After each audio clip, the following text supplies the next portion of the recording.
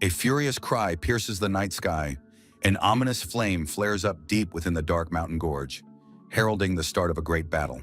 Majestic pagodas, hidden amid the night-shrouded cliffs, are suddenly illuminated by bright flashes. The ancient sanctuary stands still, awaiting the inevitable. A gray-haired master gazes at the events unfolding with icy composure. His stern face and tightly pressed lips betray an unshakable resolve. A blood-red glint flares in the shadows.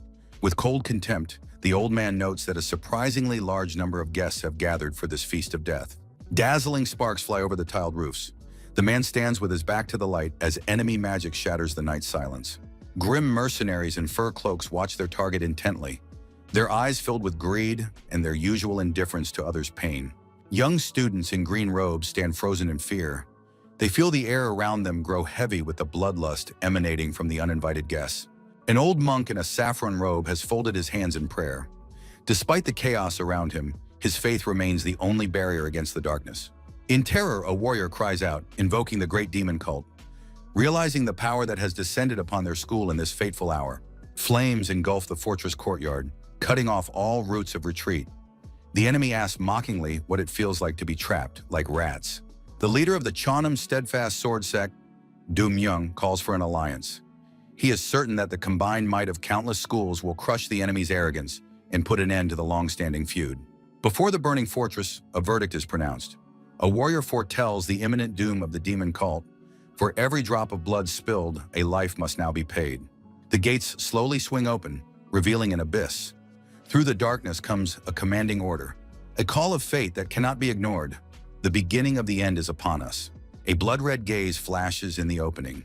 It is he, the legendary heir, the true embodiment of the heavenly demon. Death itself peers directly into the warrior's souls. The cult's new leader stands before his enemies. His demeanor is defiantly calm, and his gestures are full of mockery. To him, this great battle is merely another boring pastime. Lazily picking his ear and displaying complete indifference to the grand speeches, he whispers mockingly, "Impressive," as a bloody aura thickens around him. The enraged elder swings his sword, demanding retribution for all the atrocities. His cry is full of righteous fury, but the steel in his hand trembles in the face of true darkness. Looking at his opponent with weary bewilderment, Guchen doesn't understand why he should waste time on empty words when the outcome of the battle was decided even before it began. Irritation builds, turning into deadly energy. One whisper, one movement, and the world will be plunged into silence. These madmen are getting on his nerves too much. The martial arts masters stand frozen in shock. A primal fear is evident in the eyes of the old warriors. They realize that their faith will not save them from this ancient power. Enveloped in dark flames, the demon vows to wipe his enemies from the face of the earth. His eyes burn with a thirst for blood, and his power overwhelms all life around him. The masters' faces contort with horror. The old men realize that their skills are but dust before the absolute evil determined to put an end to their pitiful era. Despite the trembling in his knees, the old warrior tries to maintain his pride. He hurls accusations at the demon's face, though he knows these are his final words. With nothing but a smirk, the embodiment of the heavenly demon smooths his hair. He is bored by pleas and threats. With a single gesture, he invites the brave souls to enter the halls of death itself. The enraged master draws his sword, shouting the name of his accursed enemy. He thirsts for vengeance, unaware that the shadow behind Guchon has already begun its hunt. The order has been given to exterminate the cult. Soldiers in cloaks stand frozen in anticipation of the slaughter, while their leader towers over the battlefield as if the very embodiment of doom. The heir's gaze is cold and full of contempt. These fools have forgotten their place, and now the dark energy in his hand is ready to tear reality itself to shreds. Chaos has begun. The cult's minions rush into the attack, breaking the enemy's ranks. Flashes of steel and screams of agony fill the air, signaling the beginning of the end. Trying to hold back the onslaught of the madmen, the monk joins the fray. His staff strikes without fail, but the enemy's numerical superiority relentlessly tightens the noose of death. Silence reigned on the temple steps. The dust settled, revealing a lone figure in the distance. The outcome is a foregone conclusion, and not a single master will leave alive today. Frozen in a defensive stance as the crimson haze of death engulfed the temple, the hapless warrior's staff is but a splinter in the face of the advancing chaos. A dark aura shrouds the silhouette of the celestial demon. The cold gleam of his blade portends swift retribution against all who dared to stand in his way. A gaze filled with bloodlust pinned the enemies to the spot. A shudder of terror ran through the ranks of the defenders, who realized the scale of the impending disaster. Like lightning, Guchong leapt from his position. Violet flashes of energy sliced through the night's darkness, leaving no chance of escape for a single warrior. The first strike struck its target instantly. A bloody trail streaked through the air, marking the beginning of a merciless slaughter beneath the walls of the ancient monastery. The leader shouts for his followers not to fear, but his voice is drowned out by the clang of steel. Fear has already taken root in the hearts of those who still hope to survive. The deadly whirlwind of the blade turns the battlefield into a slaughterhouse. Every movement of the demon is precise and carries only one goal: total annihilation. Shadows dance to the rhythm of his sword. Defenders fall one after another, and the earth turns crimson, absorbing the blood of the fallen martial arts masters. Standing amidst the ruins, the heir looks invincible and fearsome. His wounds only fan the flames within him, making his appearance truly devilish. The last hope has crumbled. The heavenly demon has descended. Panic spreads, and all around are only ruins, death, and the triumph of true madness. Fear gripped their hearts. The ordinary warriors realized in horror that they were facing not a man, but the true embodiment of a nightmare. No one had warned them that he was so monstrous. The deadly blade pierces flesh, leaving no chance. His movements are elusive, and his thirst for blood is insatiable. The first defender has fallen, marking only the beginning of a bloody harvest. In a violet glow of fury, Guchong unleashes his next strike. To him, his enemies are but shadows that he wipes from existence with a single swing. There will be no mercy, only emptiness. The heir's aura cuts through space. With every swing of his sword, death freezes in the air. He is a storm sweeping away everything in his path, turning the battlefield into his own personal hell. The gaze of his crimson eyes is full of contempt. Did they really think a handful of weaklings would be enough to stop the heavenly demon? This pathetic assassination attempt has only enraged him. Blood on his face mixes with an icy smirk. Is that all I am in your eyes? A silent question hangs in the air as true madness begins its triumph. Even the elders shudder. They know that if this monster had come to Jonam, not a single stone would have been left standing of their school. He is the one who created the demon cult. The realization comes too late. The reincarnation of the heavenly demon stands before them in the flesh. But the enemies have one last trump card hidden away: the price of victory, Guchong's head at any cost. A mysterious assassin steps out of the shadows, shrouded in azure flames, an unknown master whose power can challenge the devil himself. The finale begins. Holding his breath, the heir senses a new threat. On the ashes of former glory, two titans have clashed. The world holds its breath before the end. A figure emerges from the rift in the shadows. Azure flames burn reality itself, making the air tremble with a thirst for blood. Desperate warriors stake everything on their final trump card. Their goal is the head of the heavenly demon, even if it costs them their lives. Guchong slowly turns, blue fire reflecting in his eyes, his hand resting on the hilt of his sword, anticipating the battle. Two auras collide, splitting the earth.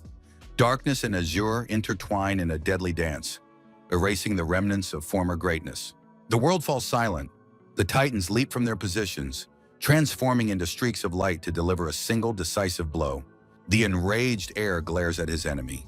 He demands respect, for today's youth have completely forgotten manners and the rules of propriety. Unleashing its crushing power, the master's blade is enveloped in crimson flame, ready to reduce the insolent foe to dust for his defiant smirk. The hooded opponent lunges forward. The mysterious warrior, with a gleam in his eyes, has no intention of retreating in the face of the legendary master swordsman. An explosion of energy illuminates the battlefield. A mighty blow shakes the air, turning everything around into a chaos of jagged shadows and furious sparks. Deftly evading the attack, the stranger's movements are flawless and lightning fast, forcing Guchong to seriously acknowledge his opponent's strength. The enemy utters words of admiration. Even in the heat of battle, he cannot hide his delight at the skill the old man displays. Smiling through the blood, for the celestial demon, the enemy's acknowledgement is nothing but an empty sound. For the outcome of this deadly duel has long been decided. The master's rage reaches its peak. He swears that this day will be the last for the daredevil who dared to challenge his absolute greatness. The heir's gaze freezes. He sees something terrifying in his opponent's eyes. a cold determination capable of crushing even the devil himself. An azure flame flares with renewed intensity. The masked warrior raises his sword, concentrating his energy for a final, devastating thrust. The cult leader stands motionless, his clothes drenched in blood. Those around him are horrified, for even wounded, he exudes an aura that crushes the will of anyone who dares to approach. Realizing that conventional techniques are powerless, the opponent grips the azure blade. Preparing to stake everything on this, it is his only chance to pierce the monster's defenses. Dark energy bursts from the heir's body. Crimson flashes distort the space around him. His fury is tangible, suffocating everyone within range. Staring at the gaping wound in the enemy's abdomen, the swordsman froze. But instead of weakness, he sees only growing power. The opponent ignores the pain, transforming it into pure madness. In his rage, the heir screams that he has gone through hell to reach his opponent. His eyes are filled with darkness. He will not allow some upstart to destroy his life's work. Guchon's face contorts into a devilish grin. The blood beneath his skin boils from his internal heat. He is no longer human, but the embodiment of primal destruction. The finale unfolds on the roof of the majestic palace as two legendary forces clash, illuminating the night sky with blinding flashes of deadly energy. As they engage in battle, the old master struggles to hold back the onslaught. Sparks from the clash of steel cut through the air, and the ground beneath their feet cracks under the incredible pressure. Seeing something terrifying in the enemy's eyes, an absolute void, the azure light of the opponent's sword slices through the moment, striving to deliver a decisive blow to the heart of darkness. Rage reaches its peak. A furious cry shakes the heavens. The heavenly demon swears that this day will be the last for the daredevil who dared to challenge his absolute greatness. A furious cry echoes across the battlefield. Guchong, drenched in blood, falls into indescribable rage as he witnesses the collapse of his ambitious plans. Pain and anger merge into a single surge. He cannot accept defeat while life still flows through his veins and his heart thirsts for vengeance. A blinding flash of energy cuts through space. The force of the collision is so great that reality around them begins to crack. The old master falls, pierced by steel. His final thoughts are filled with bitterness. Could the great path truly end here, in a pool of blood? Life slowly leaves his body. His gaze dims, leaving only a silent question for the heavens, which remain indifferent to his fall. Years of grueling training flash before his eyes. Every blow, every scar forged the man he became before darkness fell. Recalling the quiet moments of the past, Guchong sees before his eyes the mockery of his enemies and the loneliness on the mountaintop, where he sought answers to the greatest mysteries of existence. His mentor's hand on his shoulder felt so real, the last glimmer of memory of those who believed in him before this madness began. Strange voices break through the veil of nothingness. The world of the dead turns out to be suspiciously noisy and nothing like peace. A sharp slap brings him back to consciousness. Blinding light and the shouts of strangers herald the beginning of a new, completely different chapter. The boy opens his eyes to the clamor of the crowd. Hooligans mock him, unable to believe he survived. The memory of death is still fresh, but reality demands an immediate awakening. Clenching his fists, the bully declares the game over as he faints. Now a new test of strength lies ahead. The air is thick with menace, and the taunts are only just beginning. The young man's gaze is clouded. He is disoriented and does not recognize the faces of his tormentors. Only one question pulses in his head. Who are these people, and how did he end up in this nightmare? Suddenly, a ghostly light flashes before his eyes. A mysterious scroll unfurls in the air, like a hallucination visible only to one person. The system dictates the terms. On the scroll screen, an order to clean up the trash is frozen in place. There is almost no time left, just 30 seconds to change the course of this cursed fate. The stopwatch relentlessly counts down the moments. The mission is clear, the reward shrouded in mystery. He is still in shock, not understanding whose will is guiding him through this digital hell. In terror, the boy looks around the classroom. His body aches with pain, and the timer before his eyes keeps ticking. What's happening seems like a delusion, but the pain in his muscles is all too real.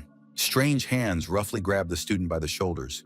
He remembers his death at the hands of a strange enemy, but this classroom and these bullies make him wonder if it was just a dream. Raising his fist, the ringleader demands he brace for the blow.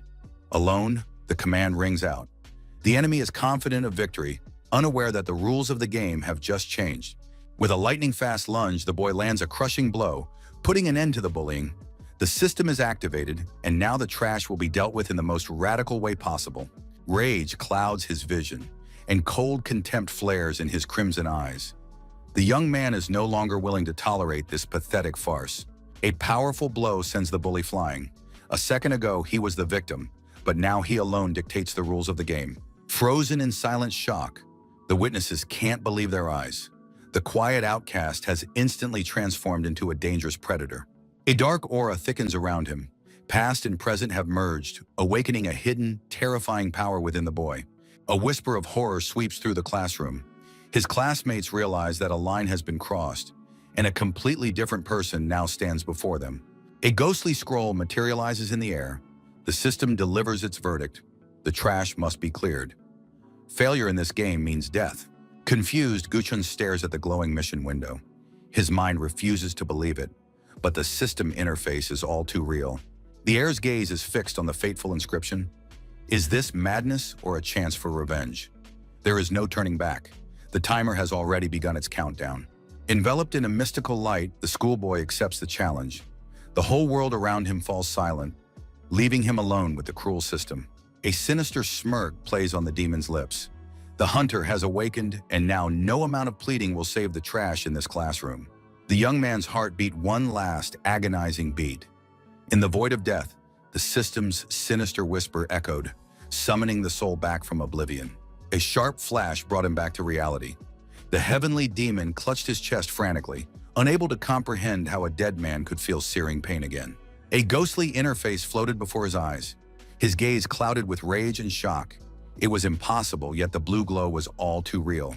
The inscription spoke of posthumous possession, an ancient technique of the blood cult, the stuff of legends, which had now become his new prison. Recalling enemies from the past, Guchong realized whose methods had brought him back to life, causing his blood to boil with fierce hatred. A silent question froze in the heavenly demon's eyes. Who dared? For whoever was behind this ritual had clearly started a dangerous game with death itself. The reward for the mission, a return to his true body, the system offered the young man a deal he couldn't refuse. Hope flashed in the heir's red eyes. If this was the price for a second chance and retribution, he was ready to endure this hell to the very end. The old master's face flashed through his memory as a reminder of his duty. Now he was not merely a student, but an instrument of a higher will. The first task appeared suddenly. Time began to melt away relentlessly, demanding immediate retribution against those who had considered him weak. A system scroll floated before the hero's eyes. The magic of the ancient artifact pulsed with blue light, confirming that his past life was far behind him. Surveying the hostile faces of his tormentors, Guchon realizes the reality of what is happening. This is not a deathbed delirium or a dream, but a harsh reality, full of danger and new opportunities. A familiar class and a sharp pain in his chest serve as definitive proof. Every movement is met with agony, reminding him of the price of this return. Clenching his fist and cursing the scroll's mysterious power, the heavenly demon did not know what the magic had done to his body, but the thirst for revenge was already beginning to supplant his primal fear. Mocking him, the bullies have no idea of the changes in their victim. The boy decides to play by their rules, hiding his true power behind the mask of a submissive weakling for the time being. The young man's gaze shifts, turning icy and terrifying.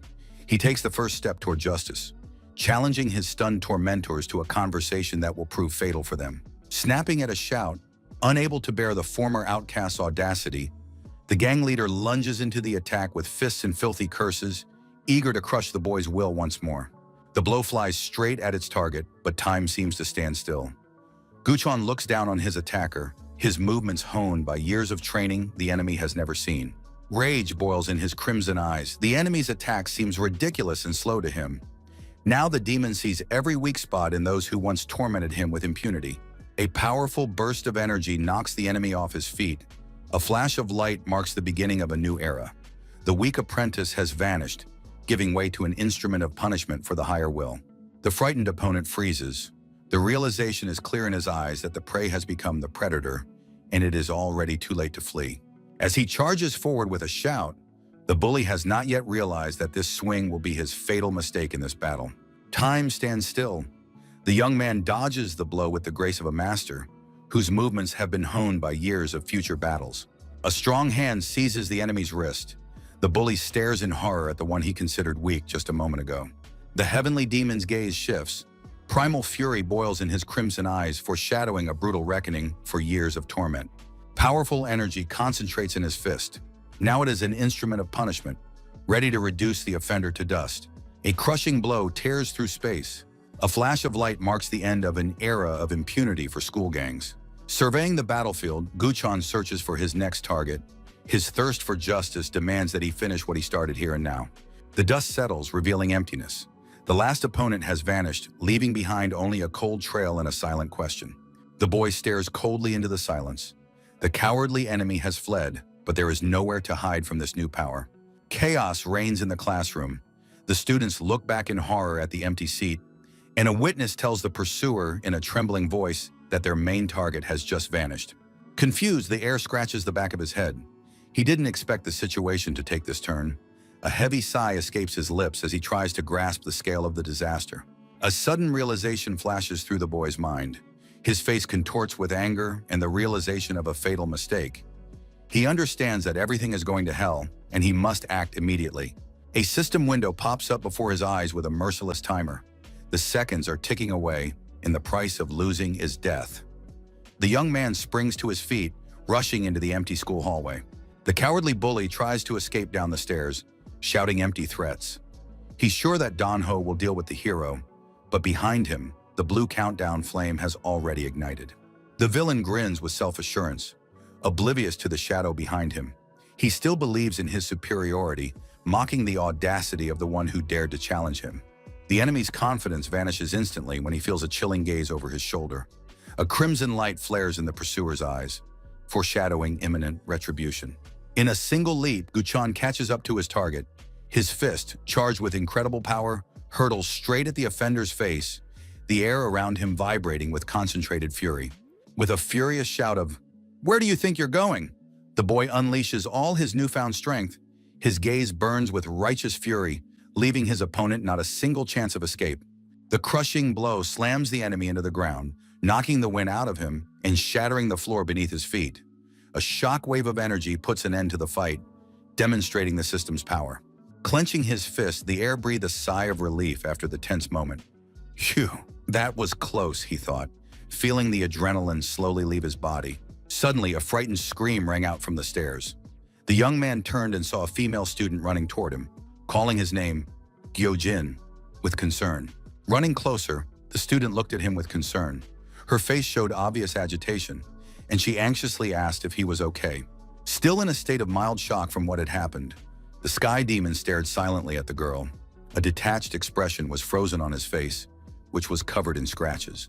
Noticing the scrapes on her friend's face, the beauty pointed furiously at the ruined wall, assuming that the guy must have been bullying him.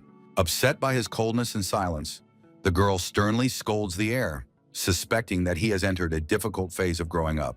Battered and bewildered, Gyojin thoughtfully scratches his cheek, where fresh scratches are visible. The boy clearly doesn't know how to explain everything that just happened. Noticing the scrapes on his hands, the student grabs the demon's palm in horror. Her anxiety grows with every passing second, and she demands an answer, unable to understand how he managed to injure himself so badly. Feeling awkward under his friend's pressure, a mad thought flashes through the student's mind. Wouldn't it be easier to knock her out to avoid unnecessary and dangerous questions? Spotting the defeated enemy through a gap in the wall, the beauty sincerely believes her friend is the victim, and in her rage points at the boy who allegedly dared to lay a hand on him.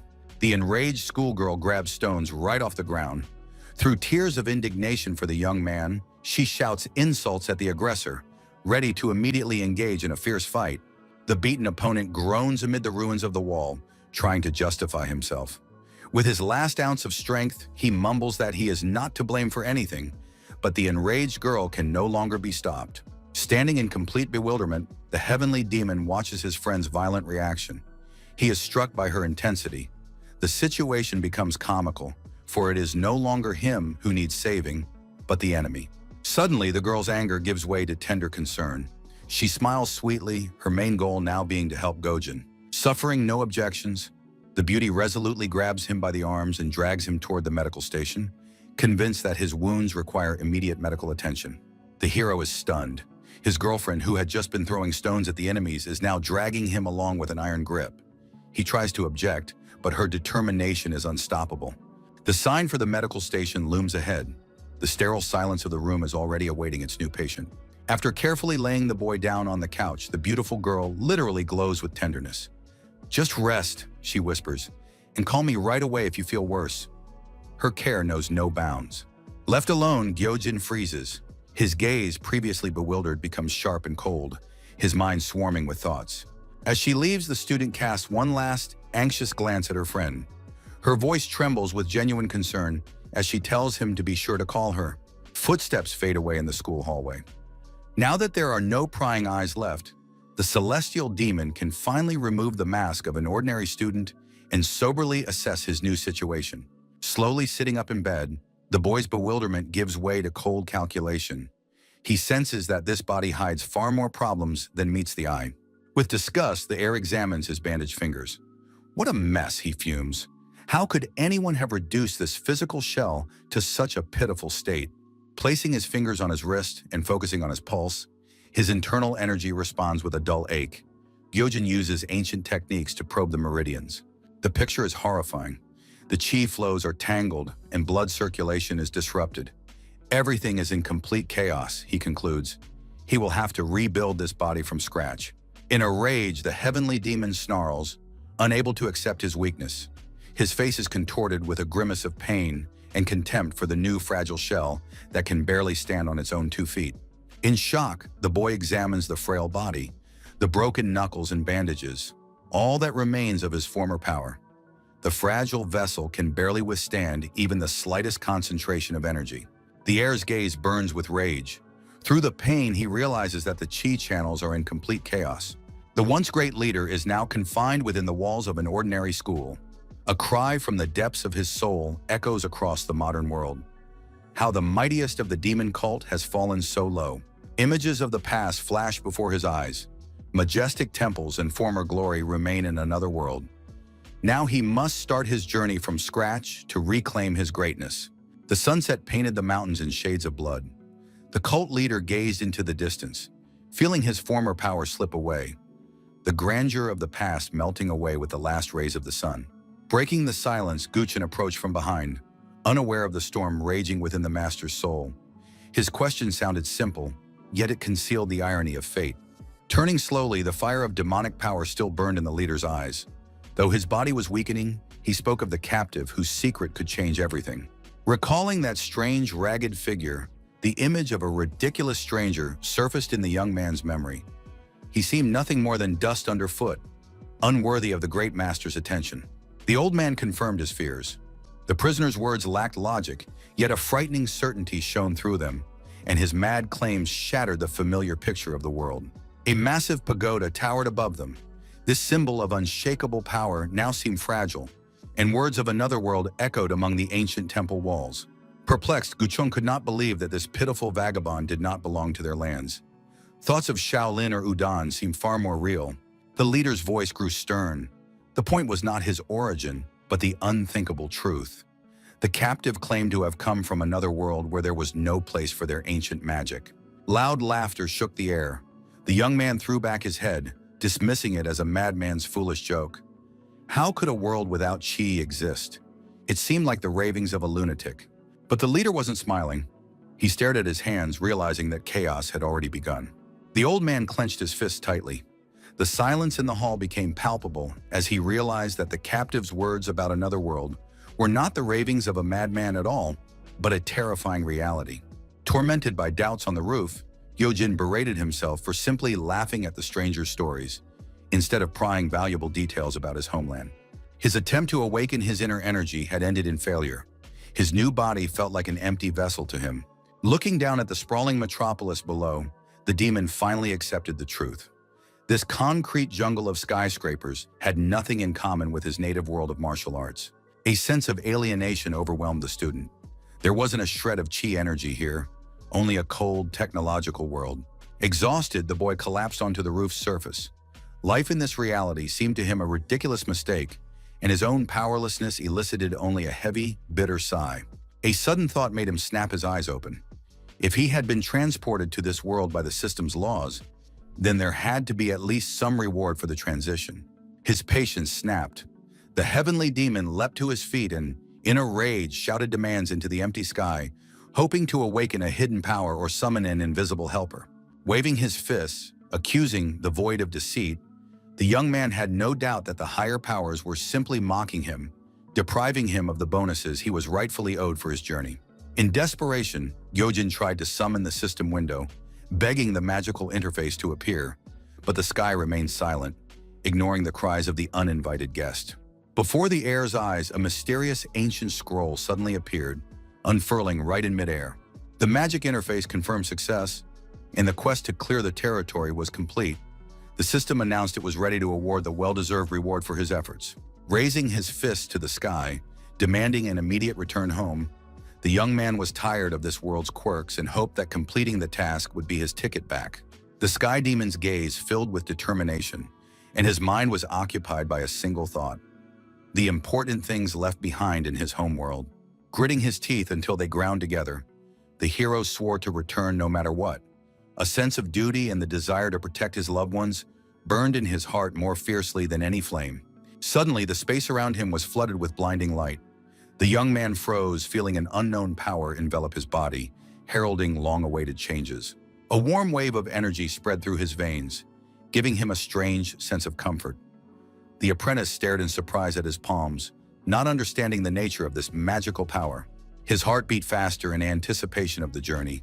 Gyojin looked hopefully at the system window, believing that this bright stream of light would finally transport him home. But instead of a portal, the scroll displayed a ridiculous message about a pleasant body scent. His expectations were instantly shattered by the harsh reality of a meaningless system reward. Flowers bloomed all around, and the air filled with fragrance, confirming the mocking bonus. The young man's face contorted with rage at such a useless gift from heaven. Instead of the long-awaited portal home, a ridiculous system reward appeared before his eyes. The young man screamed in rage, unable to believe that the scroll had produced nothing but the scent of a body.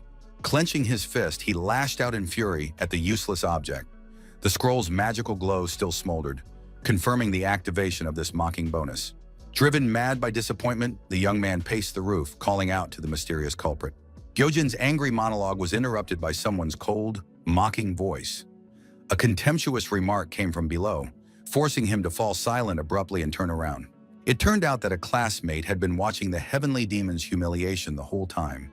She stood below, calmly observing the troublesome student who was making a racket on the roof. The girl asked in bewilderment if he had privatized this spot for his shouting. She held a chopstick in her hand, and her gaze betrayed a clear skepticism. Frozen in place, the heir tried to grasp the magnitude of his failure. The question about renting the space made him momentarily forget about the scroll as he foolishly asked her to repeat her words.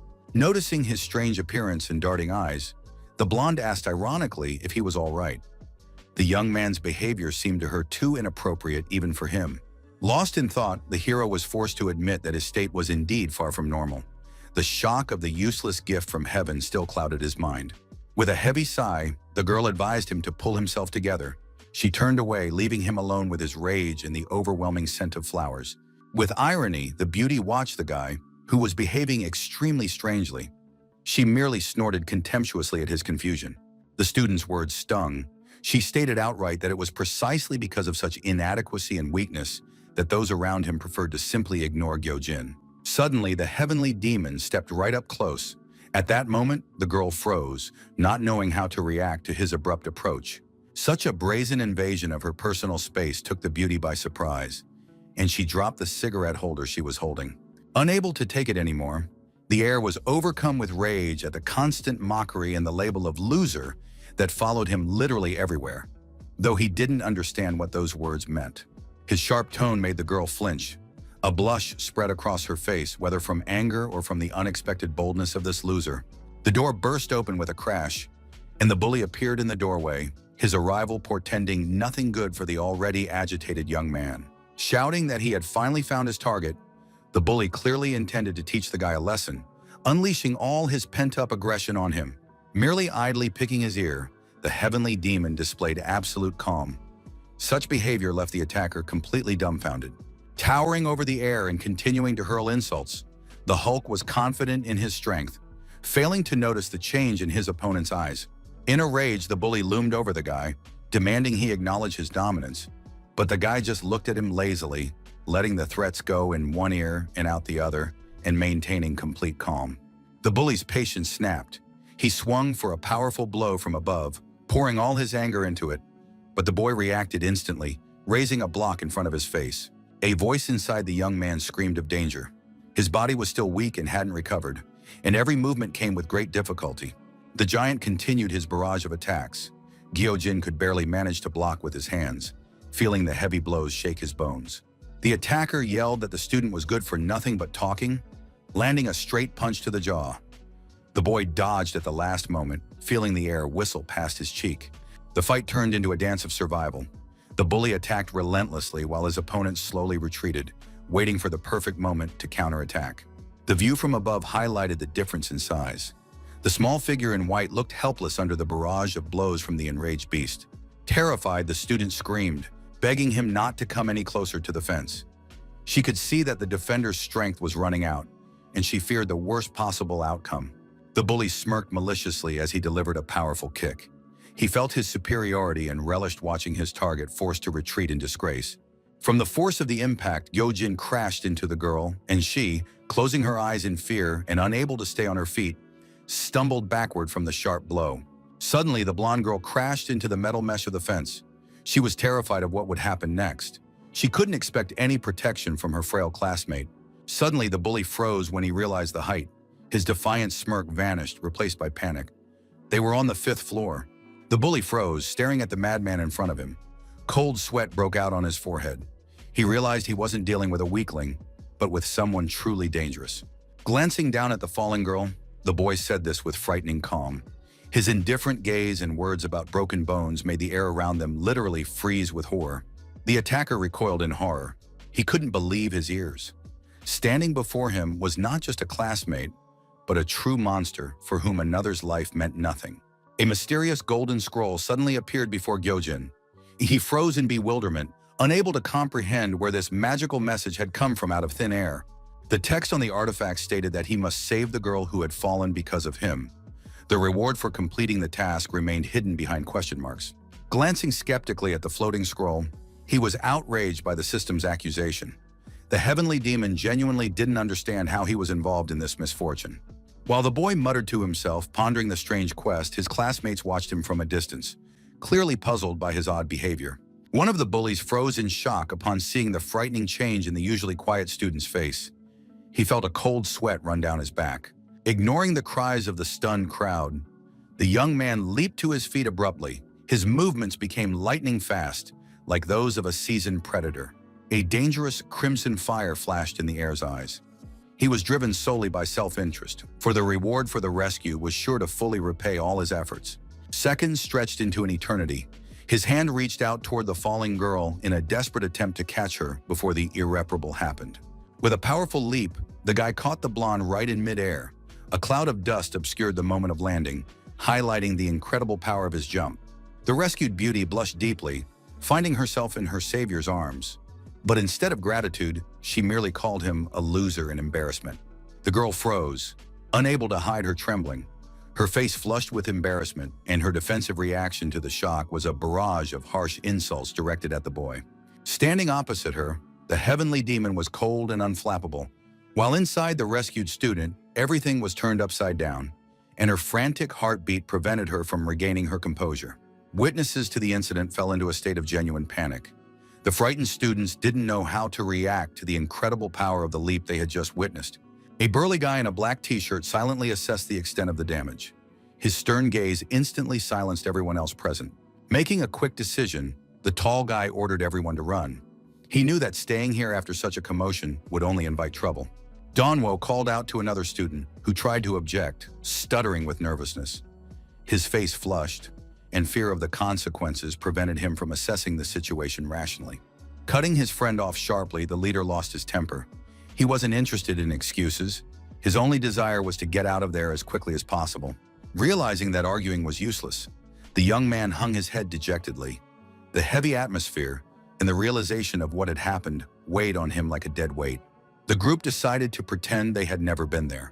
They hurried away, hoping the dust would hide their shameful flight from the garden. But a sudden sound made them freeze in their tracks. The students' eyes widened in horror. It seemed someone even more dangerous had noticed their presence. A sinister aura suddenly thickened over the schoolyard. An unknown force in red robes gazed down at the bully, crushing his will with its presence. A tremor seized the ringleader's body. He couldn't move a finger, feeling cold sweat trickle down his face under the weight of the opponent's bloodlust. An icy whisper pierced the silence, and the crimson gleam in the stranger's eyes made the boy's heart skip a beat. It was too late to run. The predator had set his sights on his prey. The one they had considered a weakling now propped his head up defiantly with his hand. A cocky smirk never left his face as he mockingly watched the frightened crowd. A question froze in the thug's eyes. How had the hero survived? He had been certain the boy was defeated, but reality turned out to be far more terrifying than his worst fears. Straightening his uniform and maintaining complete composure, for the demon, this conflict was merely a means to an end, and now it was time to claim his prize. A golden scroll materialized in the air. The system confirmed the success. A rare reward granting power had now been obtained. Darkness engulfed his form, leaving only a mad grin. Activating the power of the ancient Guqin, he prepared to teach his tormentors a bloody lesson in survival. Silence reigned on the school roof. The former bullies who until recently considered themselves masters of life now tremble on their knees, realizing the magnitude of their mistake. Fear paralyzed their movements, raising their hands in a gesture of shameful surrender. The tormentors begged for mercy from the one whose greatness they had failed to recognize in time. A grimace of rage contorted the boy's face. Years of humiliation had turned into an icy, relentless thirst for revenge. With icy calm, the young man pinned the ringleader to the floor. His every word sounded like a death sentence for the school's former world order. Attempts to resist were futile. The bully was suffocating under the weight of this newfound strength, unable to accept reality, and the one he had despised had become his personal living nightmare. A barely perceptible, terrifying smile played on the scoundrel's lips. The time for games was over. The era of retribution was upon them. Weakling, outcast, loser, all these labels were consumed by the flames of his newly awakened power. Now standing before them was not a victim, but a true predator, ready to hunt. Now the former scoundrel has become a loyal servant. Now he is a master, not trash. But the young man is furious. He cannot tolerate pity, not even from his own kind. The humiliated scoundrel weeps at the heir's feet. The young man is in a rage. He tolerates neither weakness nor pity. His fist is clenched, and his gaze is full of contempt for those who dare to doubt. A crimson flame of awakened power flares in the depths of his pupils. This is no longer a hunted outcast, but a predator who has realized that the time for games has come to an end. The heavenly demon feels forgotten power coursing through his veins, at first barely perceptible but undeniable. The old labels of failure burn in the fire of this mystical energy. Every movement of his fingers confirms that his power has returned. Now he is the true master of his own destiny. Confidence blossoms into triumph. Gyojin knows his nature better than anyone else. No one in this world would dare even to imitate the power that belongs to him. The image of former greatness rises before his eyes. He will reclaim everything he has lost and make his enemies tremble at the mere mention of his name. No one will dare to imitate his power. The path back is cut off.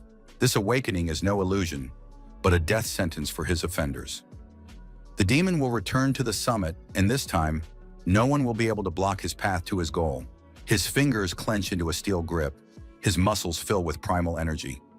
Reality bends to his will, marking the beginning of a new bloody era of vengeance.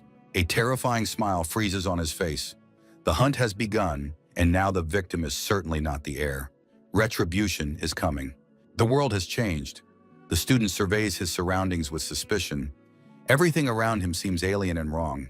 His attention is drawn to girls in clothes that are unusually short by his standards. In his former world, such attire would have been considered the height of shamelessness. The strange hairstyles of the young men cause him genuine bewilderment. He doesn't understand the local fashion, finding the appearance of those around him ridiculous and even absurd. Thoughtfully rubbing his chin, he becomes fully convinced that this place is filled with truly strange things. Every discovery only adds to his questions. Whispers behind him make him tense up. Gyojin wonders what's wrong with his face. unaware of how provocative his current position looks to the crowd. The servant with a black eye under his eye chuckles obsequiously.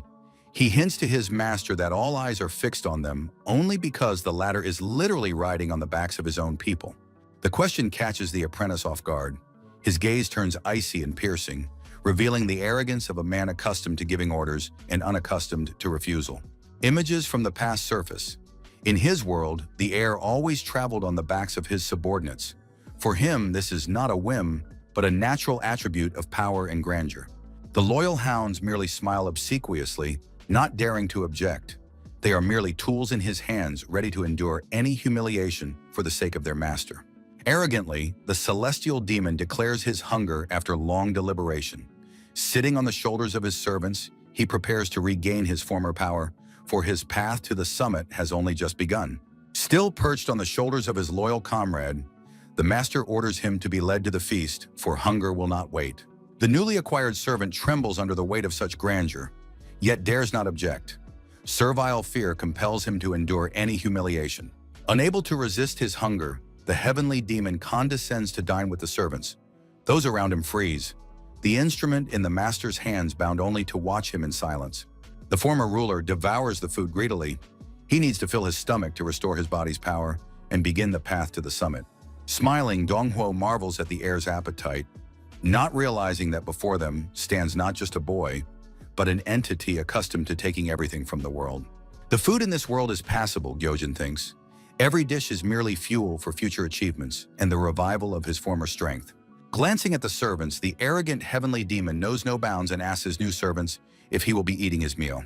Though the apprentice wanted to object and eat his own portion, the heir cut him off and took it. The heavenly demon eats quickly and imperiously. Every bite brings closer the moment when the world will once again fall prostrate before his true greatness. No one yet knows that this young man standing atop the crowd will soon become their most terrifying nightmare. A whisper of fear rippled through the hall, and a predatory, anticipatory smile played on the stranger's lips. The crash of an overturned table broke the silence. The group entered, sowing chaos and dread all around. An ominous silence hung over the dining hall. A sudden shout made everyone turn around, interrupting the peaceful meal. The thug froze, his face contorted in horror. He realized he had made a fatal mistake, and now he would have to pay for it. There was no way out. Cold sweat beaded on Donghuo's forehead. A single clear thought of inevitable retribution pulsed in his head. The shadow of the past had caught up with him at the worst possible moment. Hyojin's gaze flared with a crimson flame. Behind his plump cheeks lay a thirst for blood. He looked at his victim as if he had already chosen the spot for her grave. His icy gaze pierced right through him, paralyzing his will. There was not a shred of pity in those eyes, only the calculating fury of a predator ready to deliver a fatal blow. But the demon's calmness was more frightening than open aggression. He continued to chew, but every movement of his jaw seemed like a harbinger of the coming bloodbath. Casually smoothing his hair, a predatory smile played on the ringleader's lips. The rumors had been confirmed, and now the hunt for the insolent upstart was officially on. A furious shove was accompanied by choice curses. The hothead's arrogance quickly gave way to the realization that this bastard was their worst nightmare. The school hallway was thick with fear. The boy nervously scratched the back of his head, trying to hide his trembling, while the bruise under his eye served as a reminder of the recent brutal skirmish. With mockery, one of the henchmen offered Sang a ride, and in this feigned friendliness, the scent of trouble was unmistakable. To which the ringleader asked if maybe he should buy him a Lamborghini too, looming over the table. His arrogance grew with every word, goading his victim into a response. Meanwhile, the heavenly demon continued to methodically chew his lunch, as if empty seats stood before him rather than the school's top monsters. His patience snapped. The scoundrel abruptly closed the distance, demanding they go to the roof immediately. The air in the cafeteria was literally electrified with tension. Leaning forward, Sangwoo hissed in his opponent's face, "Are you afraid?" His frenzied grin and dilated pupils betrayed the true nature of a predator that had caught the scent of fresh blood. The leader turned to leave, confident in his victory. He did not yet know that behind his back, the silence was growing ever more ominous and terrifying. Gyojin's calmness was more frightening than aggression. He continued to chew, but every movement of his jaw seemed like a harbinger of a coming bloody storm. At this, the demon asked his opponents, "Don't you know that you don't even touch a dog while it's eating?" This made the scoundrel freeze in his tracks at such audacity. The predatory smile vanished from the bully's face in an instant. A furious jab to the forehead and curses did no good, and the realization dawned that this bastard was their worst nightmare. Boiling with rage, Sang-woo is infuriated that the newcomer is ignoring his threats. He's ready to snap at the slightest provocation, unable to understand why his victim is so calm. The heir's face contorts into a vicious grimace. The opponent is used to striking fear into others, but now his own confidence is beginning to crack at the seams from the enemy's audacity. The guy at the table calmly continues his meal. He suddenly breaks the silence with an icy greeting that sounds like a death sentence. Those around him freeze in shock. Words of freedom seem like the ravings of a madman, but the young man's heavy aura makes them shudder with fear. Gojin's gaze shifts, revealing the true predator within. A maniacal grin and a remark about a new horse seal the deal, and the nightmare for the gangsters has only just begun. From a bird's-eye view, a tense standoff is visible on the roof, where 4 daredevils face off against 4 gangsters. The guy in the white shirt ostentatiously picks his ear, his entire demeanor showing complete indifference to the threat. Unable to bear such insolence, the gang leader's face contorts with rage, and his teeth grind with fury. Blowing on his finger, the sky demon mockingly asks his enemies how they're feeling. His entourage looks pitiful and beaten down. The icy gaze of his red eyes pierces the enemy right through. He speaks of a feast, alluding to a recent humiliation. One of the henchmen, terrified, begs Gyojin to be more careful, reminding him of the Sangu gang's connections and power. Lazily scratching the back of his head, the young man accepts the warning. It seems he is barely holding back a yawn out of boredom. His gaze grows cold and calculating.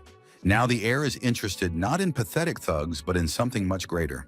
A ghostly quest scroll floats before his eyes, bearing the title, Trash Cleanup 2, with healing herbs as the reward and failure in this game, meaning nothing but death. A mad predator's grin spreads across the hero's face. The trap has snapped shut, and a true nightmare begins for the gangsters. Preparations are complete. The guy cracks his knuckles, concentrating his inner power, and the air around him begins to vibrate with a thirst for blood and the anticipation of battle. The demon's gaze is obscured by crimson flames. A chilling smile portends doom. He sees his opponents as nothing more than pawns who need to be put in their place in this brutal game. The thugs are bewildered. The sky is suddenly overcast with leaden clouds, as if nature itself shuddered at the aura emanating from the strange loner. Frozen in place, the opponents do not understand the reasons for the sudden change. Cold sweat rolls down their faces as their instincts scream of the danger emanating from their target. The student takes his first step. To the thugs, he looks like a madman walking to his certain death, but his confident stride makes their hearts beat faster. One of the scoundrels grits his teeth in rage. His face contorts into a grimace of malice. He has not yet realized that he is facing not a victim, but a true predator. Trying to hide his fear, the thug begins to warm up. His movements seem quick, but to the martial arts master, they are nothing more than a child's clumsy flailing.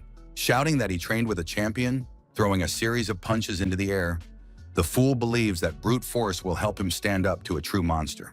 Mocking and clowning around, the thug displays his false superiority. He does not yet know that his every move has already been calculated by the master's cold mind. Bursting into nervous laughter, the scoundrel mistakes his opponent's silence for paralyzing terror, failing to notice how the trap around his men has finally snapped shut. The bully unleashes a barrage of blows, confident in his strength. He does not realize that he faces not a victim, but a predator who sees all his mistakes. The air grows heavy, becoming palpable. The opponent freezes, overcome by primal terror, while the demonic aura behind the young man promises only swift retribution. A shiver runs through the scoundrel to his very bones, and his nervous laughter catches in his throat. Pride has given way to panic. Gojin's gaze is devoid of pity. Icy calculation heralds the end. He remains silent for a long time, letting the enemy clown around. But now it is time to act. A single short word sounds as grim as a death sentence. There is more power in this whisper than in all the gang's screams. The demon's cold mind takes its toll today. Memories transport him to the past. A young apprentice stands at attention under the scorching sun. Back then, he didn't yet know that this harsh training would turn him into a monster. Every movement was honed with blood and sweat. His mentor's blows were merciless, forcing the boy time and again to overcome the pain for the sake of true mastery. The teacher's voice pierces the silence. The boy's movements were wrong. Brute force is useless without precision, and the old master hammered this truth into the youngster's head. Lesson after lesson, day after day, resentment gave way to understanding. He who has gone through this hell will never again feel fear in the face of ordinary bullies. The foundation of it all is footwork. The mentor walks off into the sunset, leaving behind a crucial precept. Now this lesson will be the last thing the defeated enemy sees. The old man explains the essence. Most fighters use movement only to dodge a blow or create distance, failing to grasp the true depth of this simple skill. But true masters go further. For them, steps are not just movement, but a way to shackle the enemy's will and set the stage for a devastating strike. The student recalls the grueling training. Without this knowledge, a fighter is nothing but a blind kitten on the battlefield, doomed to make mistakes that will prove fatal. In the reality of a schoolyard brawl, the bully doesn't even have time to blink. The boy's behind him faster than he can finish his empty swing.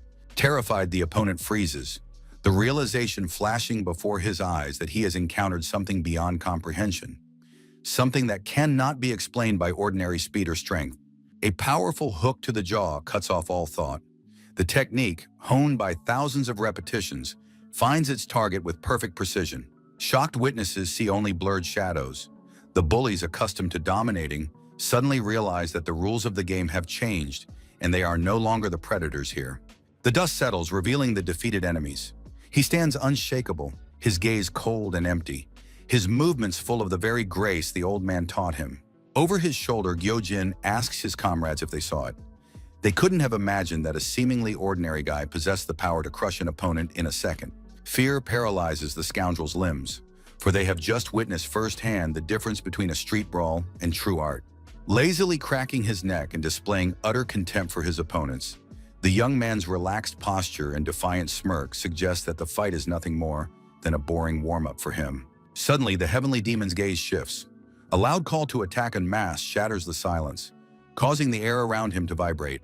The mob of thugs surges forward, filling the street with shouts. Blinded by their numerical superiority, they naively believe they can overwhelm the lone fighter. In the next instant, reality turns into a maelstrom of bright flashes and crushing blows. The master moves faster than thought, scattering his enemies like rag dolls in a dance of death. Dust and chaos fill the air as the fighter vanishes from sight, leaving only fear in his wake. Finding himself face to face with Sang so quickly that the latter doesn't even have time to cry out, the heir stares intently at the terrified face. Primitive terror is evident in the thug's eyes. Confronted with an unknown power, he realizes that he is facing not just a man, but something far more dangerous. Gyojin's face contorts into a sinister grin, exposing his inner darkness. This is no longer a schoolyard brawl, but the awakening of something ancient and merciless. As he delivers the final decisive blow, the movement reveals the power of an entire cult, capable of reducing anyone to dust in a split second. Paralyzed by the realization of his own insignificance, the opponent freezes. He understands that standing before him is the living embodiment of a power about which only terrifying legends circulate in the back alleys. A blow of incredible power slams the scoundrel into the ground. The air shudders. Primitive horror is frozen on the faces of the witnesses. They cannot believe their eyes as they watch an ordinary skirmish turn into a one-sided and bloody slaughter. The dust settles, revealing the silhouette of the one who has just crossed the line of humanity. The defeated Sang lies in the ruins, unable even to move, the light of hope fading from his eyes. A sinister grin distorts the young man's face, exposing the darkness within, the awakening of something ancient and merciless in his black soul. With cold composure, he opens the ghostly menu.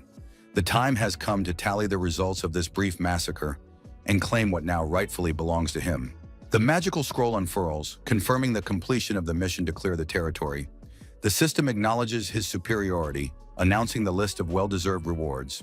A rare artifact materializes from thin air, a restorative herb, its mysterious glow contrasting with the recent chaos and cruelty that reigned in this place.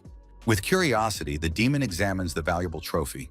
The ability to store such items in his inventory makes him even more dangerous and invulnerable to future opponents. The heir's red eyes pierce the void. There is no room for pity in that gaze, only the icy confidence of a predator. The boy furiously beats his opponent, demanding he stop pretending to be a victim. He claims he didn't even use martial arts, subduing the enemy with sheer strength. A hail of blows rains down on the unfortunate man's face. The beaten man realizes that this opponent is far more terrifying and dangerous than any of the top dogs he has faced before. The school hallway falls silent in shock. Bystanders and other students watch the chaos unfolding in horror, too afraid to intervene. Frightened whispers spread instantly throughout the school. Students discuss the boy's brutality, covering their mouths in astonishment. Demonstrating complete superiority, he straddles the defeated Sangwoo's shoulders, while those around him watch this humiliating spectacle in horror. Maintaining an icy composure and gazing contemptuously at those around him, Gyojin declares that right now he is interested in only one specific thing. His battered and swollen opponent, barely breathing, submissively asks what exactly his tormentor is looking for, ready to obey any order to end the pain. The young man's gaze turns demonic as he utters the fateful words. His target is the mysterious and dangerous demon cult. Those around him are completely bewildered. They don't understand what this madman is talking about, while he continues to sit arrogantly atop his living chariot. Furious at his bearer's unsteady gait, the heavenly demon roughly strikes the poor wretch on the head, demanding he walk straight and not dare to stumble. In a rage, the young man clenches his fist above his victim's head. He is ready to let out a scream, while the poor soul beneath him merely whimpers pitifully, begging for mercy. Trying to fill in the gaps in his memory, the guy lists the great clans, intently counting on his fingers as he recalls the sects of Chongnam, Udan, Shaolin, and Huashan. His patience snaps. The young man shakes the porter, stunned by his ignorance. How is it possible to live in this world and not know the basics about the great sects? Paralyzed with fear, Sangu's face is comically swollen from the beatings, and his eyes are frozen in silent terror at his master's unpredictable rage. Grinning mockingly and raising his fist for another blow, the heavenly demon is certain that a good thrashing is the best way to refresh the memory of a negligent servant. A sudden mention of the finest sword from Jeonnam changes everything. The atmosphere instantly grows heavy, and behind the boy looms the terrifying silhouette of his master from a past life. The young man's gaze turns icy, becoming truly demonic. His cold tone and dilated pupils foreshadow trouble. The bell rings. The familiar melody echoes through the school hallways, heralding the start of the most important lesson in a student's life: anticipation. Gyojin sits at his desk, rocking back and forth in his chair. Outwardly, he appears calm, but inside, primal rage is boiling. Resolve. The boy's gaze hardens. The bell has rung, echoing in his head. It is time to settle old scores. According to the deal with that scumbag, everything must be settled immediately after the third bell. Every second counts now. Hidden power awakens within his body. The young man heads for the exit, his footsteps echoing in the silence like thunderclaps. The classroom door swings open with a crash. There is no turning back, and the hunter steps onto the straight path to the finish line. The hero's eyes flash crimson. He sees his target, and the tension in the air becomes almost palpable, chilling the blood. Jeonnam's finest sword, these words echo in his mind, awakening the mastery honed in past lives. The teacher enters the classroom with a bamboo sword. A heavy silence hangs in the air, and the students' shocked gazes are fixed on the weapon. The heavenly demon's eyes flash scarlet. He sees his target, and the tension becomes almost palpable, chilling the blood of everyone present. Scanning the classroom, the man orders the students to open their textbooks. Park Jong-nam steps forward. His face is frighteningly cold, and his voice rings out like steel, leaving no room for doubt. The order must be obeyed immediately. The entire class freezes. In this silence, even the slightest rustle seems like a crime against the order established by the teacher. Inside Gyojin, rage awakens. The mastery of past lives demands an outlet, transforming an ordinary student into a dangerous fighter. The teacher walks past, unaware of the fury burning behind him. He does not yet know what kind of monster he has encountered today. A venomous thought pierces his mind. The boy barely suppresses a smirk, preparing for a real battle with Jeonnam's best sword. Meanwhile, in the neighboring classroom, a student feels a strange chill. The master's aura is so strong it pierces even the walls. Leaning back relaxed, the heavenly demon is disappointed by the lack of worthy enemies amidst these dull school days. Slumped lazily at his desk, the hero's mind swirled with thoughts of foreign energy, and he was certain he would immediately sense the presence of a powerful master nearby. Boredom was literally eating him up from the inside. The boy threw his legs up on the desk, showing complete disregard for the lesson. He craved answers that school could not provide. Suddenly, his face contorted with rage. His keen intuition told him he was being watched. Someone had dared to disturb his peace, and this intruder was clearly asking for a rough treatment. A crimson fire flared in his eyes. His reaction was instantaneous. He intercepted the object flying toward him right at his forehead. The deadly steel froze a centimeter from his skin. His patience snapped. Hyojin leaped to his feet, knocking over his chair. A loud cry about the ambush echoed through the classroom, causing everyone present to flinch. In a rage, the heir scanned the classroom, not mincing his words. His classmates froze in shock, realizing that their strange classmate had finally lost his mind again. The teacher stood frozen in bewilderment. The entire class looked at the troublemaker as if he were a madman, unable to fathom the reasons behind his sudden and wild outburst. Strictly ordering the troublemaker to come to the blackboard, Park Jong-nam appeared unshakable from behind, but a heavy foreboding of an inevitable clash already hung in the air. An ominous smirk played across the student's face. He realized exactly who had launched the attack, and this realization only incited him further, awakening the true instincts of a warrior. Standing at his desk, the heavenly demon thought about how he had barely managed to block a simple throw. It was a painful blow to his inflated ego.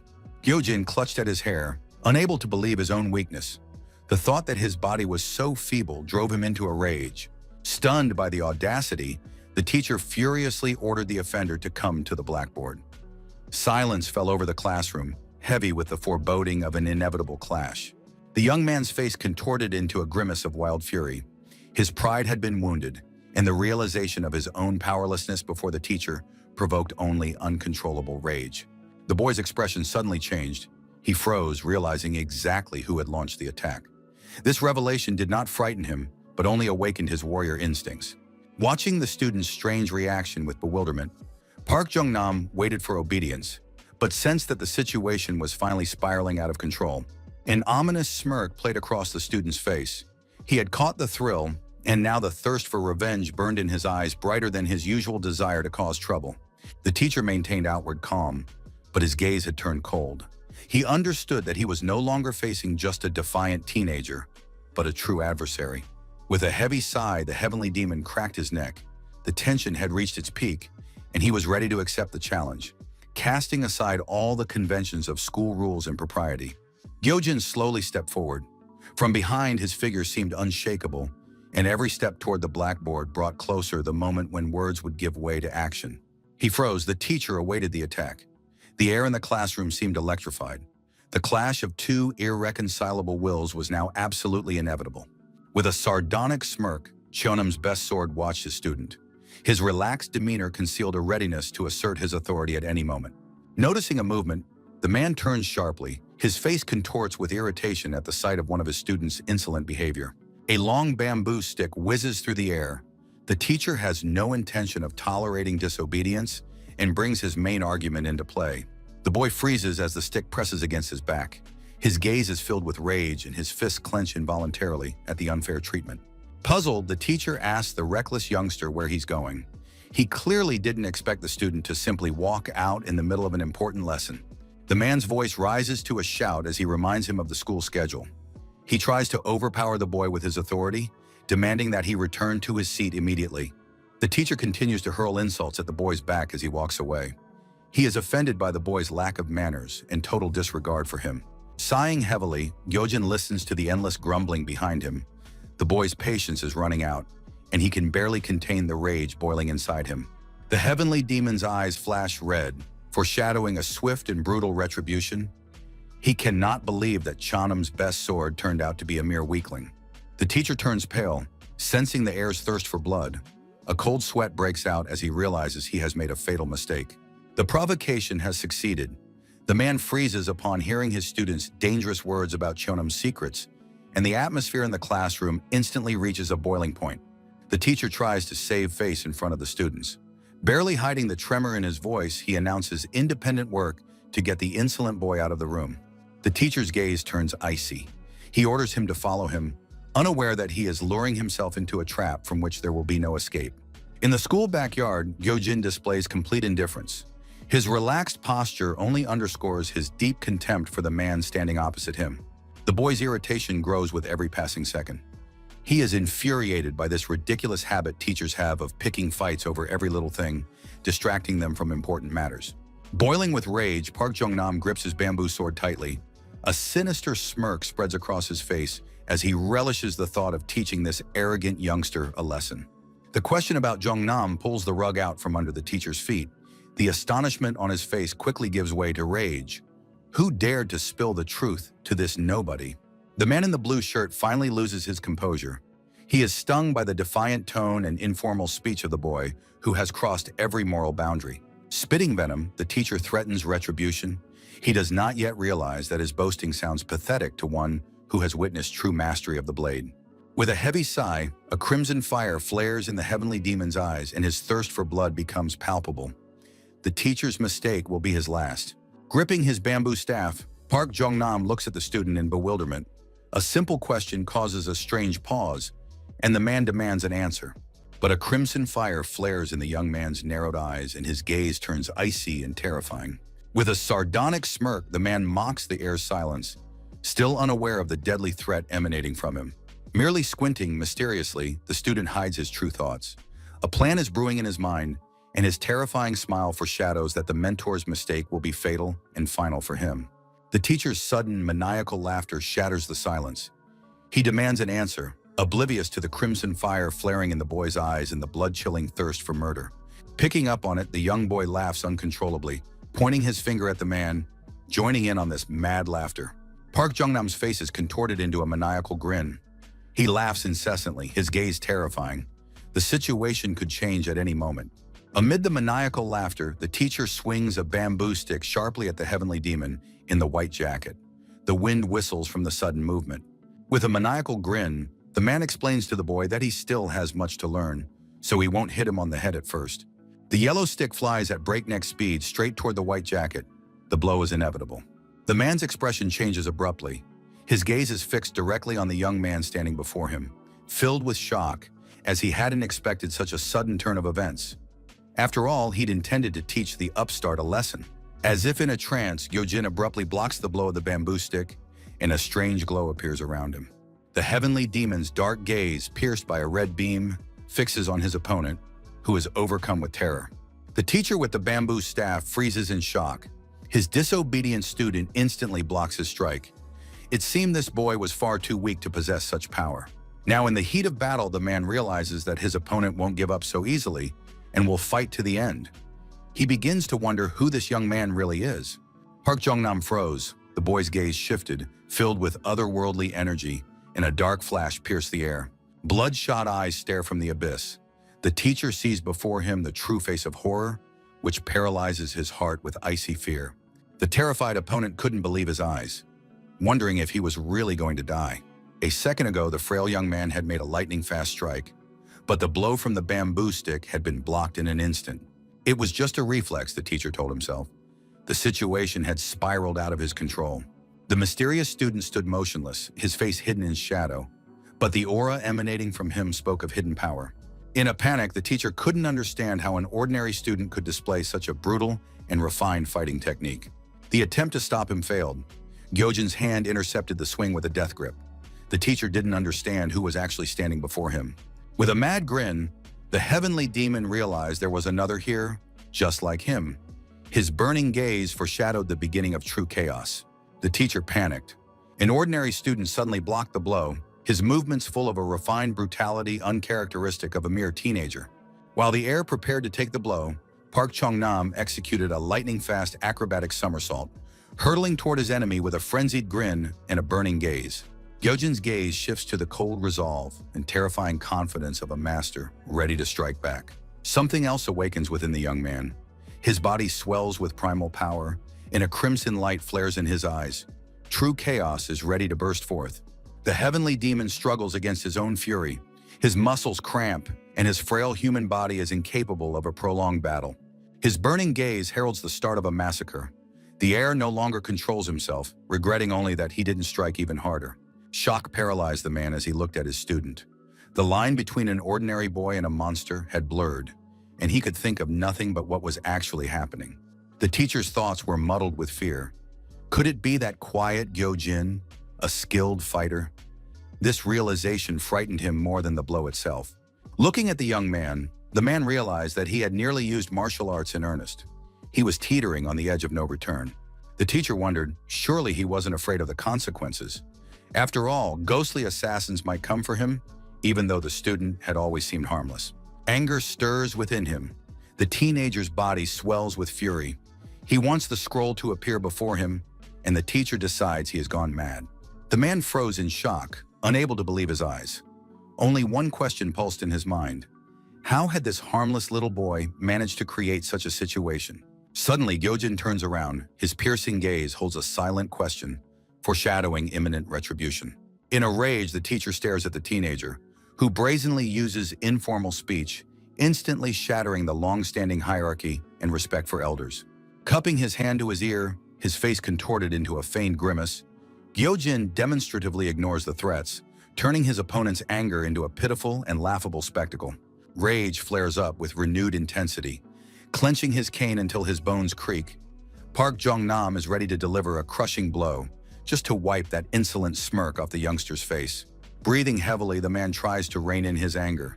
He calls himself to his senses, for before unleashing his power, he must understand what kind of monster is hidden within this body. Uttering Gyojin's name, the teacher hopes to see even a shadow of the boy he once knew, but in response receives only an empty, uncomprehending gaze. The teacher admits that the young man's skill has come as a shock to him. He sees before him not a student, but a dangerous fighter whose true power is only just beginning to awaken. But the man warns the youth against the reckless use of martial arts. Such power in the hands of an inexperienced teenager will inevitably lead to an irreparable catastrophe. Completely ignoring the advice, the heir bursts out shouting, cutting off the instructions. A primal rage resonates in his voice. The boy grins maniacally, anticipating the fight. He is certain that now it is his turn to dictate the rules of this game.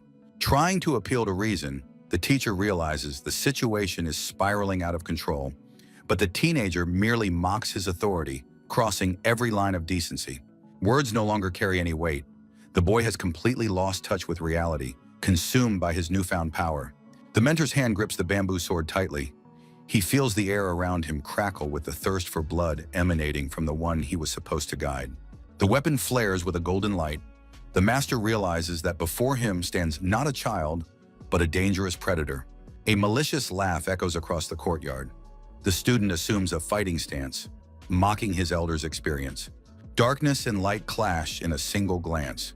The youngster challenges Chanam's finest sword, wishing to test its metal, the thirst for battle having completely taken hold of his soul. Sighing heavily, the teacher realizes the depth of his pupil's fall. The bitterness of defeat as a mentor fills his heart. A shadow falls over the master's face. He issues a final warning, knowing that the next step will lead to disaster. The teacher's gaze turns icy and commanding. He quells the student's insolence with a steely tone, demanding respect for the hierarchy in this final moment before the storm. Boldly provoking his mentor, Gyojin does not realize that his self-confidence only underscores the depth of the master's fall and the bitterness of his defeat. The man issues a final warning, realizing that this step will be the point of no return and lead to disaster. A furious grinding of teeth can be heard. The teacher struggles to contain his anger as any hope for a peaceful resolution to the conversation dies within him. Park Jong-nam's gaze turns icy. In a steely tone, he cuts off the insolence, demanding respect for the hierarchy in this moment before the storm. The master swings his stick sharply. The time for words is over, and a harsh discipline begins that will forever change the fate of his student. Losing control, the teacher no longer intends to hold back his anger. The air boils with a thirst for blood. Mercilessly cutting short the student's insolence, the teacher turns icy, demanding recognition of the hierarchy in this fateful moment before the storm. The time for words has passed. The man takes a sharp swing with his stick, and a harsh discipline begins that will burn away past mistakes. The whistle of the wood cuts through the silence, and the master attacks with terrifying speed, pouring the weight of his disappointment and the will for total submission into every strike. The heavenly demon barely has time to react to the frenzied pace. Park Jong-nam moves like a shadow, leaving no room for a peaceful resolution to the exchange. A crimson flame of determination flares in the young man's eyes. The teacher's actions only enrage and irritate him further. Another lunge makes the student flinch. The teacher's rage materializes into crushing force. Space warps from the power of the blows. Jong-nam's finest sword finally casts aside mercy, dictating its own rules through pain and an absolute iron will. Dust and sparks fly in all directions. The master crushes Gyojin's will, proving that hierarchy in this world is not an empty phrase, but a matter of survival under his command. The mentor towers over the student, whose pride is shattered, and whose fate now lies entirely in the hands of the enraged mentor. The enraged master lunges forward with incredible speed. The young man, frozen in place, sees only a rapidly approaching silhouette shrouded in a whirlwind of destructive power. In response, the heavenly demon is ready to defend himself by any means necessary while his body is still weak. He did not expect the teacher to be so furious. With a sharp lunge, the student's foot digs forcefully into the ground, creating a foothold for a lightning-fast thrust toward the mentor. The thrown mop spins wildly through the air. It is merely a cunning feint, designed to momentarily blind and confuse the experienced master. Park Jong-nam calmly watches the flying projectile, while the young man below prepares his trump card, closing the distance to a minimum. Gyojin's gaze is full of determination. He realizes that only extreme concentration and speed bordering on a foul will help against his teacher's fury. While the mop distracts attention in the sky, the boy is already diving under the master's arm, trying to exploit the split-second confusion of Jong-nam's best sword. In anger, the boy shouts, asking where the teacher's looking. The student pours all his will into this movement, trying to reach the unshakable mentor. It seemed the young man had nowhere to flee from this storm. Every move the master made generated destructive waves that swept away everything in their path. Park Chan-nam is utterly focused. His gaze misses not a single detail. An ordinary bamboo stick in his hands transforms into the deadly weapon of a grandmaster.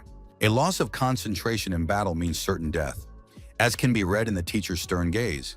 He does not forgive mistakes and despises weakness, demanding total commitment. The defeated master had seen just a youngster before him, but the boy demonstrated a level of technique worthy of the school's finest warriors, despite his young age. Behind that ease of movement lay years of grueling training in the shadows.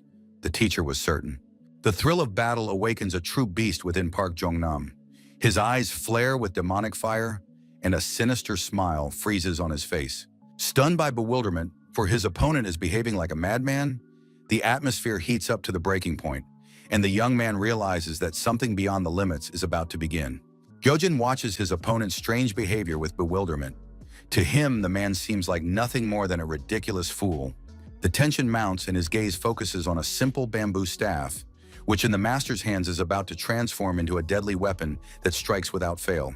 Chan-nam, the best swordsman, assumes a fighting stance, gripping the pole confidently. His defiant smirk and cold calculation suggest that he is in complete control of the situation on the field. Upon hearing the name of the legendary technique, the young man is shocked, for standing before him is not just a teacher, but a master of the secret art of the 36 heavenly swords. A mad grin contorts the boy's face. There is nothing human left in that gaze, only a thirst for battle. With a sharp movement, the heavenly demon casts aside the superfluous. The mop breaks with a crash and becomes a cold weapon, making room for true power. Gyojin begins to spin the pole at incredible speed, creating a whirlwind around himself. The old master's words echo in his head, guiding his every movement. Stunned, the opponent cannot comprehend how an ordinary man could radiate such power. The young man's laughter grows louder. He recalls all those who underestimated him before and prepares to teach the man the harshest lesson of his life. His fingers clench the staff in a death grip, his muscles taut as steel cables. A single lunge separates reality from the bloodbath he is about to unleash. With a mad grin, Gyojin raises the staff and announces the beginning of the true technique of the 36 heavenly swords, shocking his enemy with his sudden confidence. The man froze in shock, his eyes filled with genuine horror and incomprehension at how this ordinary brat could have transformed so instantly. Swallowing nervously, Park Chung-nam feels cold sweat trickling down his temple. It seems the student never ceases to amaze him. The fighter's heart pounds wildly. He takes his stance, feeling a long-forgotten thrill. This sense of mortal danger makes his blood literally boil. An ominous silence hangs over the roof. The raven watching the duel from above freezes, and both opponents hold their breath before clashing in the decisive battle. When the silence is shattered by the first lunge, the bird soars sharply into the sky, feathers flying in all directions, signaling the start of a bloodbath that can no longer be stopped. The stick slices through the air with a whistle. The young man's strikes are so fast they create the illusion of a multitude of blades. He moves faster than the eye can see. A sharp feather slowly falls onto the concrete, cut in half by an invisible force. The full power of the 36 swords technique begins to manifest. The faces of the two opponents merge in a furious scream. The psychological barrier is broken, and the young man no longer holds back, unleashing all his accumulated power upon his enemy. A bright flash of energy blinds everything around them. The strikes collide with the roar of thunder, transforming an ordinary rooftop brawl into a legendary clash of masters.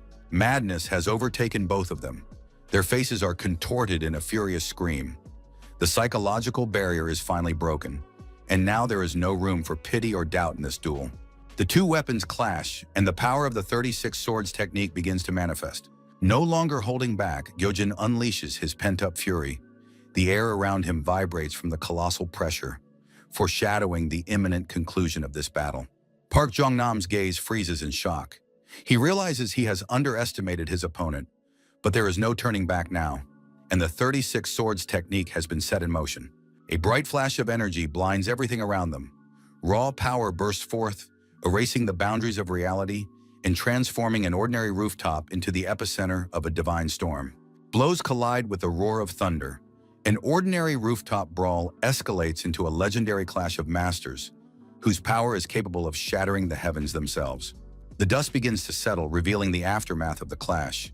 The opponent is defeated and disoriented, unable to oppose true mastery. Through the thick fog, the silhouette of the one who intervened in the battle's finale emerges. A mysterious figure in a suit holds the boy's hand, interrupting the deadly flow of energy. The teacher realized that before them stood a phantom assassin. The appearance of this man changes everything, fear and bewilderment evident in every movement of the breathless hero. In a rage, the young man turns to the uninvited guest, his body still crackling with lightning, and his thirst for battle demands an immediate continuation. The mysterious warrior in a suit and with a sword stood motionless, surrounded by swirling raven feathers. His stern, dark face was filled with grim determination. A supernatural red light flashed in the stranger's eyes and a powerful aura formed, foreshadowing a devastating attack. The emotionless warrior stood between the frightened teacher and the enraged student, a gigantic whirlwind of thick white smoke raging around the three of them. The man in the black suit blocked the teacher's path. He held the young man's hand while ominous black feathers swirled in the air around them, his will unshakable. His stern profile expressed grim determination. The mysterious defender remains calm despite the whirlwind of energy raging around him. The teacher froze in terror before the uninvited guest, asking if he was truly a ghostly assassin, as he realized the true identity of the man before him. The warrior's gaze grew terrifying at the question. A supernatural red light flashed in his eyes, foreshadowing the use of devastating otherworldly power. Enraged, Gyojin has no intention of retreating. He seethes with fury, shouting curses at the mysterious fighter who dared to stand in his way, and lunges into battle. Showing no emotion, the stranger calmly intercepts the heavenly demon's arm, halting his attack. The mysterious fighter's acrobatic leap and lightning-fast movements catch everyone off guard. The uninvited guest's gaze is filled with icy calm and determination. He has come not merely to observe, but to mete out justice according to the strict laws of Murim. Beside himself with rage, the heir's face is contorted with fury, his teeth bared. He's not prepared to tolerate the interference of anyone who dares to stand in his way. As he reads the verdict, the warrior accuses those present of violating the Alliance's age-old foundations and recklessly using martial arts for evil. A symbol of defeat and broken will, the shards of a bamboo sword lie on the floor as proof that the old rules of the game no longer apply. The fighter's eyes flare with an ominous crimson light, a sign of the awakening of otherworldly power that will descend upon anyone who dares to break the law. Shock and rage contort the young man's face. He can't believe his ears upon hearing of some sort of sanctity. The word sounds like a mockery of his reality. The world has finally gone mad. The young man clutches his head. Since when did common thugs start calling themselves noble masters of martial arts? The ghostly assassin's silence weighs heavier than any threat, and his conviction in his own righteousness knows no bounds. Rage clouds his vision. The fighter in the suit accuses his opponent of the gravest sin, using sacred techniques against an ordinary civilian. Bewilderment gives way to anger. The young man looks back at his beaten teacher. Could this scoundrel really be an innocent victim in the eyes of the arrogant alliance? Pointing his finger at Park Jong-nam, the heir asks, "Does he really look like an ordinary person?" A cry of despair and rage bursts forth. The young man has no intention of accepting these absurd and false rules. The standards of this world are rotten to the core. The heavenly demon sees only cowards hiding behind a code to justify their pathetic and despicable deeds. The voice of the law sounds heartless. The Alliance has already passed its verdict. In this world, there is no place for vigilante justice, even if it seems fair. The warrior's eyes flash crimson. True power awakens. The secret inspector asks, with a threat in his voice, if the apprentice knows who the phantom killer is. The world is plunged into chaos. Gyojin doesn't understand why some minimum wage worker can dictate terms to him. Fear paralyzes Park Chung-nam. He realizes who the uninvited guest standing before them is and just how powerful he is. The young student's question leaves the phantom assassin speechless. No one has ever dared to speak to him in such a tone before. It is the Alliance's duty to restrain the madness of martial arts masters. He is the one who maintains balance and protects the weak. The law of Muram is now in the hands of one who knows no mercy. The shield of Muram is revealed to the world. In a stern suit and with a sword at the ready, he is ready to mete out justice. The true Amenso begins his judgment, and there is nowhere left to run. A mad grin and a thirst for blood. The man believes in no defense, only in crushing power. Rage boils within him. He is enraged by those who hide behind a mask of false righteousness. One blow and justice will be shattered to pieces. It is time to put an end to this farce. Fear for his negligent student paralyzes Park Jong-nam. The sudden realization of his mistake forces him to beg for mercy. One who rises above personal grievances appears. The inspector's calm gaze and steely will strike everyone down. A shadow falls over the master. He tries to assure everyone that no martial arts were used on the roof. But the Alliance member insisted that they would decide for themselves, while the teacher asked him to turn a blind eye to this misunderstanding. Duty comes before all else.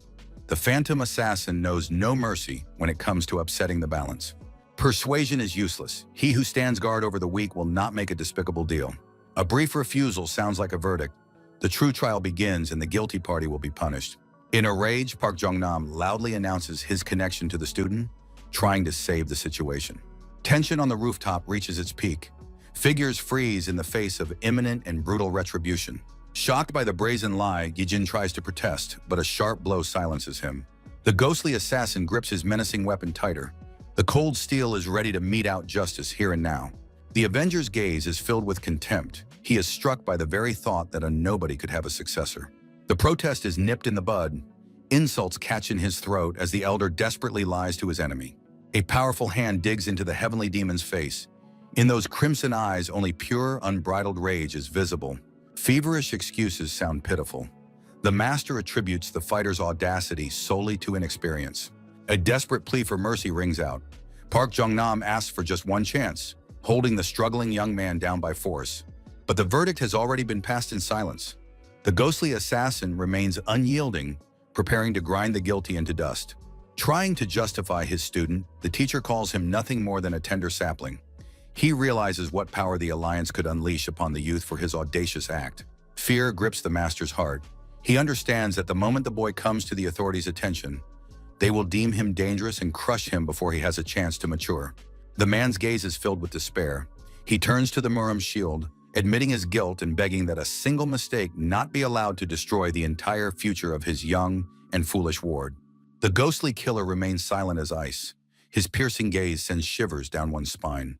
Park Jong-nam frantically tries to find some deeper meaning and fate in their chance encounter. Any talk of fate elicits only a contemptuous smirk from the Alliance member. He stands his ground, dismissing any excuses as mere pathetic superstitions and an attempt to evade the answer. Sweat rolls down the master's face. He sees that his arguments have had no effect. The tension in the air becomes unbearable, foreshadowing an inevitable and imminent execution. With a sharp movement, the ghostly assassin tucks his sword behind his back. The gesture looks threatening and final, and the teacher freezes, realizing that the verdict has already been passed in the silence. As the man in the suit turns and walks away, the master hastily bows, muttering words of thanks, though his voice trembles. The teacher holds the struggling young man back by force, preventing him from causing even greater trouble. Yet Miram's shield recalls the strange power he sensed here this morning. While the furious boy bites at his mentor's hands, the ghostly assassin analyzes the situation. He is certain that the source of that terrifying energy was this very wild and defiant youngster. The Alliance member casts a cold, warning glance. His words sound like a death sentence. He has no intention of giving a second chance to those who stand in his way. In a panic, Park Jung-nam realizes the gravity of the moment. He desperately tries to find the right words to appease the powerful warrior before him. Bowing low, the mentor mutters words of gratitude. His voice trembles, and he is ready for any humiliation just to avoid the inevitable bloody massacre. While the teacher is showering him with apologies, the ghostly assassin suddenly vanishes, leaving only dust in his wake. The speed of the demonic cult master is mind-boggling. With a death grip, the teacher clings to his student. He realizes that if the boy flinches now, instant death at the hands of the departed guest awaits them both. The defiant youngster won't back down, furiously sinking his teeth into the mentor's arm. He doesn't realize how close they've just come to the edge of the abyss. Overwhelmed by helplessness and shock, the master collapses onto the floorboards. His body goes limp, while his mind struggles to process the terrifying power they have just faced. Lying on his back, the mentor breathes heavily, gazing up at the sky, realizing that this wild bastard beside him possesses a power capable of changing the world. Now alone on the roof, they can finally catch their breath. The silence is oppressive, for both understand that this strange visit was only the beginning of a great storm. The tension reaches its peak, and the heavenly demon finally decides to ask the man the crucial question that has been troubling him. The mentor tries to reason with his student, explaining that the uncontrolled use of martial arts is forbidden in this world, while Gyojin listens in bewilderment. Enraged, the heir cannot understand why anyone should control his power, since in his former world, the demon cult knew no limits. Clutching his head, Park Jung-nam desperately tries to explain to the young man that times have changed and brute force no longer rules the world, but the youth stubbornly refuses to understand. Both men are at a loss. The young man finds this world strange, while the teacher's astonished by his foolishness, as he seems to be deliberately ignoring his words and using coarse language.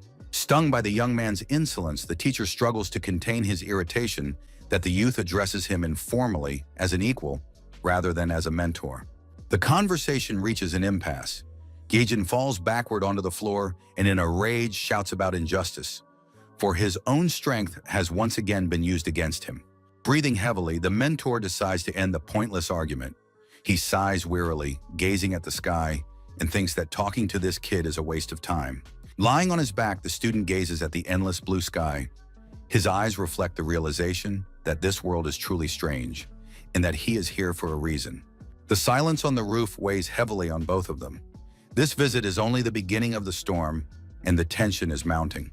With his hands behind his head, the young man lies on the grass with a defiant smile. He realizes that if there are martial arts masters here, then the demon cult must exist as well. With difficulty, the heavenly demon tears himself away from the ground and jumps up abruptly. His body still remembers the heaviness of his past life, but this world forces him to move faster. Turning his head toward the teacher, the boy freezes, wanting to ask about the demon cult, but there is no one there anymore. The silence on the roof is broken by the creak of a door. Park Jung-nam, not wanting to argue any further, was about to leave. The teacher froze with a detached expression. From above, clinging to the edge of the roof, the student suddenly emerged, shouting furiously, trying to get the indifferent man's attention. Adjusting his collar, the teacher gently reminded the boy that he was free to skip class, but that he was a teacher, and his duty to the school was now far more important than any argument. Gyojin's gaze remained cold. He continued to hang upside down, seething with rage, while the teacher dryly advised him to return to class. The boy's rage reached its peak, his face contorted in a scream. He refused to listen to the idea that a regular lesson could be more important than this crazy situation. Sighing wearily and scratching the back of his head, the man understood that to a teenager this was a trifle, but his own priorities were different. Unwavering determination was evident in his eyes. For the heavenly demon, school was a boring routine. But in this world, even boring rules held a sacred meaning. Lazily waving goodbye, the teacher headed down the hallway, leaving the enraged student dangling on the edge. Duty called him back to the classroom. A cry of despair pierced the roof. The teenager, clinging to the edge with his last ounce of strength, stared at his teacher in horror, unable to believe that he could actually abandon him. The boy's fingers had turned white with tension. The metal railing was cold and slippery, and below lay only a terrifying void and the realization of his own powerlessness. Gritting his teeth in rage and fear, Gyojin tried to grasp the absurdity of the moment. His life hung by a thread, while his opponent remained frighteningly calm, and cold. Kicking his legs helplessly, the air looked pitiful against the backdrop of the clear sky. The situation seemed like a ridiculous joke to him. The teacher merely sighed heavily. Neither threats nor pleas moved him. He had his own goals in this world, and his students' tantrums clearly weren't part of his plans for the day. Fatigue was evident on Park Jong-nam's face. In truth, he didn't understand what was happening either, and wanted to figure it out. Suddenly, a system window flashed before his eyes. The magic of this world made itself known once again, offering a new quest that was impossible to refuse. Shock and bewilderment were written all over the teenager's face. The system always appeared at the worst possible moment, turning an already crazy day into a real survival thrill ride. The view from the school roof was serene, contrasting with the drama unfolding below. The building held the secrets of an ancient cult, reborn within the body of an ordinary hooligan. The seemingly unassuming student harbors the power of an ancient lord. His resolute expression suggests that the great master's patience is running out. Those around him sense the overwhelming aura emanating from him. Ordinary bullies freeze in place, not even suspecting what dark power has awakened within him. Gojin's gaze grows cold and piercing. The magic of the heavenly demon cult begins to pulse through his veins, ready to burst forth at any moment. The class whispered about the outcast's strange behavior. No one realizes that the weak boy before them is no longer the same, but a monster capable of crushing an army single-handedly. The heavenly demon was bored, looking at the school classroom. Now the life of an ordinary student seemed to him like a ridiculous game, devoid of true excitement and battles. All around him were gray faces and dreary noise, unbearable boredom. There was no turning back, and he accepted the challenge to survive and complete the task from the scroll. Looking at the pink scroll in Gyojin's eyes, which reflected the experience of centuries lived, there was no fear, only the cold calculation of a demon accustomed to the dangerous games of fate. The mission's magical interface hovers in the air. Progress is stuck at 30%. The system is unforgiving, and to move forward, the young man must complete the current trial.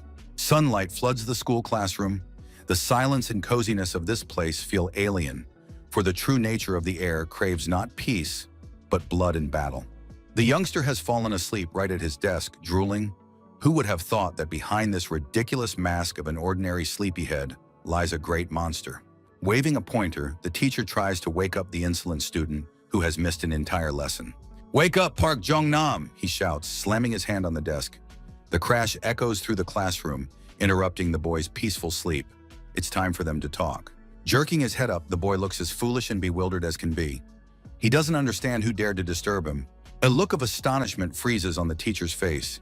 He sees before him the same strange boy, though he knows that a powerful force is hidden within him.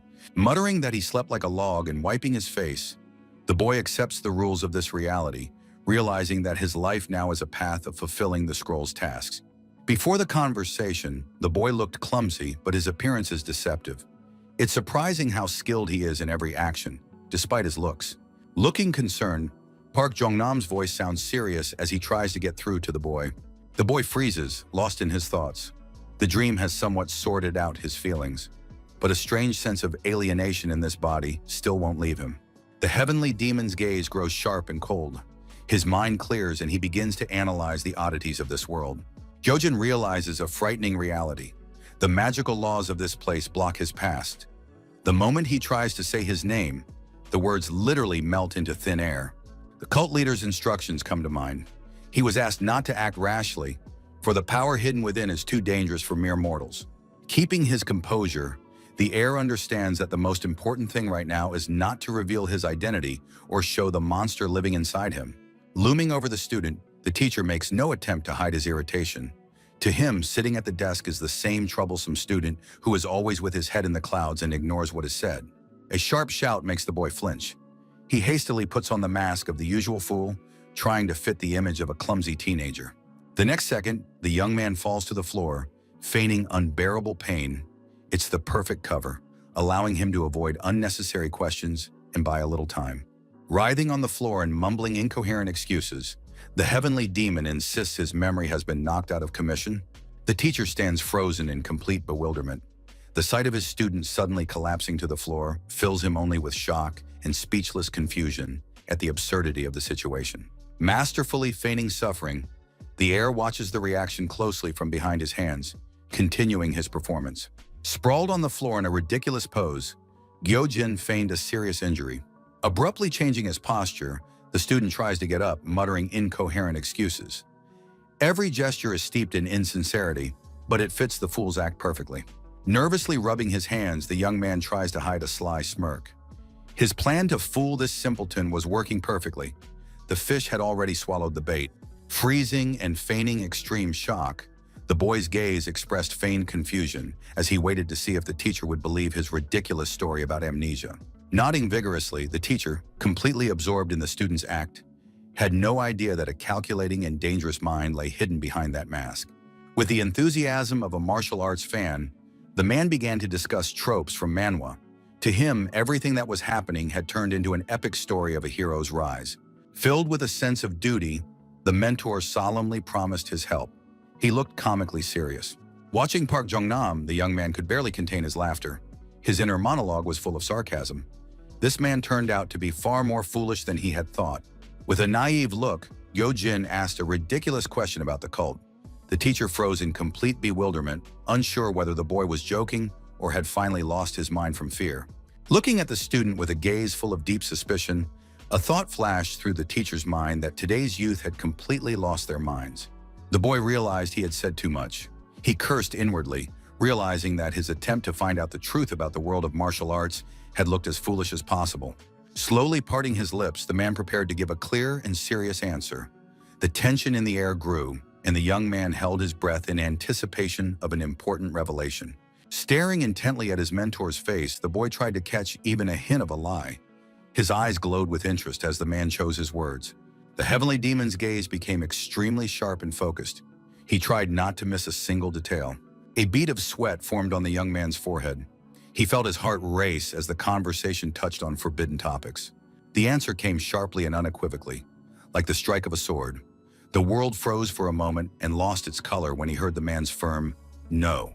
The shock showed on the young man's face. He hadn't expected that the great organization of legends had long since been erased from history, and now his grand plans were in grave danger. To smooth over the awkwardness, the heir quickly came up with an excuse for his curiosity, hoping his mentor would believe this nonsense. The sharp sound of footsteps echoed through the empty corridor. Gyojin froze, feeling the tension rise. The door swung open and a smiling girl appeared in the doorway. She cheerfully called out to the young man, sincerely believing that he had been waiting for her on purpose after class. Stunned, the young man frantically sifted through fragments of memory. The girl's face seemed vaguely familiar, but he couldn't for the life of him remember where he'd seen her before. A sudden flash of insight pierced his mind. The image of the infirmary floated before his eyes and the puzzle finally fell into place. She politely bowed to the teacher who had approached her, observing all the rules of propriety. The girl hurried to introduce herself, trying to hide a slight hurt, and the teacher smiled stiffly in response, pretending that now he definitely remembered her name. The teacher's question about whether they were going home together caught Kim Min-jong off guard. She nodded happily, not noticing how the boy froze at such audacity. While the teacher was casually saying goodbye, Gyojin could barely hold back a cry of indignation. The situation was spiraling out of control, and his plans for the evening were crumbling right before his eyes. The mentor left, wishing the kids good luck, and the young man flew into a rage. The stranger unceremoniously grabbed his arm, leaving him no chance to escape this trap of fate. In desperation, the heir shouted, trying to stop the departing teacher. He couldn't let this farce continue, for a terrifying unknown lay ahead of him. Park Jong-nam waved his hand, leaving the students alone. The boy realized with horror that his mentor was leaving, abandoning him in a trap from which there was no easy escape. The sun was slowly sinking below the horizon, bathing the city in golden hues. This peaceful sunset stood in stark contrast to the storm raging within the boy's soul. The students made their way through the crowd, and the street noise seemed to Gojin like a background hum. The girl walked confidently by his side, as if their shared path had been predestined by fate itself. Trying to convince himself that everything around him was just a strange dream, a heavenly demon in a world without demonic cults.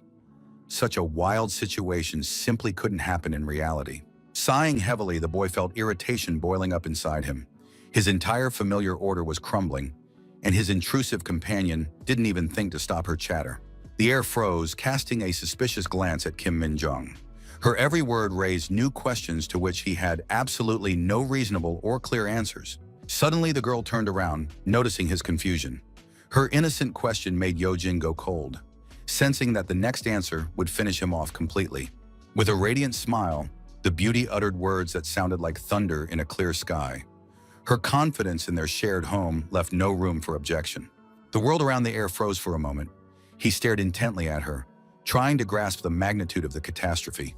The word ours echoed in his head, leaving him in a daze. His patience snapped, and the heavenly demon let out a scream, unable to hold back any longer. Reality turned out to be far more terrifying, and this strange person was going to live with him. With a smile, the girl reminded him of their 3 years together. Her carefree tone sent a chill down his spine, for this reality seemed like utter madness to him. Forcing out an awkward laugh, Gyojin tried to hide his growing panic. He was baffled as to how this strange person could speak so confidently about his own home. Kim Min-jong cheerfully urges him to hurry home, looking forward to a delicious dinner from her father. For her, it's just another ordinary evening, but for the guy, it's the beginning of a real-life nightmare. Hearing about something tasty, he freezes for a moment. A strange gleam flashes in his eyes, and thoughts of food begin to battle his common sense. The anticipation of the meal makes him literally drool. His instincts take precedence over caution. Rubbing his empty stomach, he decides that he needs to fill his belly first and deal with this roommate, Gyojin, later. Food was more important than logic.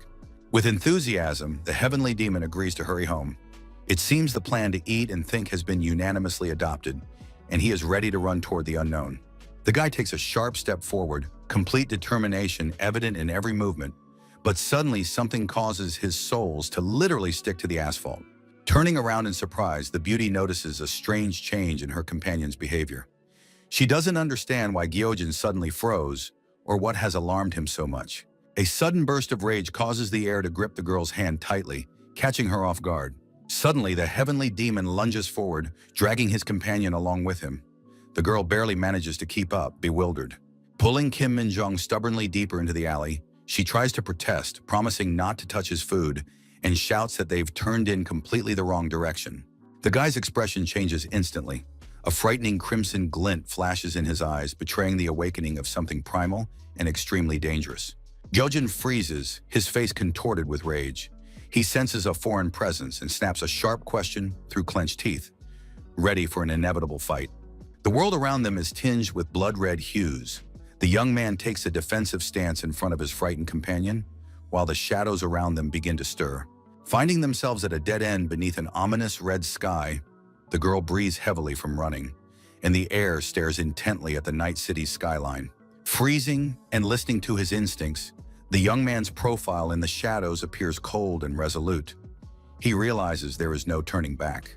Kim Min-jong looks anxiously at her changed friend. She doesn't recognize him and doesn't understand what invisible threat has made him freeze like this. Armed men silently watch the students from rooftops and wires. The trap has snapped shut, and the pursuers have already aimed their blades at the uninvited guests. One of the masked mercenaries double-checks the target with doubt. He scrutinizes Gyojin from above, preparing to give the order to begin the bloody massacre.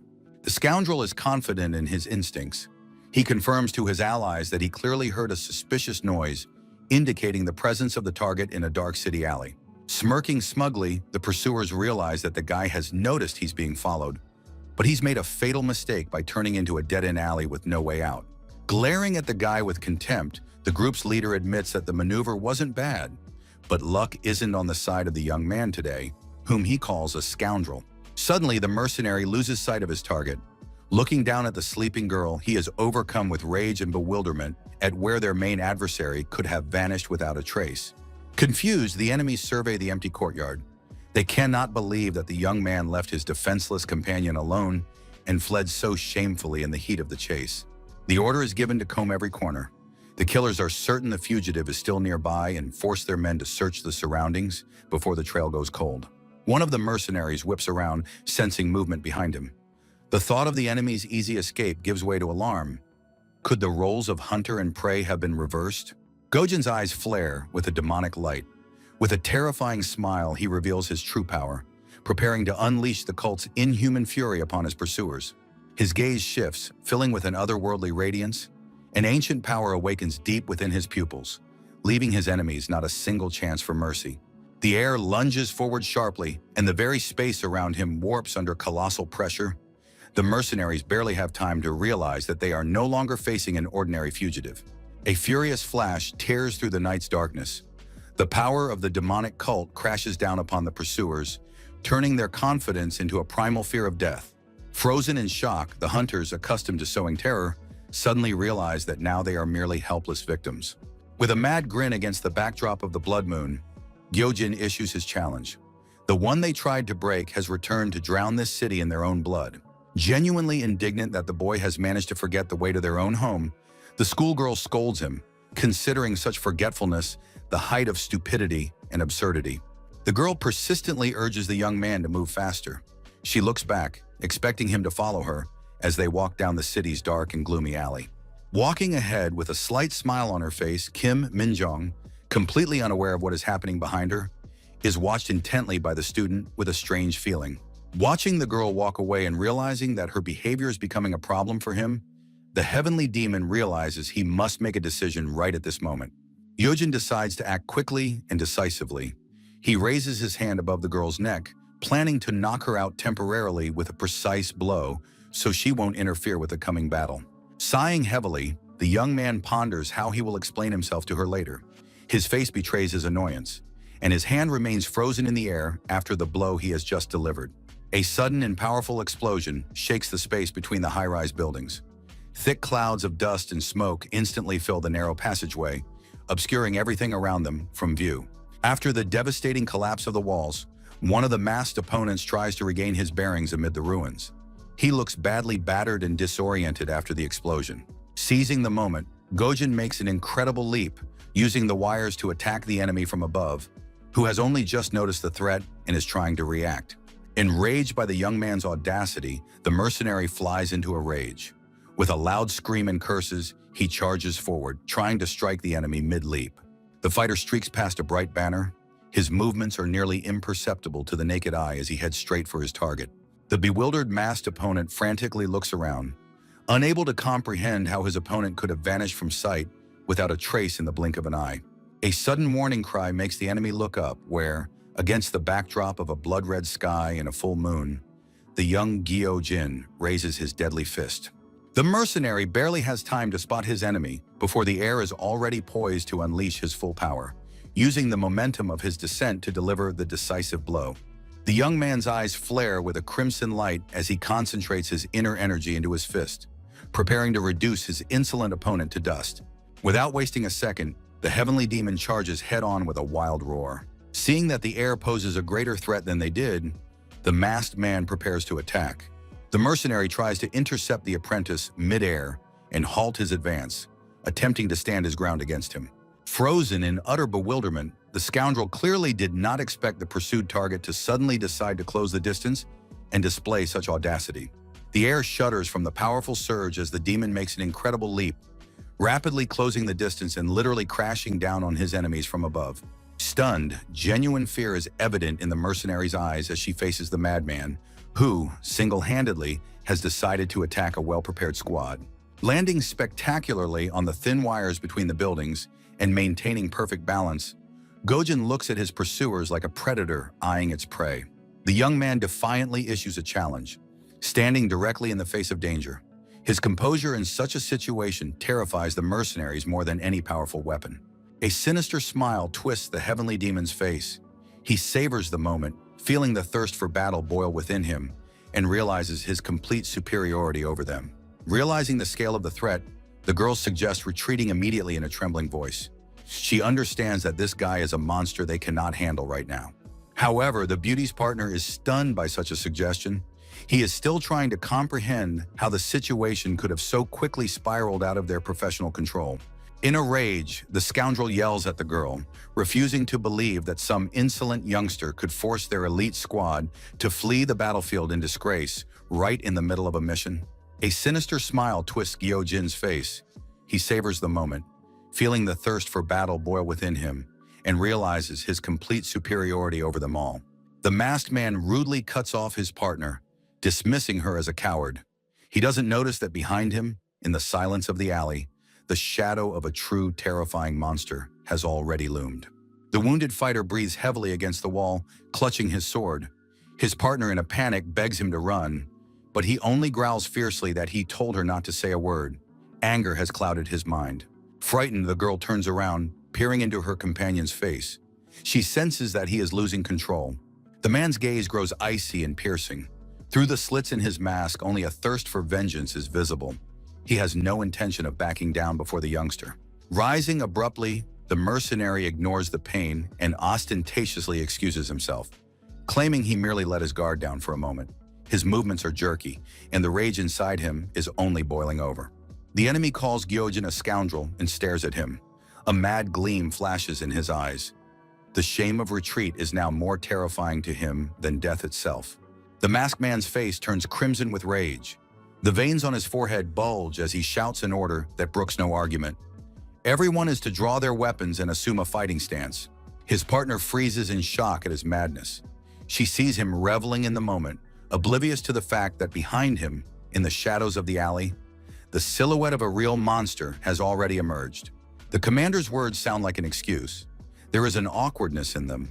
Behind the mask, he hides his frustration, but his gaze tells a different story. He knows he screwed up. The masked man swears to himself. A blue flame flares in his eyes, and in that moment, a cold resolve is born. Gyojin's words were a brazen challenge, and his posture a mockery. He stands beneath the crimson sky, his arm casually thrown behind his head, and looks at the enemy with a smirk. With his arm casually thrown back over his head, the heavenly demon stands beneath the crimson sky. His gaze is filled with icy calm, and his words ring out like a defiant challenge hurled directly in the face of death. Petrified in a moment of confusion, the masked assassin did not expect such audacity from a mere boy. In true fear flashed in his eyes for an instant. Realizing that he had heard from this youth a truth that even the leader had not revealed, the mercenary tries to hide his annoyance, but a quiet murmur within betrays his wounded ego. The young man continued to look at his opponent with undisguised contempt. His arrogance seemed boundless, and every feature of his face expressed nothing but mockery of the other's strength. Gripping the hilt of his sword tighter, rage boiled within the assassin, for his pride had been wounded too deeply, and the decision was made. This insolent tongue must be silenced forever. The blade flashes with azure light. In that moment, a cold resolve is born in the attacker's eyes, and he vows to end it all with a single precise and swift strike. Swords whistle through the air, hurtling toward their target. The assassins pour all their skill into this swing, hoping that steel will correct the mistake they had made earlier. Hidden in the shadows, the heavenly demon watched the proceedings mockingly, considering it all a bluff. Provoking his opponents, the heir's eyes flare with a menacing red light as he defiantly challenges them to a fight. The assassins, their faces hidden by masks, enraged by his audacity, decide to teach him a lesson. The attack begins. After the defiant challenge, the young man's face suddenly becomes serious and focused. He prepares for any turn of events. To Gyojin's horror, his own hand refuses to obey him, and he struggles to comprehend his sudden weakness.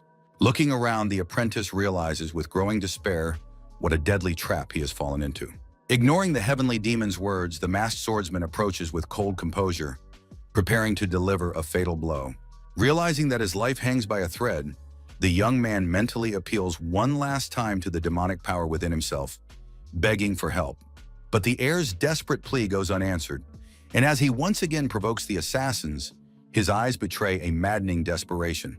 Without a moment's hesitation, the scoundrels rush forward, their situation foreshadowing a deadly attack for which they were certainly not prepared.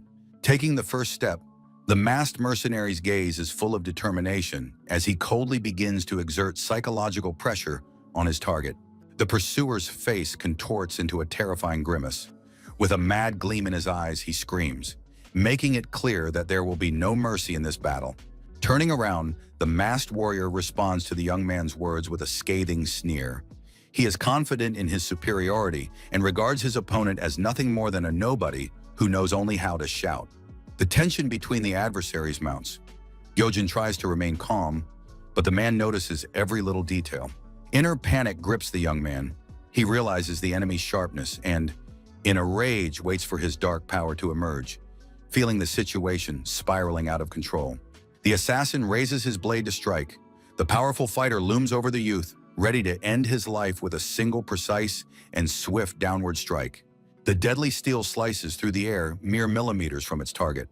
The heavenly demon miraculously dodges the first lunge, realizing that the next attack could be his last. The enemy notices the young man's fatigue. His eyes redden with a thirst for blood as he observes his opponent's slowing reactions, preparing to deliver a decisive, crushing blow. At a signal from the gang leader, 3 assassins spring into action simultaneously, surrounding the young man and turning the space around him into a deadly trap. The leader of the attackers shouts a brutal order. They must not kill the target immediately, so they decide to push the apprentice to the brink of death before finishing the job. A battle erupted in the sky above the city. Surrounded by a crimson sky, the mercenary with the sword mercilessly attacked the young man, heedless of the consequences. As the dagger neared her throat, the girl's gaze was filled with confusion when she heard Gyojin's whisper. Ready to deliver the fatal blow, he was giving them a chance. The heavenly demon's heart blazed with crimson light, his veins bulged, and he unleashed a forbidden technique, filling his body with destructive power. The air's enormous, glowing red eyes froze, tracking the girl's every movement through the crimson mist. The crazed killer, deaf to the cries to stop, flew into a rage and attacked his enemy. Too late, with a mad smile on his face and red eyes, the demon's power was now ready to destroy everything in its path. Gyojin grabbed the fighter's arm with such force that the veins bulged with tension. Taken by surprise, the man screamed in pain. Against the backdrop of a huge moon in the crimson sky, the silhouettes of the 2 warriors clashed in a deadly battle above the city at night. The thug's face was covered in blood, and his eyes betrayed utter shock.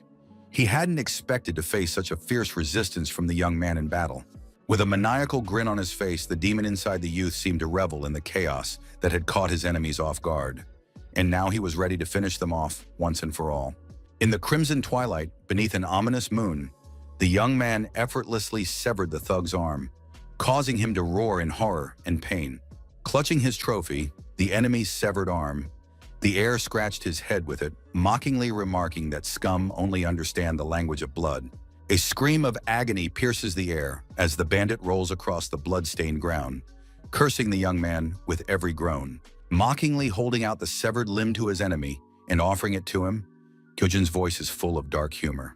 A cry of rage bursts from the gang leader's lips as he swears revenge, his eyes burning with a thirst for blood.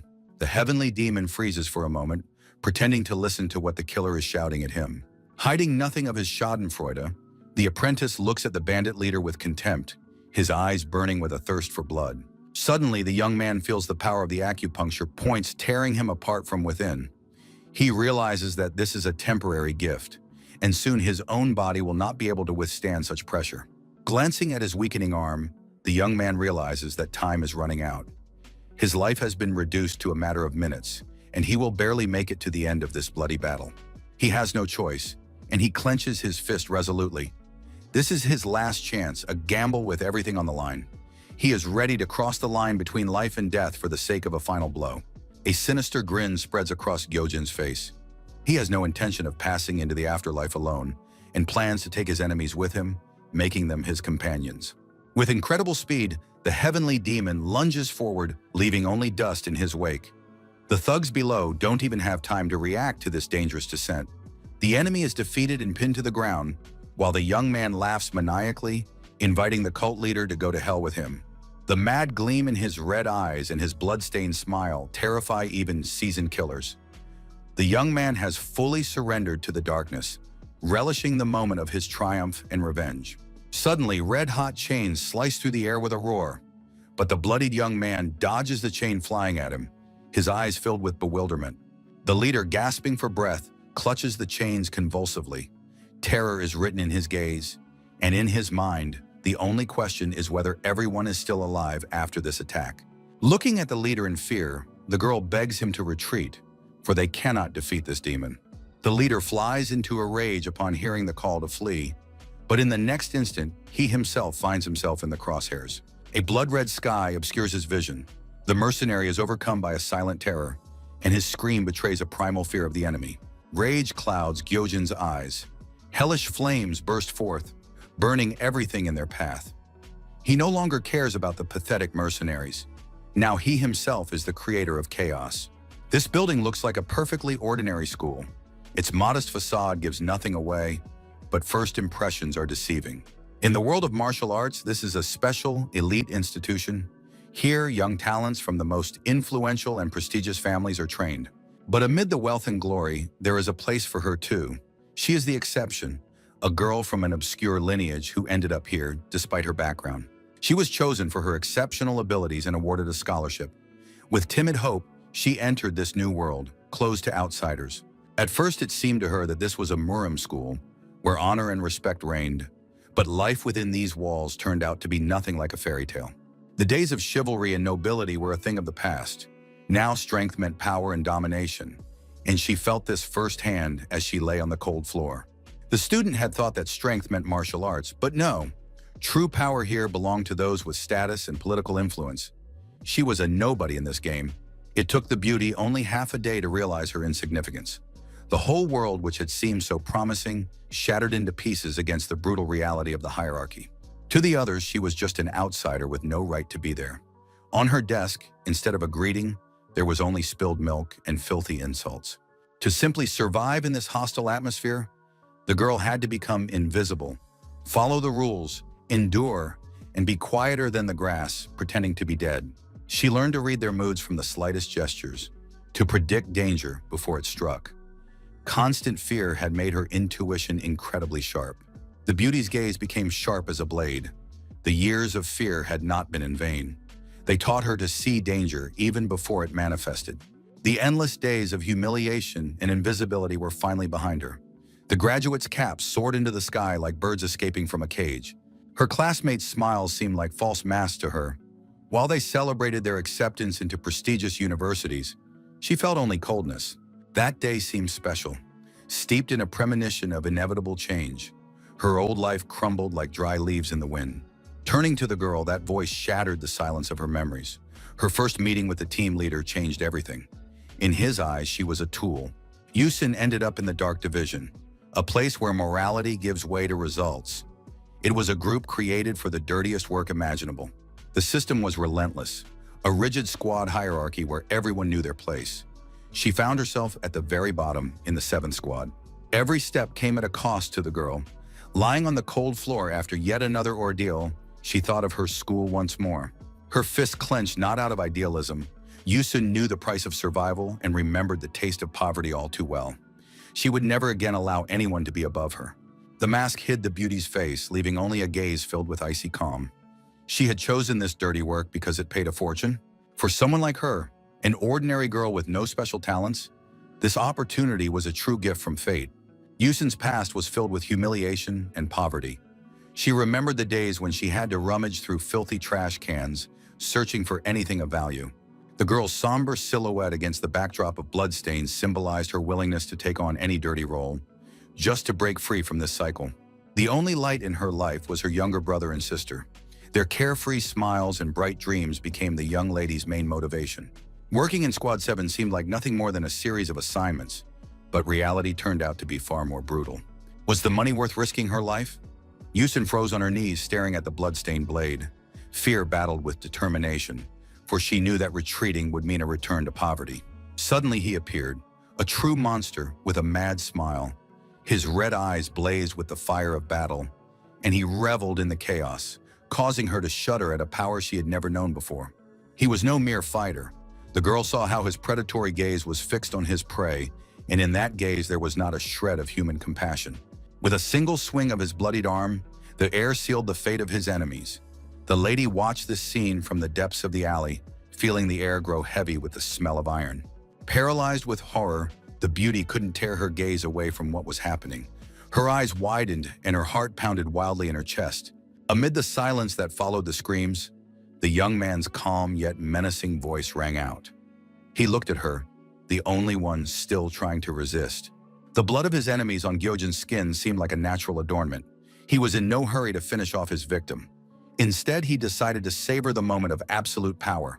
The heavenly demon revealed the price of escape. If she chose life for herself and fled, he would not pursue her. However, the air added that all of the girl's comrades would be torn to pieces and executed. Then the young man moved on to the second option, which sounded like outright mockery. With icy calm, he suggested that she get up and kill him herself. Yusun fell into a state of complete numbness. Horror froze in her eyes, reflecting all the chaos reigning in her mind. She could not believe she was faced with such a monstrous choice. In her blood-stained clothes, Gyojin stood majestically against the crimson sky. Resembling a true demon, his eyes burned with an otherworldly fire, and a triumphant smile was frozen on his face. Panic completely consumed Yusun. She sat among the bodies of her comrades, feeling the alley's chills seep to her bones, as if time had stopped. Trying to cling to a last shred of hope, to buy some time, the beauty feverishly mused that help might be somewhere nearby. But the young man instantly shattered her illusions. Coming almost right up to her, he advised her to stop racking her brains in vain. The situation wouldn't change, no matter who came to her aid.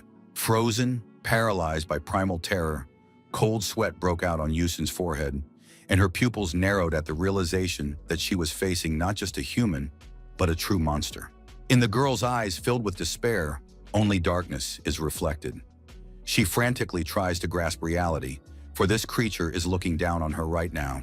The tormentor's massive figure looms over her like an insurmountable wall.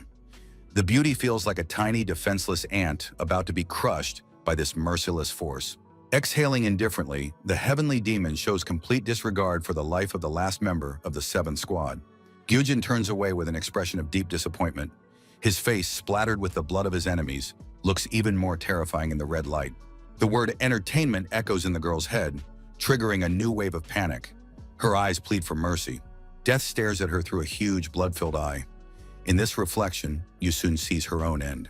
In a last-ditch effort, screaming a plea to stop, the beauty clings to a straw, trying to bargain for even a single second of time. The lady desperately forces herself to think, but fear paralyzes her logic. Deep down, she still hopes for help from the squad, though every cell in her body already knows the bitter truth. Reaching out to her, the young man's gaze grows merciless once more. He allowed her only a moment to think, so he could savor her helplessness all the more keenly. Beneath the girl's mask lies more than just fear. Her gaze is fixed on the enemy looming over her, like death itself. 2 crimson demonic flames flare in the darkness, piercing Yusun through and through. The monster's gaze, filled with bloodlust and cold fury, paralyzes her will. Fear has completely overtaken the beauty. Time seems to stand still as she stares into the bottomless abyss of the demon's eyes, feeling with every fiber of her being how each passing moment brings the end closer. In desperation, the girl tries to stop the inevitable in the only way she knows, retreating and raising her hand with a cry that she is choosing the third option. For a moment, Gyojin freezes. His blood-stained face expresses genuine surprise, for he did not expect such pitiful resistance from one who considered herself strong. In desperation, Yusun searches for a way out. Defying all logic, her mind works at its limit, sifting through the crumbling options. The heavenly demon's words sound like a verdict. He calmly and indifferently analyzes her fear, seeing right through her. The young man looks down on her from the heights of his power, relishing the effect he has produced. His silence speaks of absolute certainty that there is no escape. Holding her breath, the beauty watches his every gesture, seeing in the darkness that terrifying demonic gaze that promises only pain and death. Deep down, Yusun realizes that her fate is sealed as she watches him prepare to attack, so she clings to a straw, trying to buy a second of time. Looking back, the beauty realizes that their biggest mistake was underestimating the enemy, for this young man turned out to be a deadly opponent. Recalling his sharp and unpredictable movements, full of animal instinct, the girl realizes that it was precisely this wild street fighter style that caught them off guard and left them no chance of success. Standing before the monster, she sees in his eyes the glimmers of true demonic power, realizing that this is not just a hooligan's antics, but something deep and dark.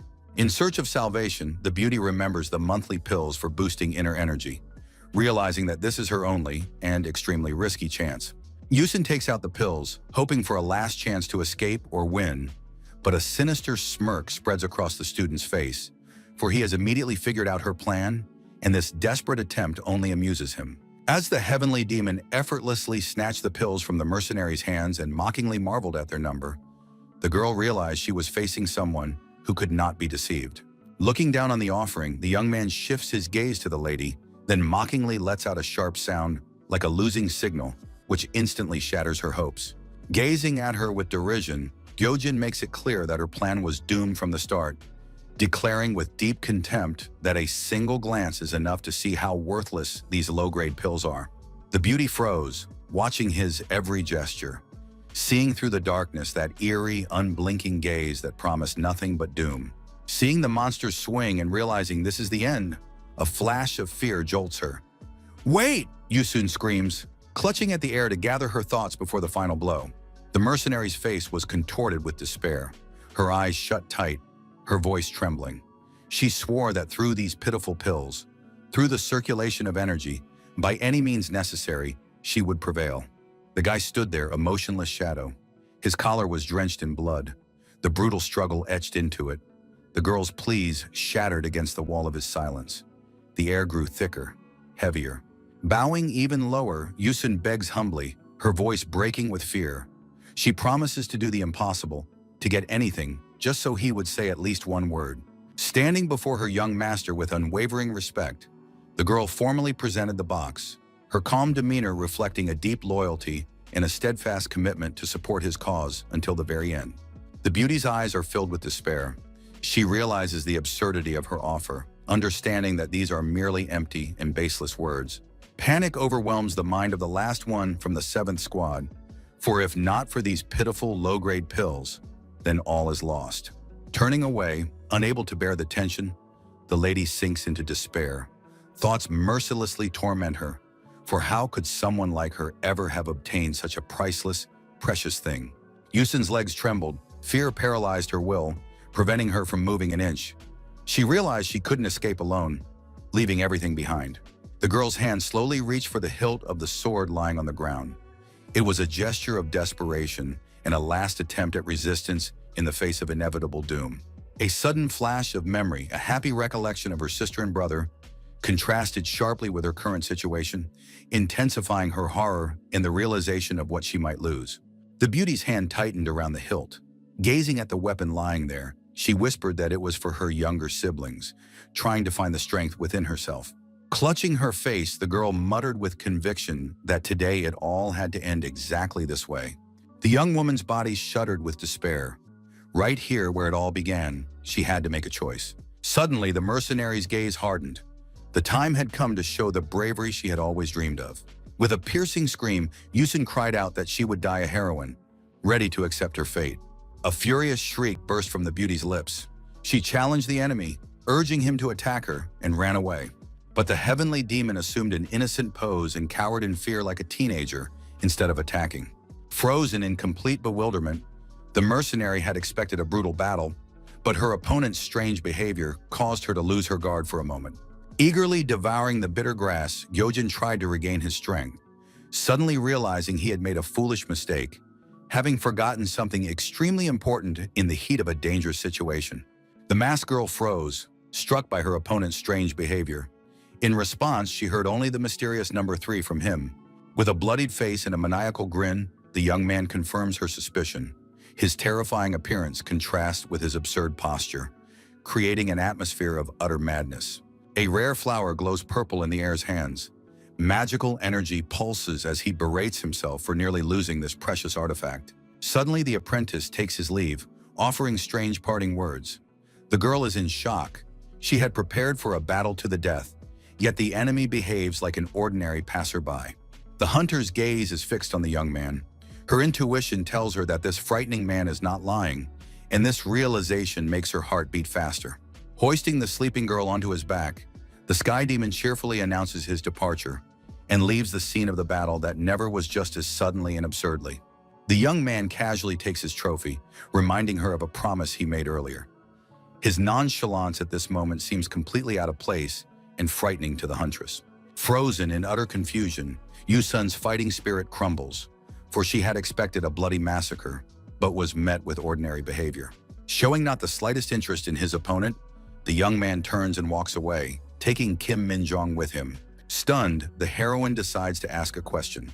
Unable to believe that it would all end like this, she still cannot comprehend that the battle has been called off by mere chance. His brief reply confirms her fears. For him, this was not a significant event or a battle, merely a fleeting delay on his journey, unworthy of attention. but suddenly his tone turns icy. The warning about being followed sounds like a death sentence, instantly erasing the last traces of bewilderment and replacing them with fear. His final words pierce the silence, promising certain death at their next encounter. The girl's gaze is filled with horror. She realizes she has been standing on the edge of an abyss. Realizing the difference in power, the hunter bows deeply. Her fear gives way to sincere respect for the one she now calls master. Without looking back and grabbing her burden, Gyojin swiftly disappears into the alleys. The night city is plunged into deep blue, hiding the recent skirmish beneath a blanket of clouds. The sharp sound of footsteps shatters the silence. The young man pushes off confidently from the concrete, unwilling to waste a single second while the attention of random witnesses has not yet been drawn. With a bloodied shoulder and a heavy load on his back, the boy moves forward, his gaze cold, his mind already calculating a safe route away from the dangerous place. Hiding in the shadows and assessing the situation, despite his injury, the heir remains completely calm while his companion is still trying to comprehend the power. Squinting, Gyojin peers into the darkness of the alleys. The question of their next destination becomes crucial. A massive gate with a sign reading Tang Yun Feng comes into view. This place will mark a new chapter in their story. The anxious girl asks the sky demon to be quieter. The boy, visibly exhausted, briefly agrees, and they try not to draw attention to themselves. Noticing blood on his clothes, Kim Min-jong asks him anxiously, and the student answers, maintaining complete calm despite the situation. Peering around the corner, the young people freeze in the shadows. The girl is horrified by what she sees, while the wounded boy silently assesses the situation. Pushing Gyojin forward into the darkness, he asks the beauty not to pressure him, since he is already exhausted and trying to remain completely calm. Suddenly, a shadow appears on the horizon, watching the couple intently. The young man and his companion freeze in fear at the doorway. The girl screams in shock upon seeing the one who has been waiting for them inside the house all this time, her heart sinking into her heels. While her friend presses herself against the wall in panic, barely holding back a scream as she realizes their secret return has completely failed, the boy tries to keep his composure. His father's stern gaze pierces right through them. He coldly asks why they're late, giving them not a single chance to explain. Stuttering with fear, Kim Min-jong makes up a lie about detention and late study sessions. She desperately tries to hide the tremor in her voice, hoping her father will believe her ridiculous story. The man peers intently at his daughter's face, as if trying to detect the deception. His expression remains frighteningly stern. A forced, nervous smile appears on his daughter's face. She pretends with all her might that everything is fine, even though sweat is pouring down her face. Suddenly, anger gives way to kindness. The father jumps up and down with joy, boasting about the dinner he's prepared. He's delighted by the student's diligence and calls her to the table at once. With relief, the beauty plays along, hugging the old man and calling him the best. Now the storm has passed. The man cheerfully invites Gyojin to join the meal before the food gets cold. From the hallway come the sounds of forced laughter, masking the true horror of the situation. Standing aside and covering his blood-stained clothes, the heavenly demon is infuriated by this absurd comedy. For something far more dangerous and dark awaits them ahead. The heir's gaze, cold and piercing, notices the absurdity of what is happening, thinking that it all looks ridiculous. Traces of the recent battle are still visible on his clothes. The young man looks around, trying to figure out where he is, noting that the room looks like a bathhouse. Spotting the sink, the young man's thoughts become confused, and as he stares at the faucet, he wonders what it is, and irritation washes over him. A sudden rush of water makes the heir jump, further infuriating him. After turning off the water, the sky demon listens intently. The silence is broken only by the dripping of water from the faucet, heightening the tension. Suddenly, Gyojin's gaze falls on his reflection in the mirror. Upon seeing himself, he cries out in surprise, behaving rather comically. The young man studies himself intently, noticing unfamiliar features and a glint in his eyes. Surprise is written all over his face. The apprentice is confused, as if he doesn't recognize himself in the mirror, and the situation grows increasingly perplexing. Trying to make sense of what is happening, the heir stares at his reflection, his mind swarming with questions, the most important of which is whether this is really him. Continuing to scrutinize his face in the mirror, the heavenly demon concludes that he looks quite good, but this is only the beginning. Looking at the world through new eyes, the young man's gaze is filled with coldness and a foreign resolve, while an inner voice insists that his former self has been completely erased from this world. In the reflection, he sees not the boy whose body he inhabits, but Guchon. The shadow of the past falls across his face, making him doubt reality. The patter of raindrops on the tiles breaks the silence. The sky demon loathes being in this place. He craves purification from the cloying sensation of another's presence. The blood on his clothes reminds him of the recent nightmare. Gyojin hurriedly pulls off his clothes, striving to wash away the traces of what happened as quickly as possible and regain control of his body. In the mirror, a thin, emaciated body, the heir twists his lips in horror, unable to accept his weakness. This image seems to him a mockery of his true essence. With disgust, the apprentice examines his ribs. How can a man be so fragile? In his understanding, strength is everything, and his current form evokes only rage and shame. Standing in the middle of the bathroom, the young man realizes that to regain his dignity, he needs rigorous training. His body must become steel, or else he will never feel like a man.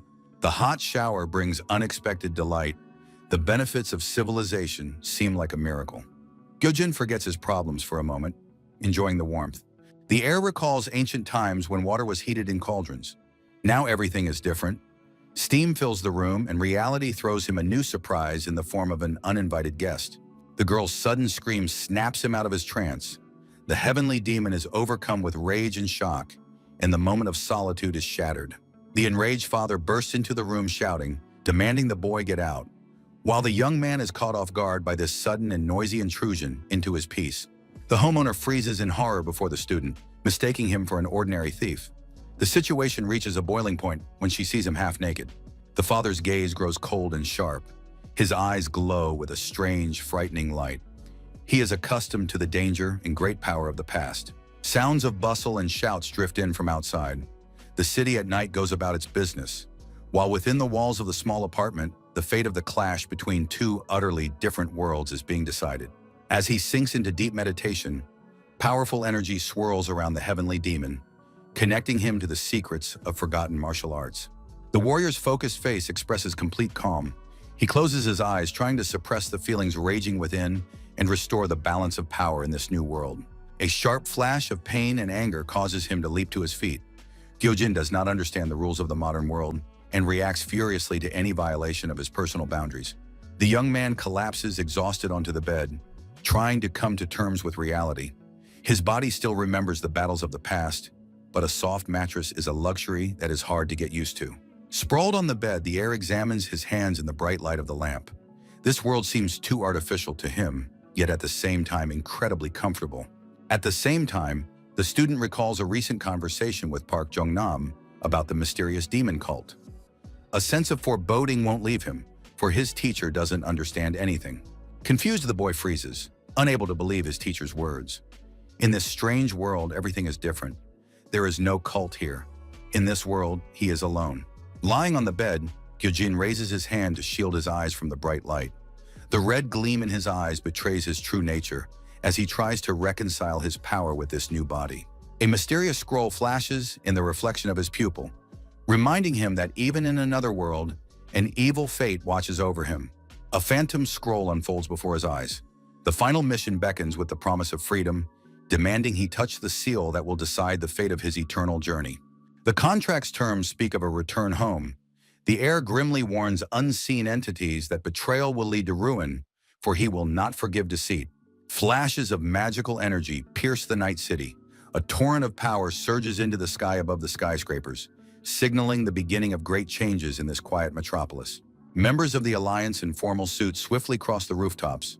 Their movements are precise, their faces stern, as they sense the awakening of something truly dangerous. Confused, the girl looks around.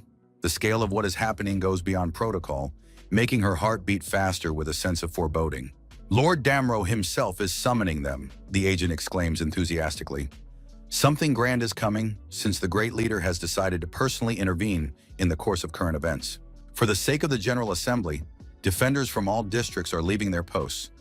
Anxiety is mounting, and if the shadows have begun to move, then the world will never be the same again. The young operative could not contain her jubilation. The news of the arrival of shadows from other districts made her heart flutter.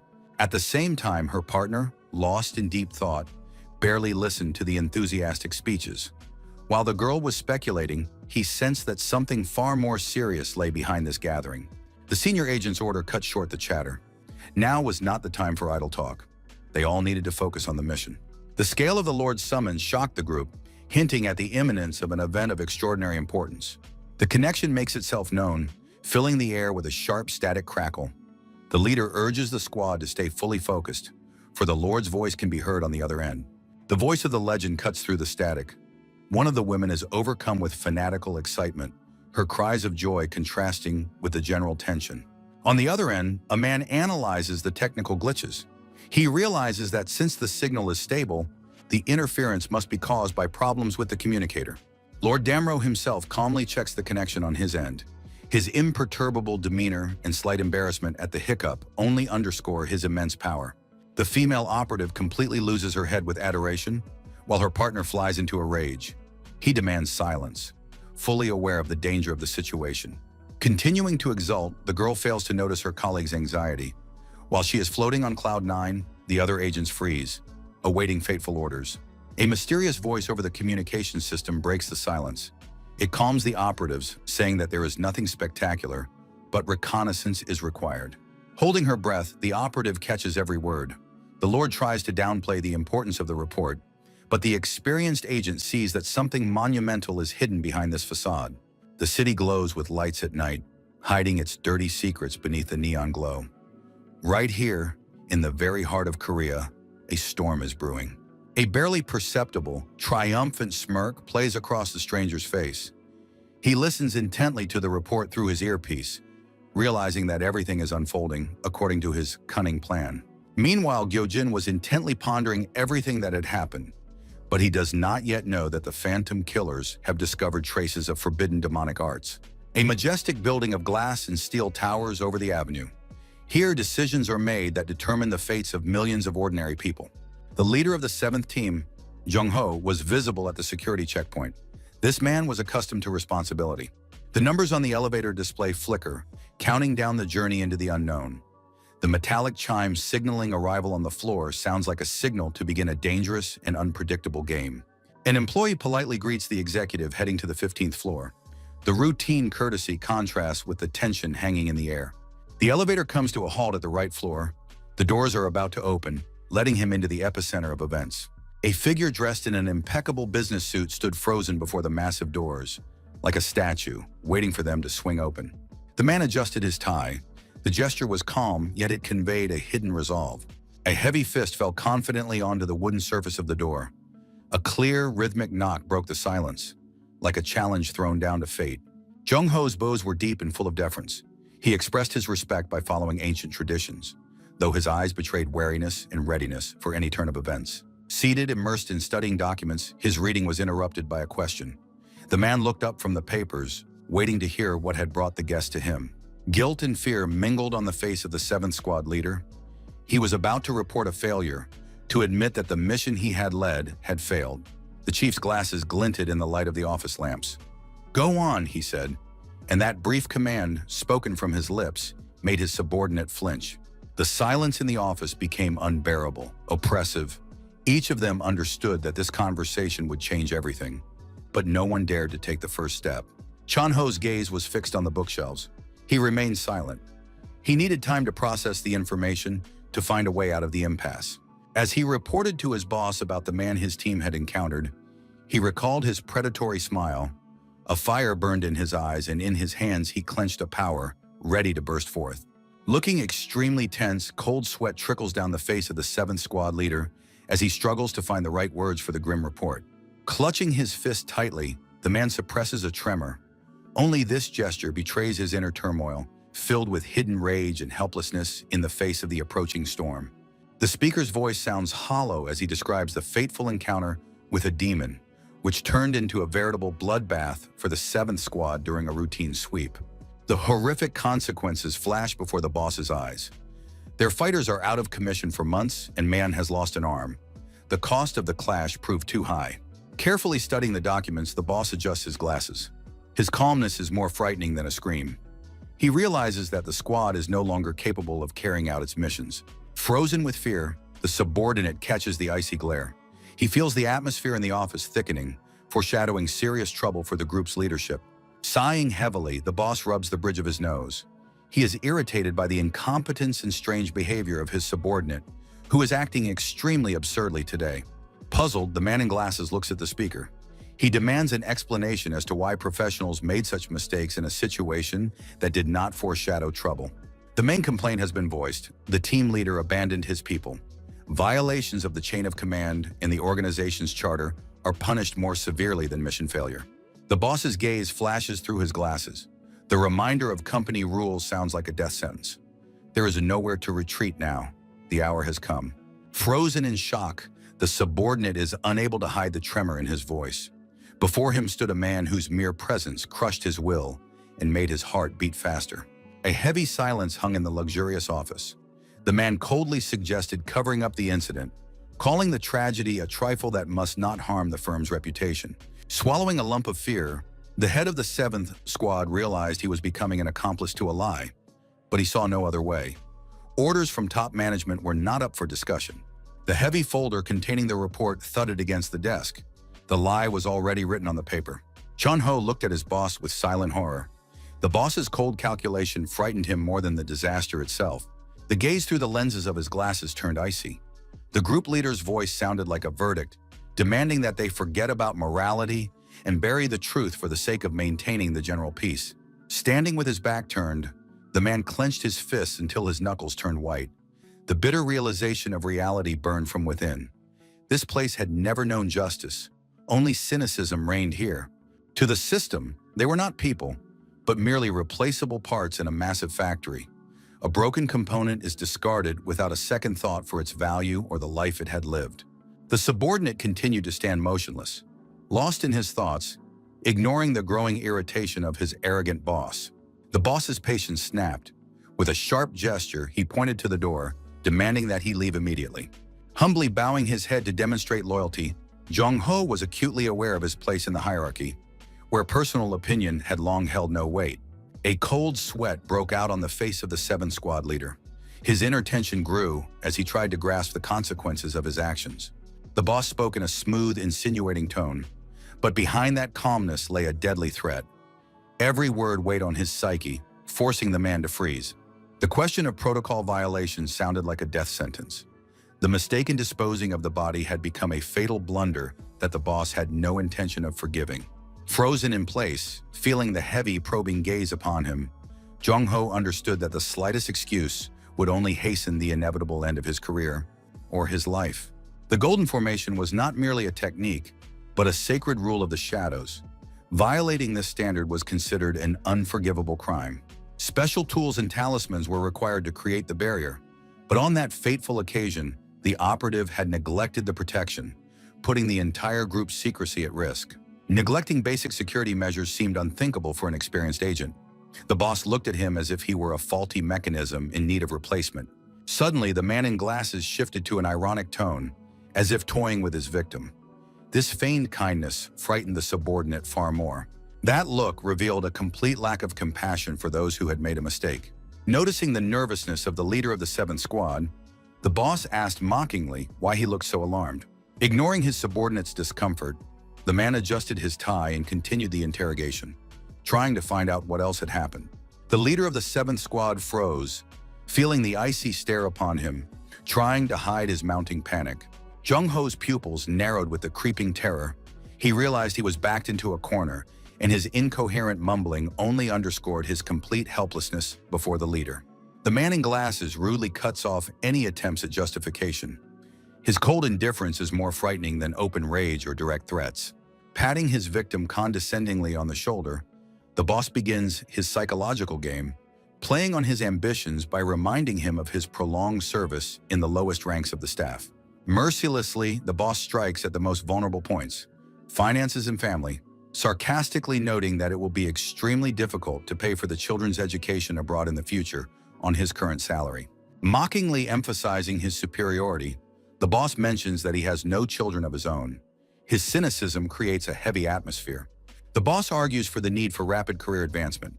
He suggests that only through complete submission can the leader of the 7th group rise up. Emphasizing the caste difference, the man reminds him that he comes from a prestigious family. To him, people without connections are merely tools, not deserving of a shred of compassion. With a sardonic smirk, the boss utters cruel words. His voice is laced with venom as he advises his subordinate not to take the bitter truth of life to heart. Suddenly, the man's gaze turns icy and commanding. He demands absolute silence from his opponent for the current quarter, crushing his will with his authority. The tension in the office reaches a peak. The team leader stands in the shadows, unable to object, the heavy silence underscoring the chasm between him and management. Stepping out onto the roof, Cheon-ho tries to take a breath of fresh air. The massive corporate building behind him feels like a cage. Nervously adjusting his tie, the man feels suffocated by the office environment. Clutching his pack of cigarettes, seeking in familiar rituals a way to quell his growing anxiety. There is one last cigarette left in the pack. This empty case symbolizes his inner emptiness after a difficult and humiliating conversation. His face is contorted with fatigue and deep sorrow. He realizes that he has become nothing more than a pawn in someone else's game, and this realization weighs on him more heavily than his work. Suddenly, his eyes widen in horror, and a red haze clouds his mind. The past bursts into reality, forcing his heart to beat in a frantic rhythm of fear. The leader of the 7th Squad jumps to his feet in a dark alley, disoriented and frightened, not understanding how he ended up in this filthy place dressed in mercenary gear. Flashbacks of chains and night battles torment his mind. He clutches his temples frantically, trying to figure out what is real and what is just a nightmare. Amid the gray walls of the alley, a tragedy unfolds. The mercenary freezes in shock, watching as his comrade bends over a wounded comrade in an attempt to save his life. His gaze falls on the blood-soaked bandages. A quiet whisper escapes his lips as the realization of the severity of the wound pierces his mind with the icy chill of inevitable loss. The commander desperately calls out to Yusun, demanding an explanation. His hands tremble as he tries to keep life in Mahong's body, whose breathing grows weaker and weaker. Cries for help echo through the alleyway. The order to call for medics sounds like a last hope, but time slips inexorably through their fingers, staining everything crimson. Overcome with grief, the girl whispers her friend's name. She begs him not to give up, while darkness slowly takes the fighter, leaving only emptiness and the weight of the bulletproof vest on his chest. Anger and panic mingle in Jong-ho's shout. He cannot accept defeat and demands immediate action, not noticing how strangely one of his subordinates has frozen. The tension reaches its peak. While some fight for their lives, others try to grasp the scale of the disaster. In the silence, only heavy sighs and broken speech can be heard.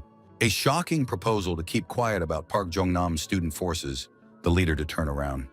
Secrets from the past begin to surface. The commander stares intently at the mercenary's face, sensing something amiss. The atmosphere grows tense, and old secrets threaten to shatter what little composure remains. Recalling the moment he recruited this girl, the leader realizes her exceptional nature. But now this knowledge only intensifies the chaos reigning in his terror-stricken mind. Unable to hold back her tears, Yusun realized the scale of the tragedy. Her intuition was the team's only chance of survival in this nightmare. Gazing gloomily at his comrade, Jung-ho understands that it was her intuition that allowed them to survive this slaughter when the logic and experience of the senior officers suddenly failed them. Frozen in place, the man stares into the darkness with a heavy heart. The question of whether the others are still breathing hangs in the air, making him doubt every decision he has made. The girl confirms the bitter truth. There are survivors, but their condition is critical. Sobs break the silence as hope for a happy ending fades. Making a resolute decision, the commander orders the wounded to be sent immediately to a trusted healer. Now is not the time for questions, as the lives of his comrades hang in the balance. A cold night descends upon the city. Under the cover of darkness, the fighters try to come to terms with what has happened, while the moonlight silently illuminates the site of their recent failure. A wall of silence grows between the fighters. The leader tries to get Yu Xiong to speak, hoping to find answers. The weight of guilt presses down on the commander's shoulders. He blames himself for trusting false calculations and sending the team into the inferno. The man admits his incompetence.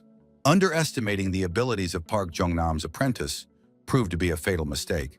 The tension reaches its peak as Jong-ho looks at the girl, hoping for answers. Dejected, Yusun sits with her head bowed, in her gaze the emptiness and weight of her first losses. On the steps in the cold silence, a bitter greeting is heard. This gift is merely a feeble attempt to restore humanity to a place where now only fear and death reign. Time has passed. Now the leader of the 7th Squad smokes, hiding old scars behind the smoke.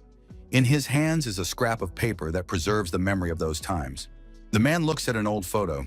His friends' faces have almost faded under the bright light, but the pain of the memories is still sharp. The past relentlessly pulls him back to that very point. The commander's gaze is full of weariness and cynicism. He knows the price of life in this world, but behind his harshness lies deep disappointment. The photographs fly away in the wind like shreds of hope. A philosophical phrase about the value of life seems like a mockery against the backdrop of the chaos into which their reality has turned. Lost in thought, Jung-ho touches his chin. Behind his outward calm lies a frantic search for justifications for his decisions. The pool of blood at his feet stands as a silent witness to the collapse. This is the end of the road, where every mistake has been paid for with another's life. A blood-soaked photograph, the result of his command. The happy faces from the past are now mere ghosts, a reminder of the fatal trust placed in false, deadly calculations. Gyojin lies motionless on the roof, gazing into the endless blue of the sky. At this moment, the world seems vast and peaceful, concealing the shadow of impending chaos. The heavenly demon's crimson eyes are filled with a strange gleam. It is not mere fatigue, but a premonition of change. He appears calm, but inside, determination is already brewing. The quest pop-up window glows with an ominous light. The 80% progress terrifies the air. Events are unfolding too rapidly. A sudden noise makes him jump. Someone has forcefully flung open the door to the roof, interrupting his dialogue with the system. The teacher calls out his name from below, showing his usual concern. He does not yet know that his student is no longer the same ordinary boy, and that their world stands on the brink of bloody madness. Jumping to his feet, Gyojin tries to hide his confusion. The ordinary argument will soon give way to cries of despair. Looking exhausted, Park Jung-nam grumbles at the boy for being late, suspecting he's gotten himself into trouble again, and keeps a close watch on him. With only an awkward laugh in response, bloody images of yesterday's battle flash before the heir's eyes, but he tries to appear like a carefree student. The tension mounts.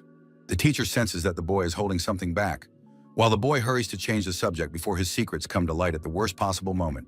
Suddenly, the young man changes his tone and begins to ask the teacher about strange things. His movements are abrupt, and his gaze becomes more serious and frighteningly aware. Gyojin asks about the existence of assassins in these parts. His eyes glow with a strange red fire, betraying the inner turmoil he so futilely tries to hide. Unaware of the gravity of the question, the teacher launches into an explanation, telling him about secret government agents whom the people call shadows. Putting the facts together, the young man realizes that the fighter he met yesterday was some kind of elite police officer. He sinks into his thoughts, analyzing this new power. Instead of fear, the boy displays a frightening curiosity, asking where to find new enemies. The teacher is shocked by such audacity and doesn't understand the reasons for his interest. Sensing something is amiss, Park Jung-nam has no idea that a real killer is already hot on the heels of the heavenly demon, ready to strike. The teacher is in a panic. He is frightened by his student's state and shouts, trying to find out if the boy was injured in the recent skirmish. While the mentor demands an explanation, the young man ignores the commotion. He stands frozen in deep thought, staring at the strange system window before his eyes. Carefully studying the pink interface, the heir's gaze is fixed on the progress bar, which has frozen at 80%, hinting at hidden growth. The heavenly demon's gaze grows tense. He is completely transfixed by the scroll, completely ignoring the teacher's presence. Images of yesterday's opponents flash through the boy's mind. He begins to realize that those fighters were merely the beginning of something much larger. Instead of fear, a sinister smile appears on Gyojin's face. He is overcome by a terrifying thrill and curiosity about the power hidden beyond the boundaries of the ordinary. Analyzing his abilities, he sinks into an internal monologue. The young man is certain that new enemies are already close, and he is ready to face them personally. Legends of the highest ranks of martial arts surface in his memory. He compares the facts, trying to calculate the level of those hunting him. The young man's thoughts are cut short by the realization of the stranger's presence. He understands that even masters of demonic arts cannot hide their chi from him. Leaping abruptly from his spot and pulling back the heavy cloth, Gyojin demonstrates incredible agility. His movements are full of audacity, which leaves the teacher speechless. Gazing mockingly at his pursuers, the boy relishes the battle. He does not yet know that the true killer has already raised his deadly blade above him. Looking down on the uninvited guest, the heavenly demon appears disappointed. The teacher runs after him in terror, unable to fathom his student's state of mind. Hovering over the abyss, the boy notices something strange beneath him. The pursuer's face contorts in shock. He clearly did not expect to be exposed so soon. A ridiculous stranger appears before the boy's eyes. This uninvited guest hides his appearance, unwittingly throwing the heir's plans into disarray. Freezing, Gyojin stares into his opponent's face. Only one thought pulses through his mind. These people are nothing like the assassins who were tracking him last night. Park Jong-nam freezes in a silent scream. The chaos of the situation completely throws the experienced mentor off balance. Meanwhile, a girl walks down the long corridor of the high-rise building, completely absorbed in her phone, unaware of the turmoil raging beyond these railings. The smartphone screen glows with missed calls. The beauty tries unsuccessfully to reach her leader, feeling a cold, clammy anxiety building inside her. The situation in the team is critical. Answer, she thinks as Yusun types a message with trembling fingers, her gaze full of sorrow. Footsteps echo through the empty floor. The girl takes out her key, intending to enter the apartment. For a second, the beauty freezes in front of the door, distracted by a message that has arrived on her phone. Her anxiety eases when Yusun sees the reply. A short message from the leader of the 7th Squad on her phone offers hope, while twilight deepens outside the window. A heavy sigh of relief escapes her lips. The young lady does not yet know that this moment of calm is merely the calm before the storm. The girl closes her eyes, rejoicing at the news, and takes a step toward the door. She believes the worst is behind her. A hand trembling with tension brings the key to the keyhole. An inner voice, like a warning, makes her freeze for a moment. A fleeting memory flashes through her mind. The man sitting on the steps looks tired. He asks her not to text him, but to call. Yusun forces a smile as she says goodbye to him. Terror grips the brunette's heart. Her pupils constrict, and cold sweat trickles down her face. The girl frantically presses the phone to her ear, trying to reach her loved ones. Every moment of waiting feels like an eternity, filled with a foreboding sense of dread. Throwing the door open, the beauty freezes on the threshold. A strange melody hangs in the air. Her gaze, full of undisguised despair, is fixed on the void. Her heart is pounding wildly. Shouting at the top of her lungs, Yusun calls out the children's names. In this cry lies all the pain and fear of a sister who is afraid of being too late and failing to protect those who are infinitely dear to her. Suddenly, joyful children's voices ring out from the depths of the room.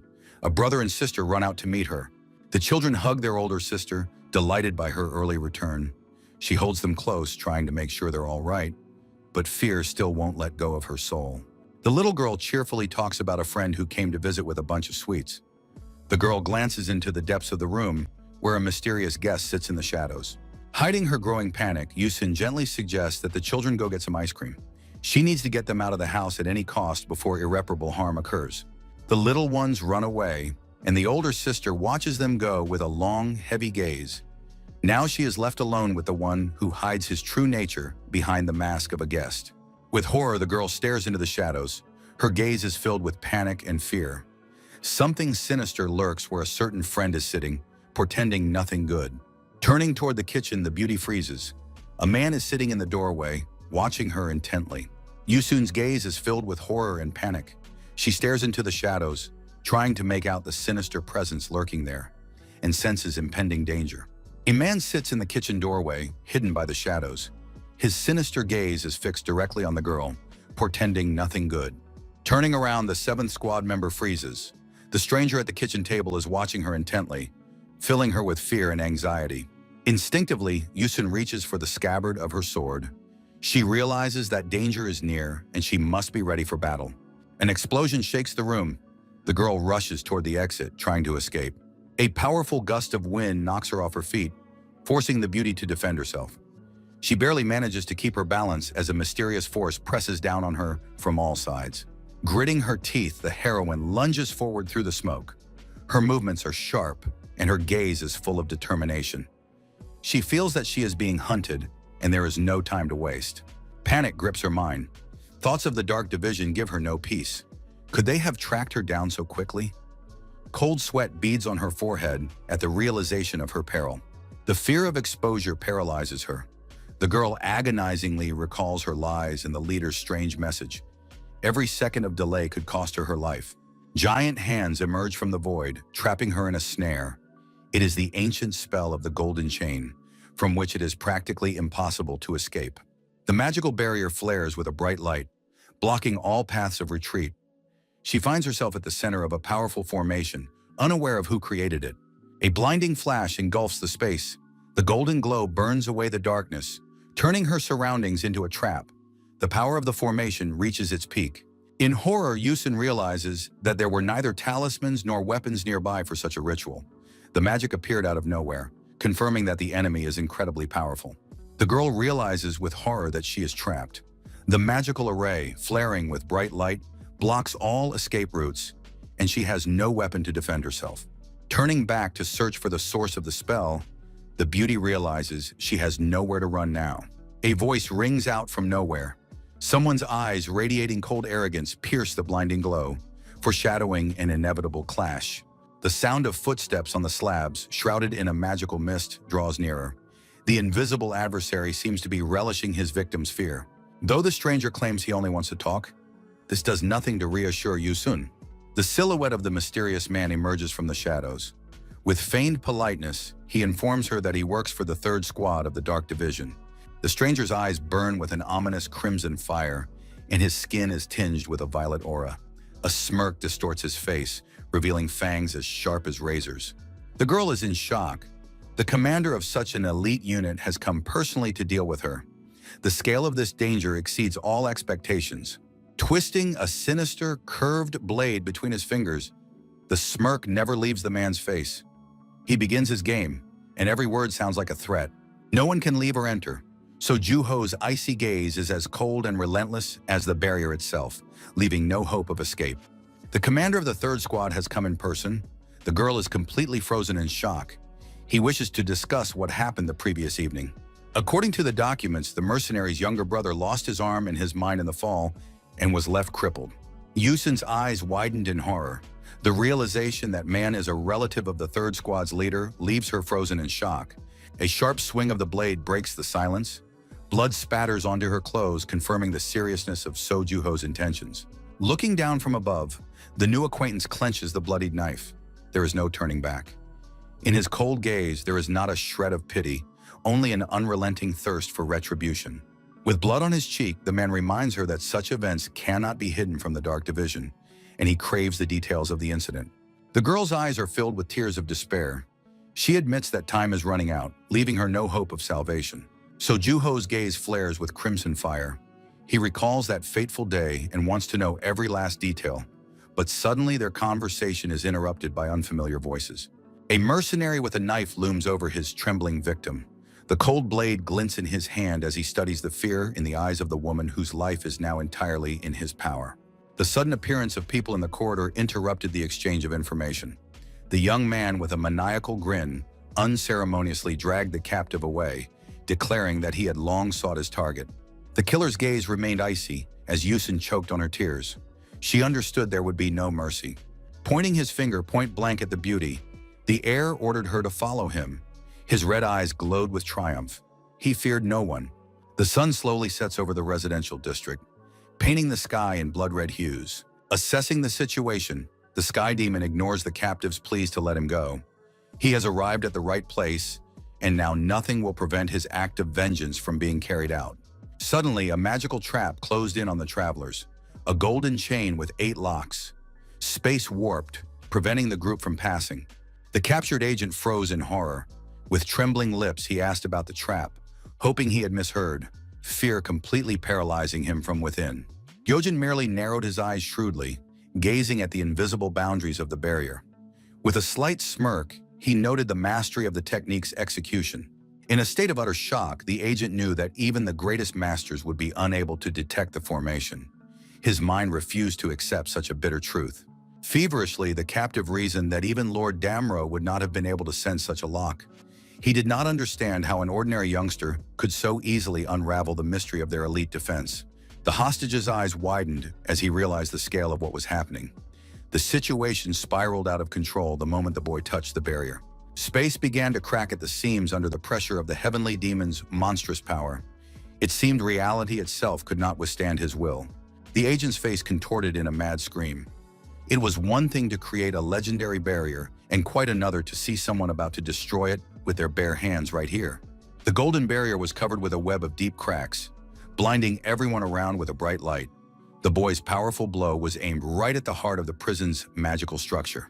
With admiration, The heir noted that those who hid behind a mask of purity, he knew their true, filthy insides and had no intention of showing even a shred of mercy. A furious snarl froze on the apprentice's face as he concentrated all his energy into his fist. The last line of defense crumbled, clearing the way. Dragging the captive down the stairs, the young man confidently urged him to keep moving, ignoring his panicked pleas to turn back. Though the agent insisted on returning, Gyojin remained unfazed by the shouts of "Close it!" and the panic behind him. The goal was already close, and he certainly had no intention of retreating. A stranger was visible in the hallway. The guy froze, sizing up the pitiful opponent. His eyes betrayed only cold calculation and a readiness to eliminate this obstacle. Terrified, the girl stared at the uninvited guest, unable to comprehend how he had managed to get past security.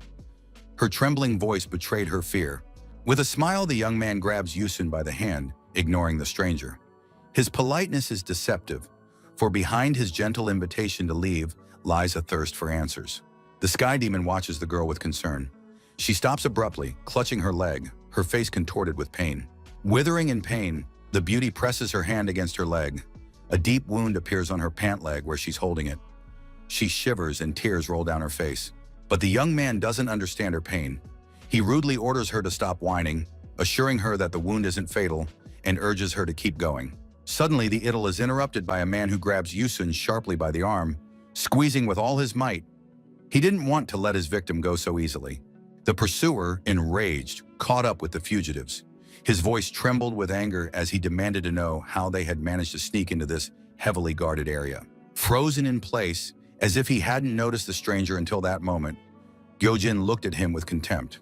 Completely bewildered, the man was absolutely certain that there was no one in this sector, but reality turned out to be different. Puzzled, the villain stared at his fingers. A strange tingling sensation wouldn't leave him alone, while the pair tried to seize the moment and slip out of sight. Roughly dragging his companion along behind him, urging her to move faster, the guy didn't notice her suffering, focused only on getting out of this dead end as quickly as possible. A sharp sound cut through the silence, and so Juho suddenly realized that something had gone wrong, turning an ordinary chase into a real bloody drama. As the young man and the girl hurried away from their pursuer, he called after them that the man was behaving like a real boor, and the young man's thoughts froze in bewilderment. Suddenly, the heir casts a sidelong glance back. Behind him, he hears an insistent whisper, an indistinct muttering that begins to seriously irritate and anger him. The heavenly demon drags Yusun past the motionless hulk. The pursuer at the doorway stops them with an icy question, forcing the boy to turn around abruptly. As he explains the situation, the man's cold, threatening tone and predatory profile bode absolutely no good. He won't let them go that easily. The cold blade of a knife pressed against his throat makes the student freeze. The threat has become deadly, and any path to retreat is now completely cut off. The boy and the girl freeze as the pursuer, who has caught them, demands respect in an icy tone. The gaze of the young man with scarlet eyes pinned against the wall is full of cold calculation. He is ready to fend off the attack. In horror, the beauty watches what is happening, while her companion tries to grasp just how serious the threat hanging over them both is. Raising his hands in a defensive gesture, trying to remain calm, Gyojin pretends to be ready to yield, hiding his true plan behind a mask of submission. The pursuer merely smirks arrogantly. His cold, confident gaze leaves no doubt that he is in complete control of the situation. Taking a step forward, the villain's eyes narrow. Every word sounds like a verdict, robbing the young people of their last hope for a peaceful outcome. The man demands honest answers about what happened to his younger brother. The atmosphere grows tense, transforming an ordinary corridor into the scene of a future, brutal massacre. Freezing in place, the beauty feels an icy stare upon her. She realizes that any mistake or lie at this moment could be their last. Memories rush through Yusun's mind. She remembers everything, but she cannot betray the young man to his pursuer. His mad smile and thirst for revenge make him look like a monster. Her fists clench until they turn white so as not to say anything unnecessary. She admits only that the information was false and that they had been lured into a trap. Lowering her head, the beauty dared not raise her eyes to the leader of the third squad. The oppressive silence weighed heavily on her shoulders as she spoke words full of despair and guilt. A shiver ran through the girl's body, her hands instinctively clenched in front of her. Before her eyes stood that evening, the excitement, the cards, the mahjong. So Juho listens intently to the report. A heavy tension hangs in the air as the conversation turns to the 7th group's failure yesterday.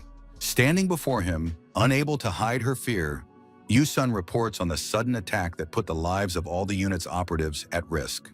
At that moment, while the girl was reporting the information, the Sky Demon was clearly bored listening to it all. He didn't care about a thing. The attackers' identities remained a mystery, hidden behind masks. The unknown is what frightens the most, leaving behind only a trail of blood and the bitter taste of defeat. The beauty bowed her head guiltily, and so Juho unexpectedly asks her if she knows the main rule that all recruits should be taught. A sudden blow to the stomach catches her off guard. The mentor's brutal teaching method is etched into her memory forever, becoming a painful reminder of reality. Pain pierces her body, and a stern command rings in her ears. Always remain vigilant. A moment's weakness here is tantamount to death. Clutching a sharp blade tightly in his hands, the scoundrel says she must always be on guard. The cold gaze of the 3rd squad leader pierces right through her. His voice sounds like a verdict, leaving no room for excuses. Blood spatters obscure her vision as the man reminds the beauty of her partner's betrayal. Reality crumbles, leaving only pain and emptiness. Unable to hold back a cry of despair, Yusun collapses, her body shakes and scarlet blood floods the floor. Clutching the knife unwaveringly in his hand, cold power radiates from every movement of Sojun. He orders the wounded woman to control her breathing, which sounds like a mockery of her utter weakness. Tears roll down her cheeks, mixing with the blood on the floor. Fear paralyzes her mind, robbing her of the ability to flee. The girl sees only darkness in the scoundrel's eyes, devoid of any pity. The man's gaze was full of contempt for her weakness. "Don't tremble so nervously. Every word stings worse than a whip." A stranger's terrified scream shatters the silence of the corridor. The killer freezes in anticipation, his question hanging in the air like a heavy burden. The attacker abruptly shifted his gaze to the witnesses, who stood bewildered, watching the violence unfold. But a sharp voice cut in, telling him he was looking at the wrong people. The unbearable pressure of the aura made her heart race. "Who is it?" The silent question froze in the attacker's eyes. The footsteps of the teacher who came to the girl's aid echoed hollowly down the hallway. The trap had snapped shut, and there was no turning back. In rage, So Juho couldn't fathom how anyone dared to intervene. He clenched his teeth, realizing his perfect plan was crumbling before his eyes. Chanam's best sword takes a step forward. Old vows he made to himself when he left the walls of his native martial arts school forever come to mind. The opponent is angry at himself for letting some upstart distract him and losing sight of the true threat. Once the teacher had firmly decided that the world of martial arts would have no place in his life anymore. But fate had other plans, forcing him to confront the world he despised once again. The Skywolf's gaze grows icy and focused. There is no fear in those eyes, only cold determination to protect those who are weaker. Showing complete contempt for the enemy, the teacher's calmness is far more terrifying than any open aggression or fighting stance. Suddenly realizing who stands before him, a deadly blade begins to spin in the assassin's hand as he recognizes the signature of that very master about whom legends were told. Recalling the formation of the Golden Chain, the scoundrel concluded that the teacher had done it and realized that before him stood one capable of shattering any formation to pieces. Casually, the master takes the weapon from the defeated girl. Now this is his fight, and he has no intention of showing mercy to those who dared to disturb the peace of the civilians. Looking at him with hope and terror, the victim realizes that the savior is not so simple, and his true power goes far beyond the bounds of ordinary human understanding. With a sharp movement, the master takes the blade. His gestures are full of their former grace, yet his thoughts are filled only with bitter irony at the fact that old fighting habits are impossible to forget. In despair, Yusun sheds tears, realizing who stands before her. The name of the former mightiest sword of Chanam echoes in her mind, instilling a sacred awe and terror. Gazing at his enemy with undisguised contempt, the teacher's gaze grows heavy, and his words of deserved punishment sound like a death sentence to those who seek a fight. The man's face contorts with rage. He no longer hides his true nature, preparing to unleash his full power upon his insolent opponent. The tension in the corridor reaches its peak. The master stands confidently with his drawn sword, while his opponent takes a fighting stance, unwilling to back down. The defeated girl collapses helplessly to the ground at her savior's feet. She is crushed not only physically, but also by the realization of the colossal difference in their abilities. The man casts a cold, appraising glance to the side and sighs heavily. The former sternness of a warrior shows through his features. Pressing his hand to his chest, the master feels his heart pounding wildly. The adrenaline from his awakened thirst for blood makes his body tremble. A bitter realization is evident in his eyes. Chunam's days as a master swordsman are long gone. He is now merely a Korean language teacher at a school, but fate has decided otherwise. Frightened, Gyojin calls out to his mentor, trying to bring him back to reality and find out what is happening. But the master, already focused on the coming battle, does not answer him. In a panic, the student points out his mentor's erratic breathing. The master stands frozen with his sword, his breathing heavy, betraying the storm raging within. The warrior's gaze is clouded by the past. He realizes that his former glory has faded, and his inner world is crumbling. The silhouette of the great master in the shadows of the gateway looks ominous. He towers over his heir, realizing that he is no longer the man he once was. However, the man believes there is no need to worry about him. His hand grips the blade tighter as he accepts his new fate. A cold smirk distorts the warrior's face. Darkness takes hold, and reason gives way to primal instinct. He is ready to snap, for the former shackles of morality no longer hold him back. Park Jong-nam's face, twisted into a sinister grin and illuminated by a mysterious energy, leaves no doubt about his cruel intentions. He has not yet forgotten what a sword is. With a lightning-fast, unpredictable movement, the swordsman catches his opponent off guard.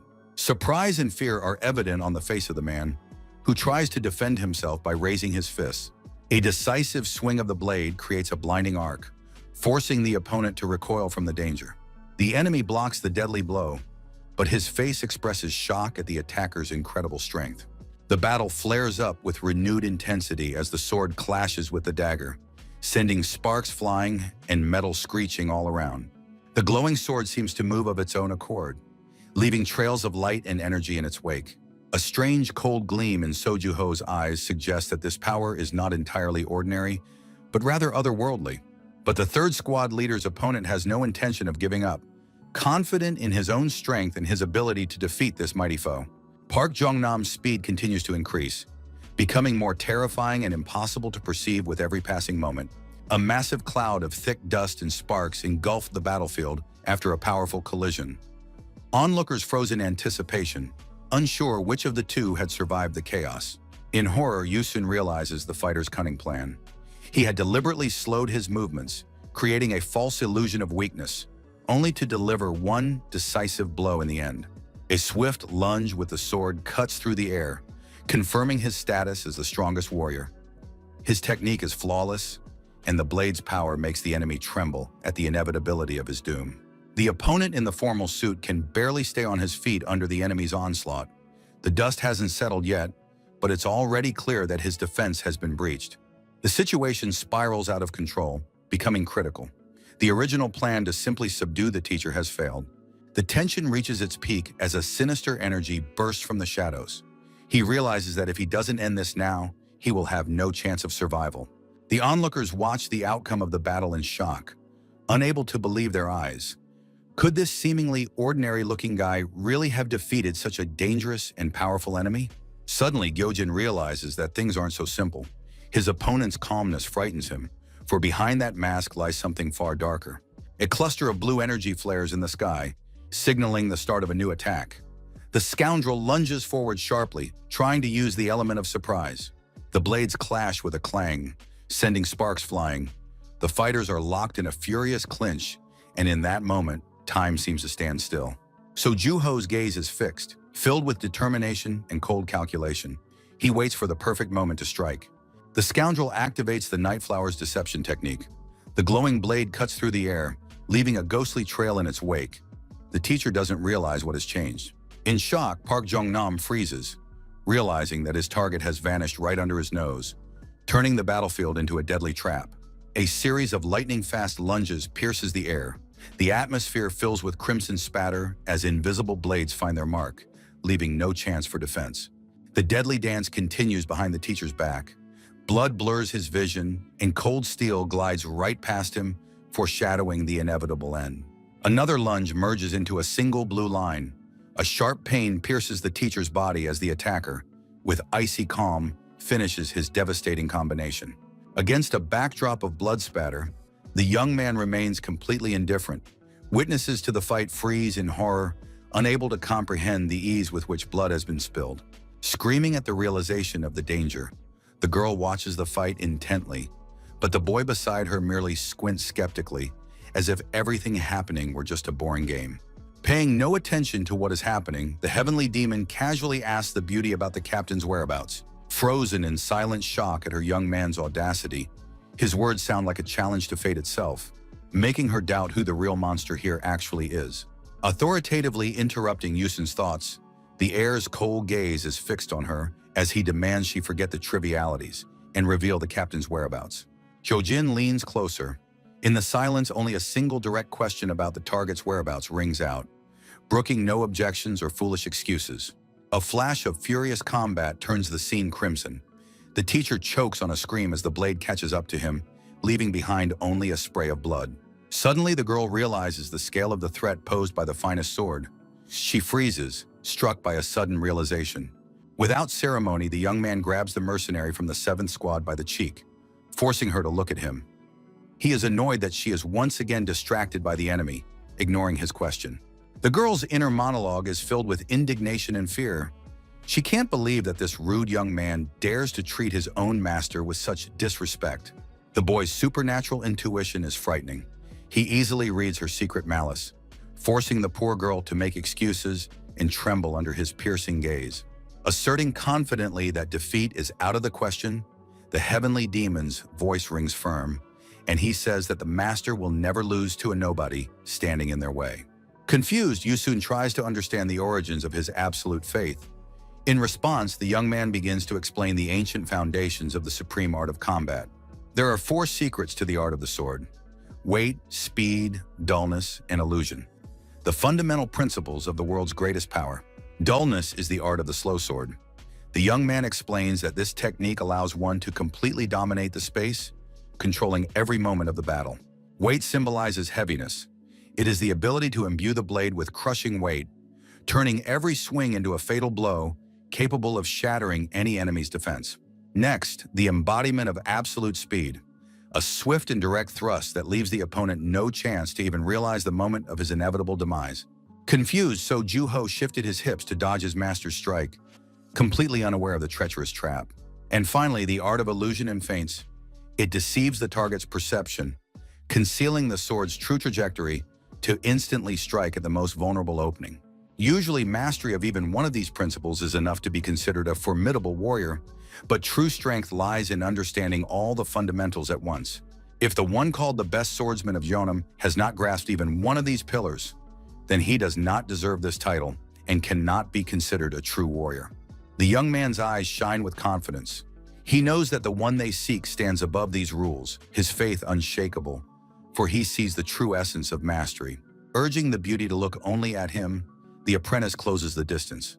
The girl freezes, struck by his commanding tone and the power emanating from every word. Yusun is confused, but her heart beats faster. Looking into his eyes, she begins to believe that if this man is by her side, victory over the nobodies is a foregone conclusion. In helpless rage, realizing her insignificant position as a low-ranking fighter, she clenched her fist, powerless to change the orders coming from above. The boy was looking for the captain, but the ordinary soldiers, unaware of the plans, could only wait humbly and carry out the will of their superiors. While the young people watched the fighters' confrontation, the girl admitted that the lower ranks were not supposed to know. But he, as the leader of the top team, possessed all the information. Falling into a rage, realizing that precious time had been lost, the heavenly demon scolded the beauty for her silence, while she justified her slowness. Pointing at the enemy, the heir realizes that this fighter's status grants access to the captain's secrets. The girl merely timidly confirms his guess, acknowledging the hierarchy of power. A predatory, sinister smile spreads across the young man's face. The puzzle has come together, and now he knows who to hunt to extract the truth and reach the top. Park Jong-nam breathes heavily, choking on his own blood. The wounds are too deep, and every breath comes with difficulty. With his last ounce of strength, the teacher stays on his feet. He has accomplished the impossible. He survived and escaped, but his body treacherously refuses to obey him. Cold-bloodedly, the attacker stares at the blade of his sword, savoring the moment. His sword dance has proven fatal, and he is surprised that his victim is still breathing.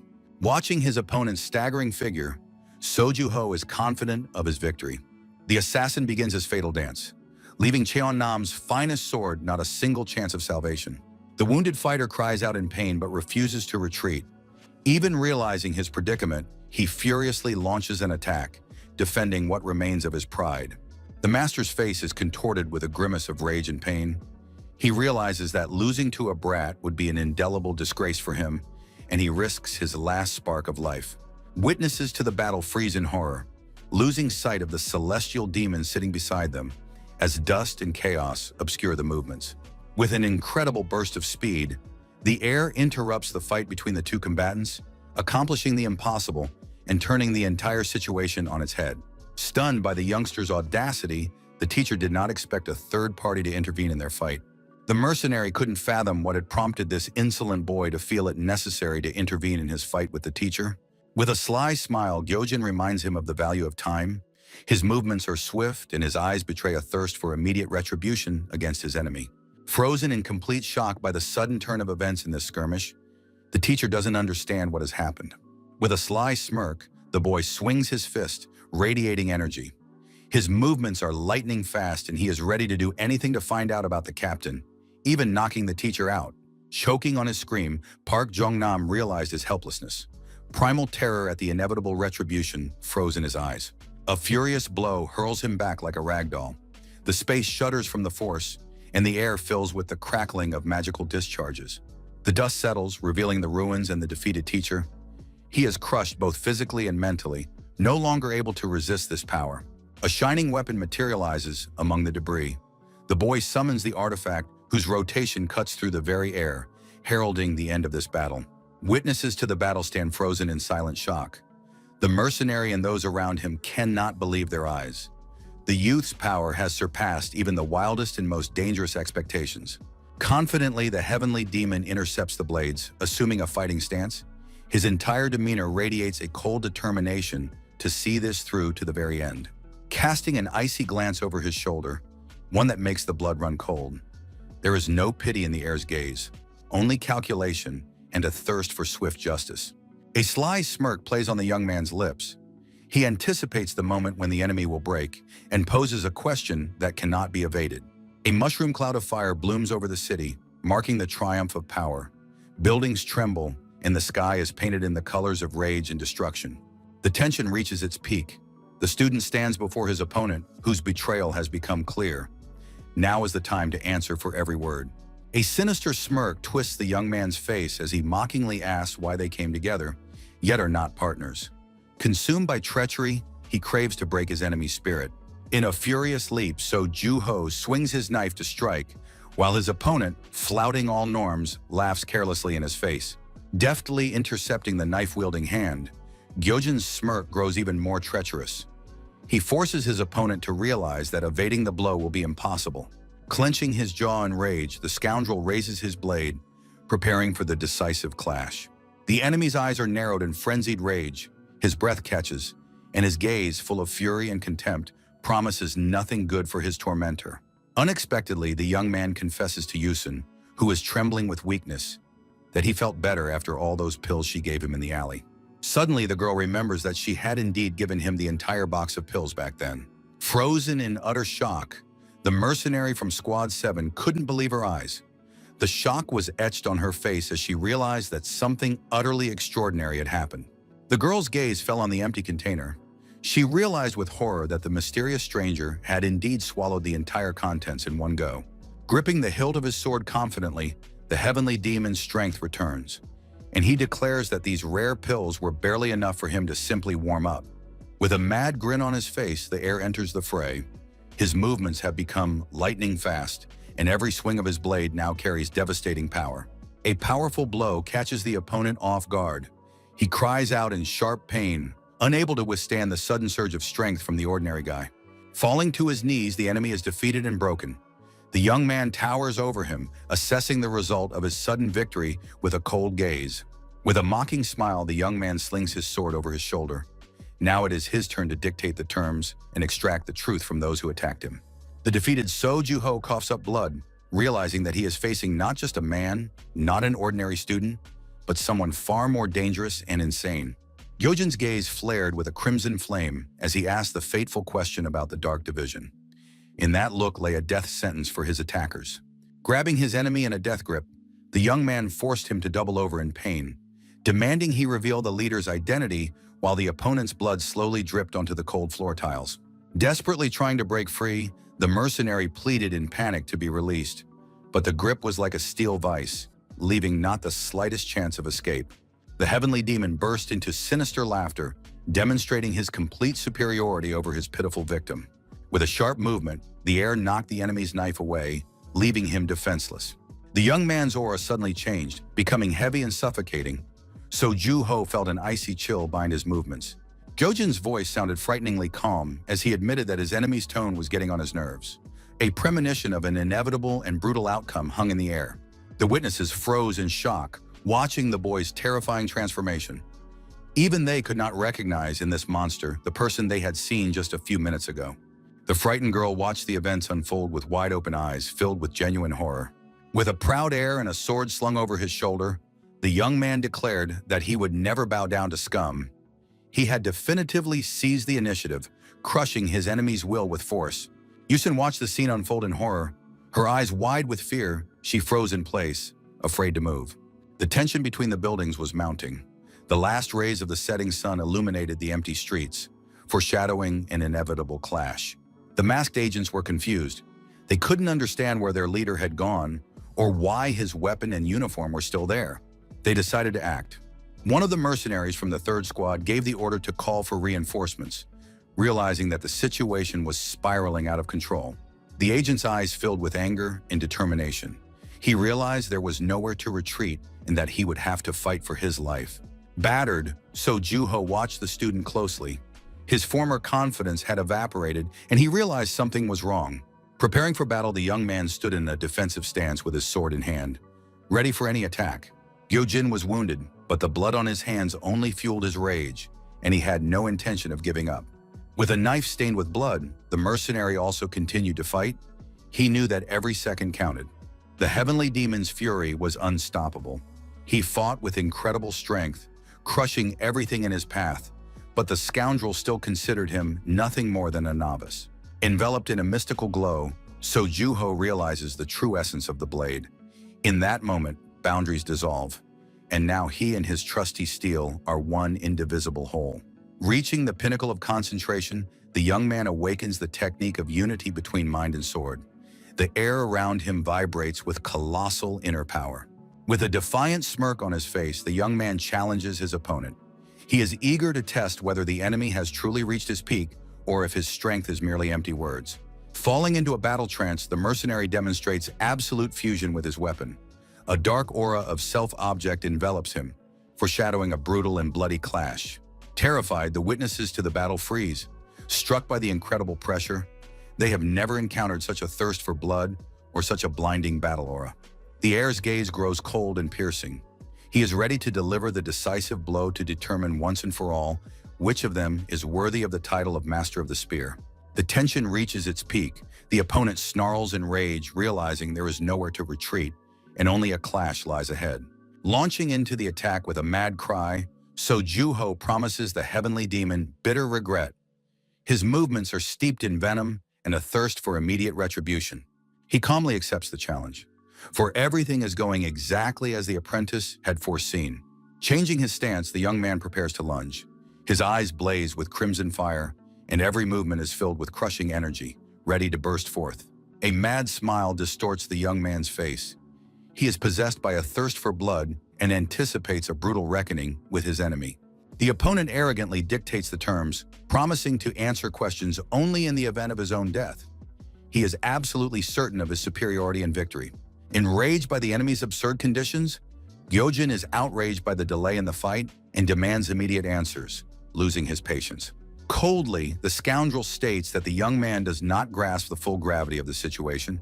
He delivers a death sentence, promising that the youth will certainly perish today. The fighter's hand grips the hilt of his blade tighter. The tension reaches its peak as the metal prepares to pierce flesh, and his will transforms into a deadly weapon. Leaping forward, the scoundrel closes the distance in a swift lunge. The air around them trembles with power, foreshadowing the imminent clash of two forces. Steel meets steel in a furious clinch, sparks flying in all directions as the enemies search for a weak spot in each other's defense in this dangerous dance. Under the intense pressure, the blades begin to creak. The opponent grimaces, trying to crush the young man's will with brute force and the weight of his weapon. The fighters separate after the clash, preparing for a new round of battle. Dust and energy fill the space as each waits for the moment to strike. Charging forward again, the enemy swings for a decisive attack. His movements are swift and his gaze is clouded by a thirst to end this fight as quickly as possible. In mid-leap, the heir brings his sword down from above, but the opponent reacts instantly, delivering a powerful counterattack from below. The heir shakes from the collision. Watching every move intently, Juho's eyes are filled with determination and cold calculation. The blades clash in a frenzied rhythm, striking sparks. The young man barely manages to block the rapid attacks, feeling the pace of this dangerous battle intensify. With a mad grin on his face, he lunges forward sharply. Gyojin is ready to risk everything for victory, ignoring the danger and trusting his instincts completely. As the opponent lunges sharply with a dagger, seeking to close the distance, the young man closely tracks the trajectory, preparing to counterattack at the very last moment. The exchange of blows grows increasingly fierce. Every lunge carries immense power, forcing the fighters to give it their all. Deftly intercepting the dagger, the enemy prepares a feint. His movements are honed to perfection, and every step is aimed at breaking the young man's defense. He dodges the blow with an acrobatic leap. The Sky Demon barely misses the blade, but his opponent gives him no respite, continuing his aggressive assault. A powerful burst of energy illuminates the battlefield as their forces clash once more. Space warps under the strain, foreshadowing the battle's imminent climax. Pausing for a moment, the fighters breathe heavily and assess their wounds. The young man's gaze grows heavy as he prepares to unleash his full power in the next surge. With a trail of blood on his cheek, the heir grins menacingly. His eyes flare with crimson fire as he spots a breach in the scoundrel's defense. Enraged, the opponent concentrates magical energy around his hands. He announces the activation of the Nightflower's secret technique, seeking to crush his opponent's will. The tension reaches its peak. The opponent utters the fateful words, activating his battle form, the air around him vibrating with an excess of power. A powerful explosion occurs, and shards of something material fly in all directions. The light blinds the fighters, and the shock wave shakes everything. Confident in his superiority, Juho lunges forward sharply, shouting of his inevitable victory, believing the boy has made a foolish and fatal mistake. Suddenly, the heavenly demon's blade snaps. His face contorts with shock and tension as debris continues to swirl around him. Through the haze of dust, the boy sees the approaching threat. His pupils constrict with fear and surprise as the enemy strikes. Pink flashes of energy slice through the air, suddenly altering the aura of the battle. Baring his teeth in a defiant snarl, Gyojin vows to show the enemy something special in response to his aggression, maneuvering through streams of magical flame. Darkness envelops the battlefield, swallowing the light. The villain realizes with horror the scale of the young man's power, which foretells the enemy's imminent demise. Violet flashes slice through the air, carrying the might of pure darkness. The energy seems ethereal, weightless, yet its strike promises to be fatal to the enemy. Crimson blood drips slowly onto the floor, marking the beginning of the end of this battle. In silent shock, the witnesses freeze, unable to comprehend the ferocity of the attack. Their eyes are filled with horror, for they have just witnessed something beyond comprehension. Breathing heavily, Juho tries to comprehend how his perfect defense was breached. He realizes he has faced a force whose magnitude was impossible to measure. The villain's gaze is fixed on the broken blade. He put his whole soul into that single thrust, but the result was negligible. Standing unshakable, the young man barely touched by his opponent's attack. Only a thin trickle of blood on his face serves as a reminder that the enemy had tried to harm him. In a rage, the leader of the third team shouts insults, calling the youth's technique nothing but an empty show, trying to provoke him. A defiant grin plays on the heavenly demon's lips. He admits that he has been holding back all this time and points at his opponent. A sudden wound tears through the opponent's flesh right in the center of his chest. The shocked enemy cannot fathom when exactly his body was struck by the invisible blade. Falling to his knees, Juho coughs up blood and frantically searches for answers, while the young man coldly advises him not to worry, for the outcome of this battle has long been decided. A system window pops up before the young man's eyes, indicating that Guchon's hidden power has been activated. A maniacal grin twists the heir's face. Splattered with blood, he pronounces a death sentence on the scoundrel, relishing the moment. The student's gaze grows icy and piercing. A thirst for blood flares in his eyes, foreshadowing a swift and brutal execution of the cornered enemy. Breathing heavily, the opponent realizes his powerlessness as the young man towers over him like an executioner, urging him to open his mouth before finally ending his life. The wounded, Sojuho grits his teeth, trying to preserve what remains of his pride. He understands that he has fallen into a deadly trap, and his time is coming to an end. A sudden flash of light blinds the witnesses. The magical formation of golden chains begins to crumble, unable to withstand the pressure of the colossal energy bursting outward. Surrounded, the young man freezes under the threat of blades. But the enemy's numerical superiority no longer frightens him. He is merely waiting for the moment to counterattack. With contempt, Gyojin looks down on his attackers. He is not concerned with their steel, for he feels something far more dangerous and primal awakening within him. The young man is baffled as to how the enemy dares to play the victim. He sees right through the fake moans and realizes he is facing a dangerous manipulator. With his last ounce of strength, the scoundrel tries to put on a show, using his wounds as a cover. He calls himself the victim of a madman, hoping to deceive the guards who have rushed to the rescue. A bloody veil clouds the heavenly demon's gaze. He no longer feels pain, only wild, primal rage. Frozen in silent shock, the onlookers see before them not just a wounded teenager, but an unpredictable beast whose thirst for revenge terrifies them. Peering closely at the student's face, Doyon remembered that they had met once before. The defender in the suit hesitates, looking at the moaning victim in the distance. Just as he suspected, along with the boy, he has discovered his mentor. The blade's steel freezes against the youth's chest.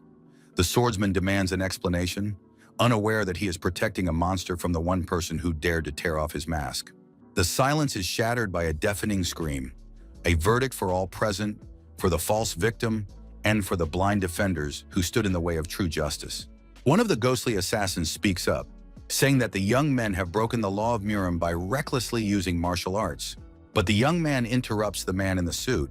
He has heard this speech before and has no intention of listening to it all again, shocking the members of the Alliance. Confused, the two Murim shields do not know how to react to the heavenly demon's words. Suddenly, a loud shout breaks the silence. Anyone who has gone against the Alliance's rules will be arrested. The verdict is nothing but empty words. The head of the punitive squad doesn't realize that he is the main target, and the judge in the suit is merely his puppet. The pathetic defender believes his own lies, but his victim is a monster in sheep's clothing. The word alliance evokes nothing but revulsion. A true avenger will not go to trial. If he does not leave voluntarily, he will force his way out. The mask is torn off. Instead of fear in the victim's eyes, there is madness and a thirst for blood. The squad leader realizes his mistake, but it is already too late. In that very moment, the ghostly assassin realizes who stands before him. He had heard of the heir before. Confidently, Doyon urges the young man to look back. This time, everything is different. But he is not afraid of their threats and will not submit to their false accusations against him. Enraged by his defiance, the agents press a sword to the boy's throat, demanding obedience. 5 elite agents loyal to the Alliance surround the unarmed youth. Their swords are aimed at him, but he stands motionless, showing not a shred of fear. Panic reigned among the surrounding enemies. The power emanating from the young man was suffocating. They, professionals, felt like helpless children before a god. With icy composure, Doyon asks the fateful question. His gaze pierces right through them. The ruthless, ghostly assassins suppress any resistance. For them, the law is simple, and disobedience is punishable by death. Those around him are stunned by the realization of what is happening. The air in the corridor grows heavy, and the world they knew crumbles. The footsteps of fate grow louder. No one can escape retribution when the higher-ups get involved. His words sound like a verdict. With an icy smirk, he corners his victim, leaving no chance for justification, his gaze piercing right through, demanding acknowledgement of the obvious. Frozen in horror, the captain's name slips from Yusun's lips in a quiet whisper, while the realization of a fatal mistake paralyzes his body. There is no turning back. Damro's shadow looms over the young man. His final question sounds like a mockery, putting an end to this game. The Lord's appearance comes as a shock. Those present freeze in stupor, unable to believe their eyes. With only a mysterious smile, the man confirms his return from China. His calmness is more frightening than open rage. The Lord's gaze grows heavy. He calls what is happening a surprise, and an undisguised threat seeps through his words, instantly heating up the atmosphere. Damro mockingly praises the scale of the event. Those who considered themselves masters of the situation now look like pitiful pawns in the hands of a true master of intrigue and power. The order to follow him is given. The mention of Pak Chanam makes everyone flinch. The image of the legendary first sword comes to mind. The realization of who exactly lies before them only raises more questions. Confusion grows. The agents try to reconcile this man's appearance with the warrior's former greatness. Towering over the others, Damro, like a judge, radiates absolute confidence, and the silence around him only underscores the hopelessness of the situation for his enemies. The bloody gleam in the apprentice's eyes and the victim's frenzied snarl only confirm that the point of no return has been passed. The thirst for revenge and pain is driving out the last remnants of reason in this confrontation. A cold light illuminates the Lord's face. He savors the moment of his triumph, watching his opponent's hopes crumble. The gloomy student, suspected of murder, presents his terms to the detective. He is willing to cooperate, but for only 1 hour, not a minute more. The surprised, ghostly killer quickly nods, accepting the young man's strange conditions. It is critically important for him to learn the details of the case, even in such a short time. During the interrogation, the young man described in detail the fateful moment when the attack took place. Witnesses in a panic, a frightened girl and a trembling fat man, try to grasp the scale of the disaster. During the interrogation, the man cannot suppress his trembling. He sighs convulsively, recalling his encounter with the monster, and every word comes with difficulty. Perplexed, the investigator listens to the report. The information that an experienced criminal was so easily captured by the mysterious Gojin seems completely absurd to him. In a rage and terror, the witness insists he is telling the truth. He swears he barely survived and demands that his words be believed. The Alliance member is deeply perplexed.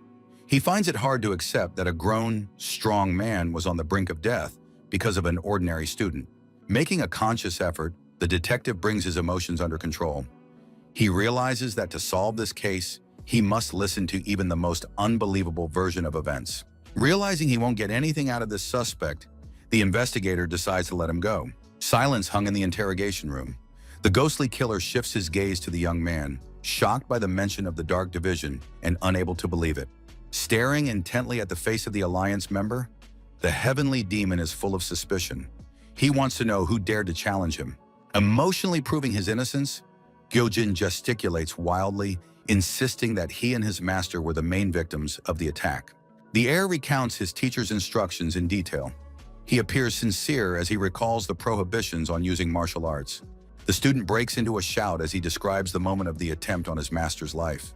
His outrage seems genuine, and the detective begins to doubt his conclusions.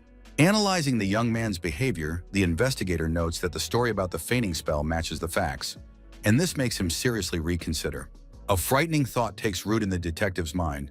Could someone really have tried to kill Park Jung-nam? He begins to view the situation from a different angle. Faking tears, Gyojin tries to look as pitiful and defenseless as possible.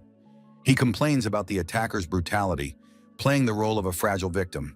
The officer closely monitors the young man's breathing. The rhythm is calm and steady, which is a professional sign that the suspect is telling the truth.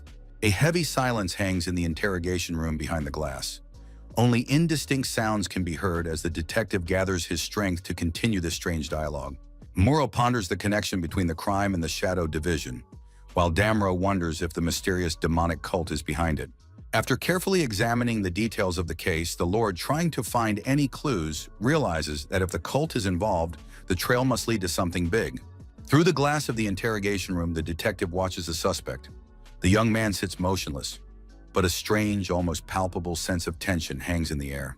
The boy's gaze suddenly fixes directly on the mirror. The detective shudders in shock. Could this seemingly ordinary kid really see him through the special glass? The agitated chief tries to maintain his composure, while the student turns away and looks in another direction. In the silence of the hallway, only heavy thoughts can be heard. At the same time, in another interrogation room, the very same teacher who was injured in the fight is talking to another ghostly killer. The officer in black sharply demands that he stop pretending. He is certain the man is only feigning weakness, and orders him to open his eyes and speak honestly. Slowly opening his eyelids, the suspect casts a brief, barely perceptible glance, assessing the situation. Suddenly, the teacher's expression changes, and he lets out a nervous laugh. He starts talking about mass surrenders, trying to throw the Alliance member off balance. Doyen watches the teacher's every expression intently. The atmosphere grows tense as the suspect prepares to play the victim card. Interrogating the man harshly, the investigator accuses him of seeking personal revenge against the Jeonnam sect. In turn, the man, feigning confusion, stalls for time, and the tension in the room rises. For a fleeting moment, the ghostly killer is transported back to his childhood, when he was a desperate boy watching his mentor walk away. Once he watched the man's back with tears in his eyes, but now his gaze pierces the investigator right through. He wants to know if the teacher wishes to return to the world of martial arts. Maintaining a cold silence, Park Jong-nam accepts the other man's hatred as a given. Old wounds and unspoken words make the moment heavy. With bitterness, the mentor recalls the lessons in Jong-nam, reason and composure, which are what he failed to teach the Alliance member. The teacher directly suggested to the detective that the sect had put him under surveillance through the Dark Division. He realized the gravity of the situation. Frowning, the ghostly assassin listens to the report. He promises that the student will track down the target, but the situation has spiraled out of control. The detained teacher was exhausted but not broken. He reminded them that the Shadow Envoys were part of the Alliance and demanded an investigation into collusion within the department. The atmosphere in the interrogation room had reached a boiling point. Doyen jumped to his feet, realizing that something was amiss in the building, and contacted the Lord via radio. The connection cuts out amid a screech of static. The detective clutches the radio frantically, shouting Damro's name and trying to find out what is happening outside the interrogation room. A calm voice comes through the static. The chief assures him that everything is under control and adds that the student they've taken in was part of the demon cult. Watching the fight through the glass, the Lord adds that the heir is in a rage and has taken Hoyan hostage. The agent's faces contort with shock. A sharp cry is drowned out by the static on the radio, and the realization of the scale of the disaster causes the detective to literally fly into a rage. Anger overwhelmed the investigator. He blames this scoundrel for everything. Clutching the radio, the man tries to regain control of a situation that has completely spiraled out of control. A cold stare and an attempt to suppress his emotions. He needs to assess the situation soberly before panic engulfs the department, but strange premonitions already give him no peace. The teacher's mind couldn't cope with the overload. A silent question froze in his eyes. As everything around him crumbled, he frantically tried to grasp how quickly it had all turned to ruin. Guchan was the strongest warrior of the demon cult. He was considered the true reincarnation of the heavenly demon, whose power knew no bounds and inspired only awe. The one who once single-handedly dominated Merim suddenly faced an unknown force. His spirit was torn from his familiar world and cast into the unknown. The once great master found himself trapped in the body of an ordinary teenager from the modern world. Now, instead of swords and magic, he is surrounded by a concrete jungle and unfamiliar rules. A mysterious scroll states that he must complete the final mission, and the reward will be a return to his original body at any moment he chooses. Now Guchon is forced to fight in a new reality, every move steeped in blood and determination. In a battle for survival in the city's narrow alleys, the heavenly demon uses all his instincts to overcome enemies who physically outmatch him. With an icy smile on his face, the young man gradually grows accustomed to this strange world. His demonic nature takes over, transforming the weak boy into a dangerous predator. Rage spills out as time runs short. Realizing that the 1-hour limit is nearly up, Gyojin demands to be released immediately. Chaos escalates as the heir subdues yet another opponent. They are already being watched, and the situation heats up, drawing the attention of those in power. The defeated rival, in a rage, demands to be released. He does not yet realize that he has encountered not a mere schoolboy, but a monster from ancient legends. The enraged young man firmly grabs Hoyan by the arm. His gaze is filled with fury, and his words sound like a stern ultimatum regarding honor and the word given by an official. Pinned to the ground, the agent desperately tries to resist, shouting threats, unwilling to admit defeat to someone he had considered just an ordinary child. Lying on his back, the Alliance member realizes with horror that his body is completely paralyzed and won't obey him. The teenager's leg mercilessly presses him against the cold floor. Bursting into the interrogation room, the teacher and the Lord are met with a shocking sight. The young man has easily subdued the experienced agent, holding him down on the floor. Stammering and begging Yojin to resolve everything peacefully, the teacher is horrified by what is happening and hopes for a calm conversation. Issuing a defiant challenge, the heavenly demon harshly reminds them of the deadline. causing the detective and the teacher to shudder at the looming threat. The detective makes a stern demand of the young man. Either he releases the agent or he will take action. The tension in the interrogation room reaches a peak. Doyen's gaze turns icy and his voice sounds like a death sentence. He no longer intends to negotiate and presents the heir with a fait accompli. There will be no mercy this time. While Park Jong-nam frantically tries to smooth things over, the ghostly killer begins his terrifying countdown. The air in the room heats up to the breaking point, and on the count of 2, the young man's eyes flare with crimson fire. His rage bursts forth. The verdict has already been handed down, and the time for lengthy discussions is officially over. But the cold and unyielding leader stops his subordinate. He wants to resolve everything peacefully. Gyojin furiously pins the guard to the floor. The detectives watch in horror at their subordinate's brutality, realizing the situation has completely spiraled out of control. But the young man ignores attempts to stop the conflict. He calls the detective's actions barking like a dog behind the boss's back, provoking further aggression. Enraged by the heir's insults, Do-yeon has no intention of tolerating such insolence from a pathetic scoundrel and is ready to respond with immediate, brutal force. The heavenly demon's gaze flashes predatory, and in response to the challenge, the rage in his eyes flares into a crimson flame, promising a true merciless slaughter. Having completely lost his mind over the young man's behavior, Park Jong-nam is utterly bewildered. His gaze is vacant, and he has absolutely no idea where he is. A sharp, ringing clap breaks the tense silence, drawing the attention of everyone in the room. Continuing to clap his hands, Damro asks for the fight to stop and promises to return the detainee home if the agent is released. But there is no trust. The apprentice furiously pins the phantom assassin to the floor, raising his fist to strike, shouting that every word he speaks is a brazen lie that cannot be believed. Gazing coldly at the attacker, the Lord demands that his partner be released immediately. His calmness seems menacing against the backdrop of the brawl. In a rage, the heir still pins the enemy to the floor. He raises his fist above his defeated opponent, but the chief grabs his arm, preventing him from landing the blow. Continuing the psychological pressure, the detective declares that aggression is merely a sign of fear. He is trying to manipulate his enemy's emotions to save his colleague. The young man bares his teeth, barely holding back a growl. Every word from the detective only stokes the fire of hatred within him and his desire to end this right here and now. The young man clenches his jaw. The tension has reached its peak. One wrong move and the situation will turn into a bloody tragedy.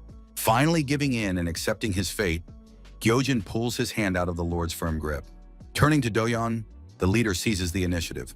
His voice sounds confident, while in the background another agent stands frozen, awaiting orders. Immediately helping his friend to his feet, the Alliance member keeps his eyes fixed on the enemy.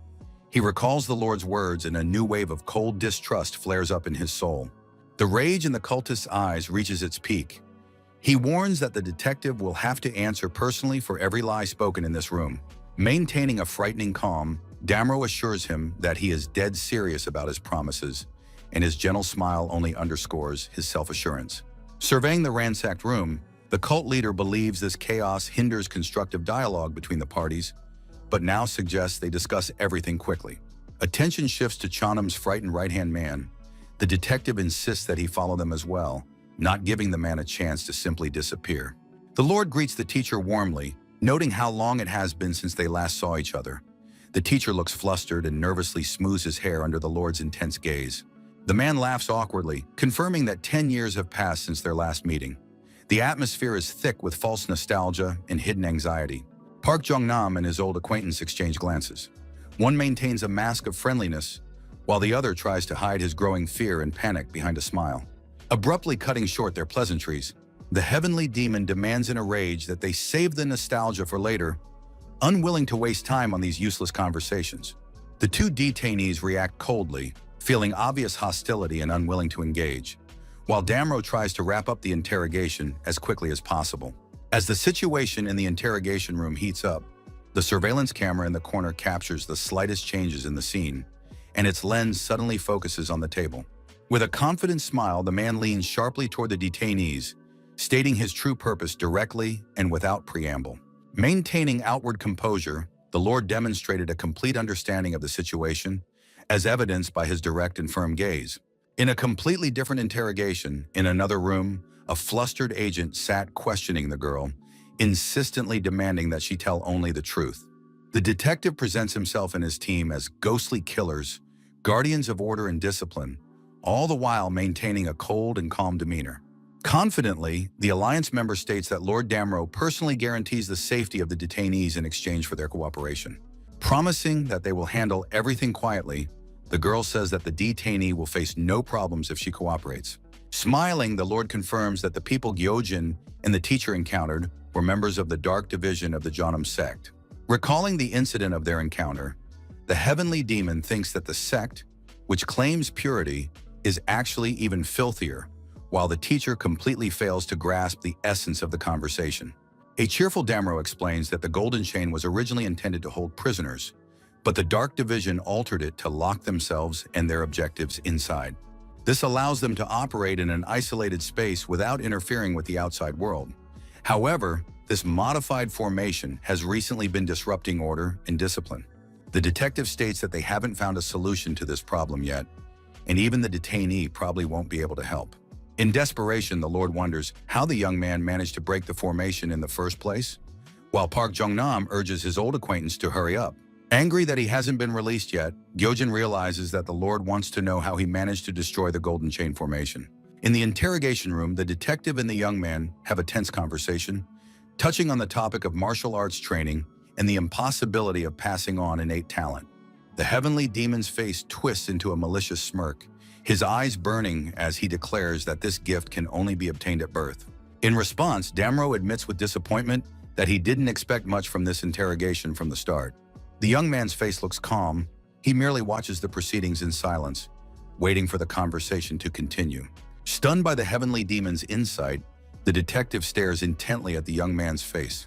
Raising his hand mockingly, the heir derisively dismisses the pathetic excuses of the police who are unable to overcome the magical barrier. Continuing to rub salt in the wound, the young man openly laughs at the detective's weakness, asserting that their current power isn't even enough to simply open the entrance. His words grow harsher, and the young man is certain that if the police possessed power on the level of Muram, they would have crushed their enemies to dust long ago, rather than sitting here engaged in this pointless conversation. Suddenly, the Lord's expression changes, and his eyes flash with a frightening blue light. Casting aside his mask of calm, he asks the young man directly if he is ready to make a deal. A sinister smile plays on Gyojin's lips. He savors the moment of his triumph, seeing how the experienced investigator has finally set aside his pride and is asking for help. Skeptically, the heir spreads his arms, mocking the Lord's trite offer. He doesn't believe that freedom in exchange for work is a fair deal for him. Stepping in close, the young man boldly asserts his superiority. He is certain that the bars cannot hold him and that he is capable of escaping at any moment. Tension builds in the room. The young man literally dominates the space, causing those around him to tremble at his terrifying confidence and mad gaze. Peering into the student's eyes, Damro tries to find even a shred of reason. In a cold tone, he demands an immediate answer before the situation spirals completely out of control. The young man dictates his own rules and demands complete non-interference in his affairs. The witnesses realize with horror that this is not merely a request, but the beginning of a dangerous and unpredictable game. With burning eyes, the boy puts forth a second condition, a bloody reprisal against Doan.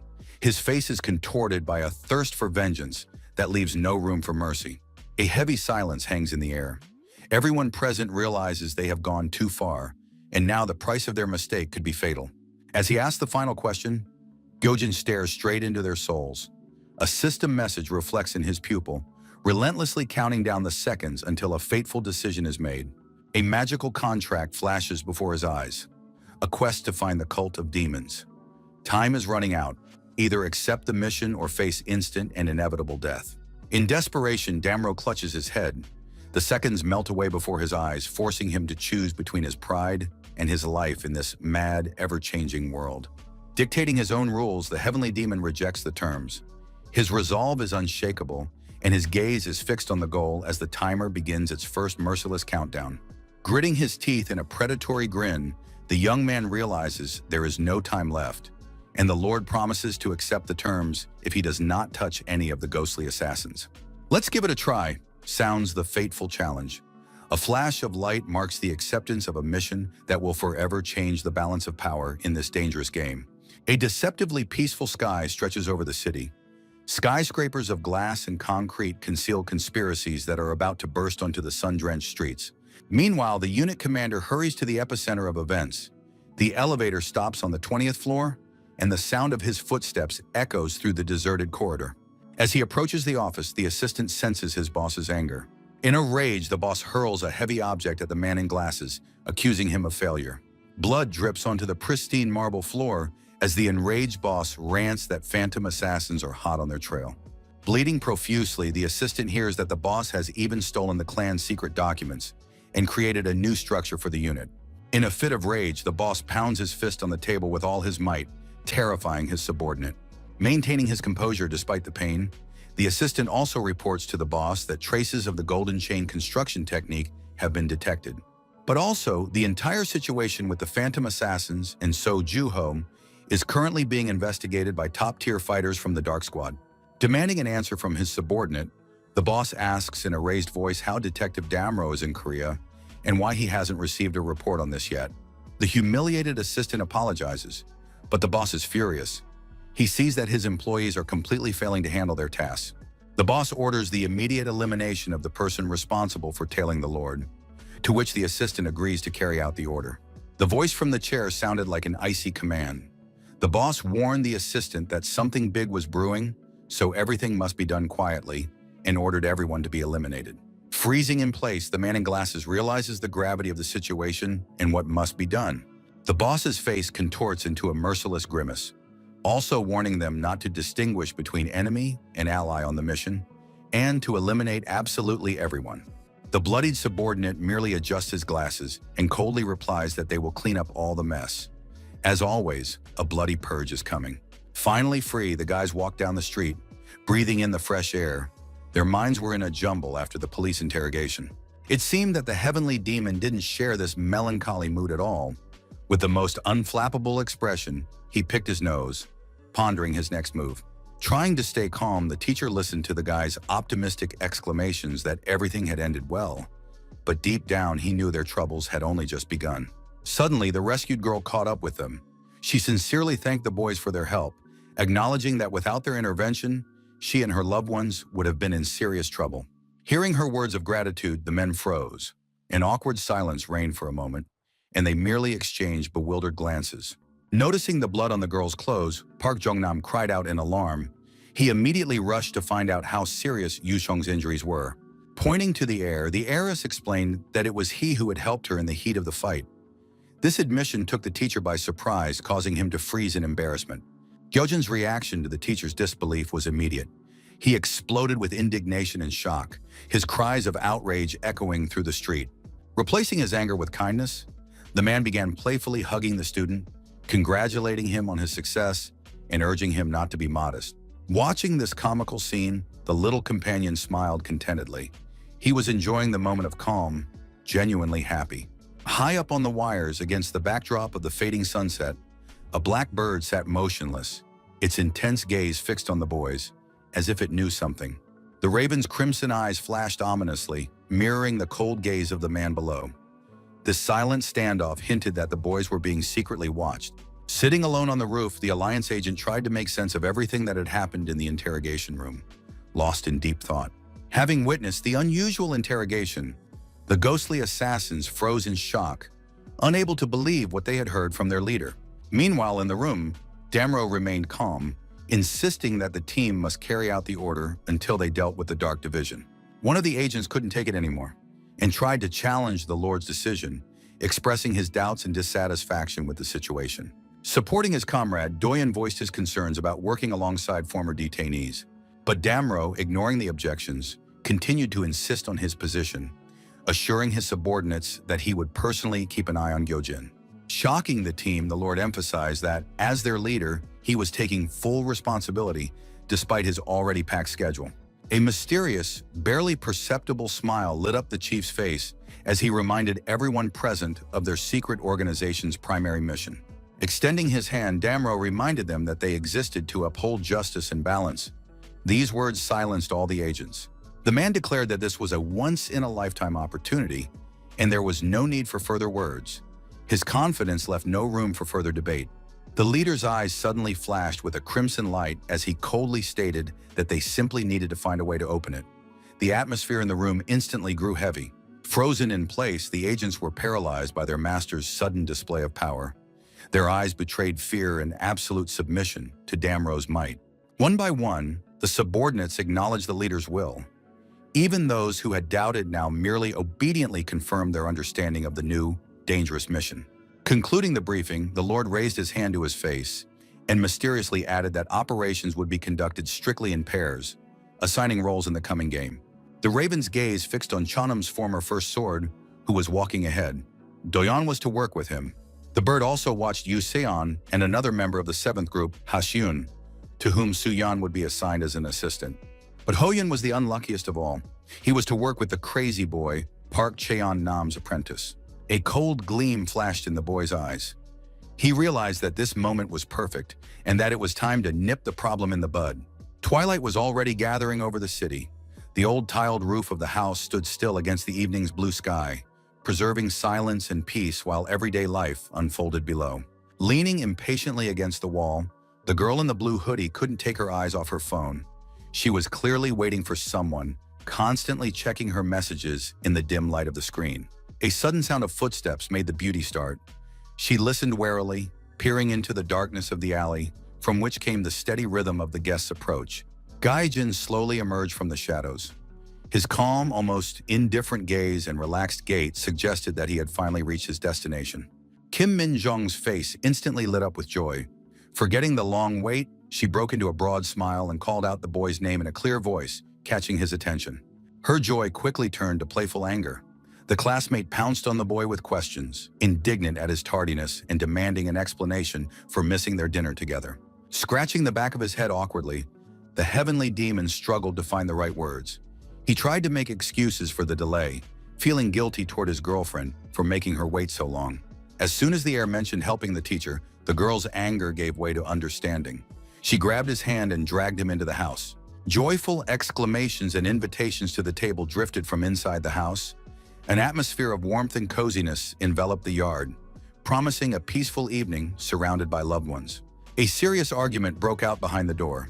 An older man was scolding the young man for his manners, while the latter merely made excuses, creating a lively and truly family-like commotion. The peaceful scene suddenly came to an abrupt end. A powerful flash of lightning split the sky, foreshadowing a storm that threatened to disrupt the established calm. Guards stood frozen at the ward door. An ominous silence reigned in the corridor of the elite clinic, while a nighttime downpour raged outside the window, foreshadowing imminent disaster. Amid the monotonous beeping of medical devices, the wounded man lay in an empty ward. The storm outside the window only underscored his utter loneliness and vulnerability. Heavy handcuffs bind the patient's wrists, securing him tightly to the metal bed. The path to escape is cut off, and time is rapidly running out. The man's eyelids fluttered, and he slowly opened his eyes. Consciousness returns to him at the worst possible moment, when death is already at the door. A masked killer suddenly emerged from the shadows. The cold blade of the sword touched the victim's throat, while words of a long and agonizing wait filled the air. The executioner gripped the sword's hilt tighter, raising it for the decisive blow. The order to eliminate him had come from above, and now the sentence must be carried out. Facing death, the captive remains ice cold. He asked the killer for one last favor, to deliver his message to those behind all this. Enraged, the mercenary shouts at the victim. He is certain that no words will change the outcome now, and he is furious at the enemy's reckless audacity. The killer's eyes flash with rage beneath his mask. He is struck by the recklessness of the dying man, who even in the final seconds of his life tries to play his dangerous game. The doomed man looks death straight in the eye. He firmly declares that his murder will not solve the problem, but will only tighten the knot of fateful events. The scoundrel's sharp gaze narrowed. Surprise mingled with fury when he realized that his victim was not afraid of death, and the words stuck in his throat. Rain continued to pour down furiously from the dark sky. Cold drops washed over the hospital walls, hiding behind them the traces of the tragedy that had unfolded in the ward. The ward was flooded with blinding light. A powerful surge of magic swept through the space, leaving behind only shattered equipment and a ringing silence. The young girl left the hospital, bathed in sunlight. Her face was pale, and her heart was in turmoil, for her brother's words had deeply wounded her. Doubts overwhelmed the mercenary from the 7th team. Her heavy gaze dropped downward, and her heart ached with fear for her friends, who were keeping such a dangerous secret. Suddenly, a man blocked her path on the crowded street. His dark silhouette loomed before Yusin like a shadow, causing her heart to skip a beat in surprise. Crying out, unable to believe her eyes, the girl looked at Chong-hun with anxiety and hope, frantically trying to understand if her brother had truly come to his senses. Gripping her friend's hands tightly, the beautiful girl checked to see if this was a dream. Words of concern tumbled from her lips as she searched his face for signs of his former kindness and warmth. For a moment, Yu-sung felt immense relief. A smile touched her face, and she decided to ask how he had managed to find her here, in this noisy place. But her joy quickly turned to fear. Jong-hun was acting strangely, and her partner froze, feeling an icy chill run across her skin from his sudden movement. Her teammate's gaze became frightening and alien, and his eyes flashed with a crimson light. The atmosphere around them instantly thickened, turning into something ominous and heavy. Trying to hide her trembling, the girl changed the subject to a mutual acquaintance. Her voice sounded uncertain as she stared at that cold, inscrutable face. Yusin kept talking, hoping to reach him through casual questions. But the longer she looked at Jong-hun, the stronger her inner fear grew. Interrupting the beautiful girl mid-sentence, her friend asked a chilling question. His hand rested on his chest, and his voice sounded as if he knew some terrible, dark truth about her. The man's final words sounded like a verdict. The girl froze in shock, realizing that the person standing before her was no longer the man she had loved and protected so dearly. Yusin's pupils narrowed in the face of the approaching horror. Her friend's single, short words struck her harder than a slap, causing her to gasp for breath under the weight of a heavy, suffocating foreboding of disaster. Chong-hun continued to speak in a cold, monotonous voice, mentioning details he shouldn't have known. Every word pierced the beauty with an icy chill. Looming over his former teammate, the guy wanted to know what she had actually been up to all this time. After their failed operation, Yusin's face contorted into a terrifying grimace, and her voice broke into an angry demand for an answer. The world around her faded away, leaving her alone with this furious shadow. With a trembling voice, the girl tried to justify herself, babbling about the help of some phantom assassins, which only provoked her friend's anger. But Yusin didn't stop there. She also mentioned Park Jong-nam's apprentice, making the young man's blood boil and awakening a frenzied, dark thirst for revenge in his soul. A bitter smile escapes through his teeth. The leader's promises of help and protection seemed to him nothing more than a pathetic attempt to hide his true, treacherous motives. His fist clenched until his knuckles turned white. He had pushed thoughts of betrayal to the back of his mind until the very end, hoping that all of this was just a nightmare or a ridiculous twist of fate. The hospital building looks like a silent witness to the collapse. The terrible verdict echoes in his head that the leader of the 7th team, John Ho and Yu Xiong, have committed a vile betrayal. A heavy silence hangs in the hospital room. The young man cannot believe what he has heard, desperately clinging to the hope that this is merely someone's malicious misunderstanding. His gaze grows resolute and cold. Jong-hun must look them in the eye himself to find answers and understand what drove his loyal comrades to do this. Whispering words of faith that grow ever fainter, his confidence in the loyalty of his loved ones melts away. For no one knows what demons are truly tormenting their souls. Anger distorts his features.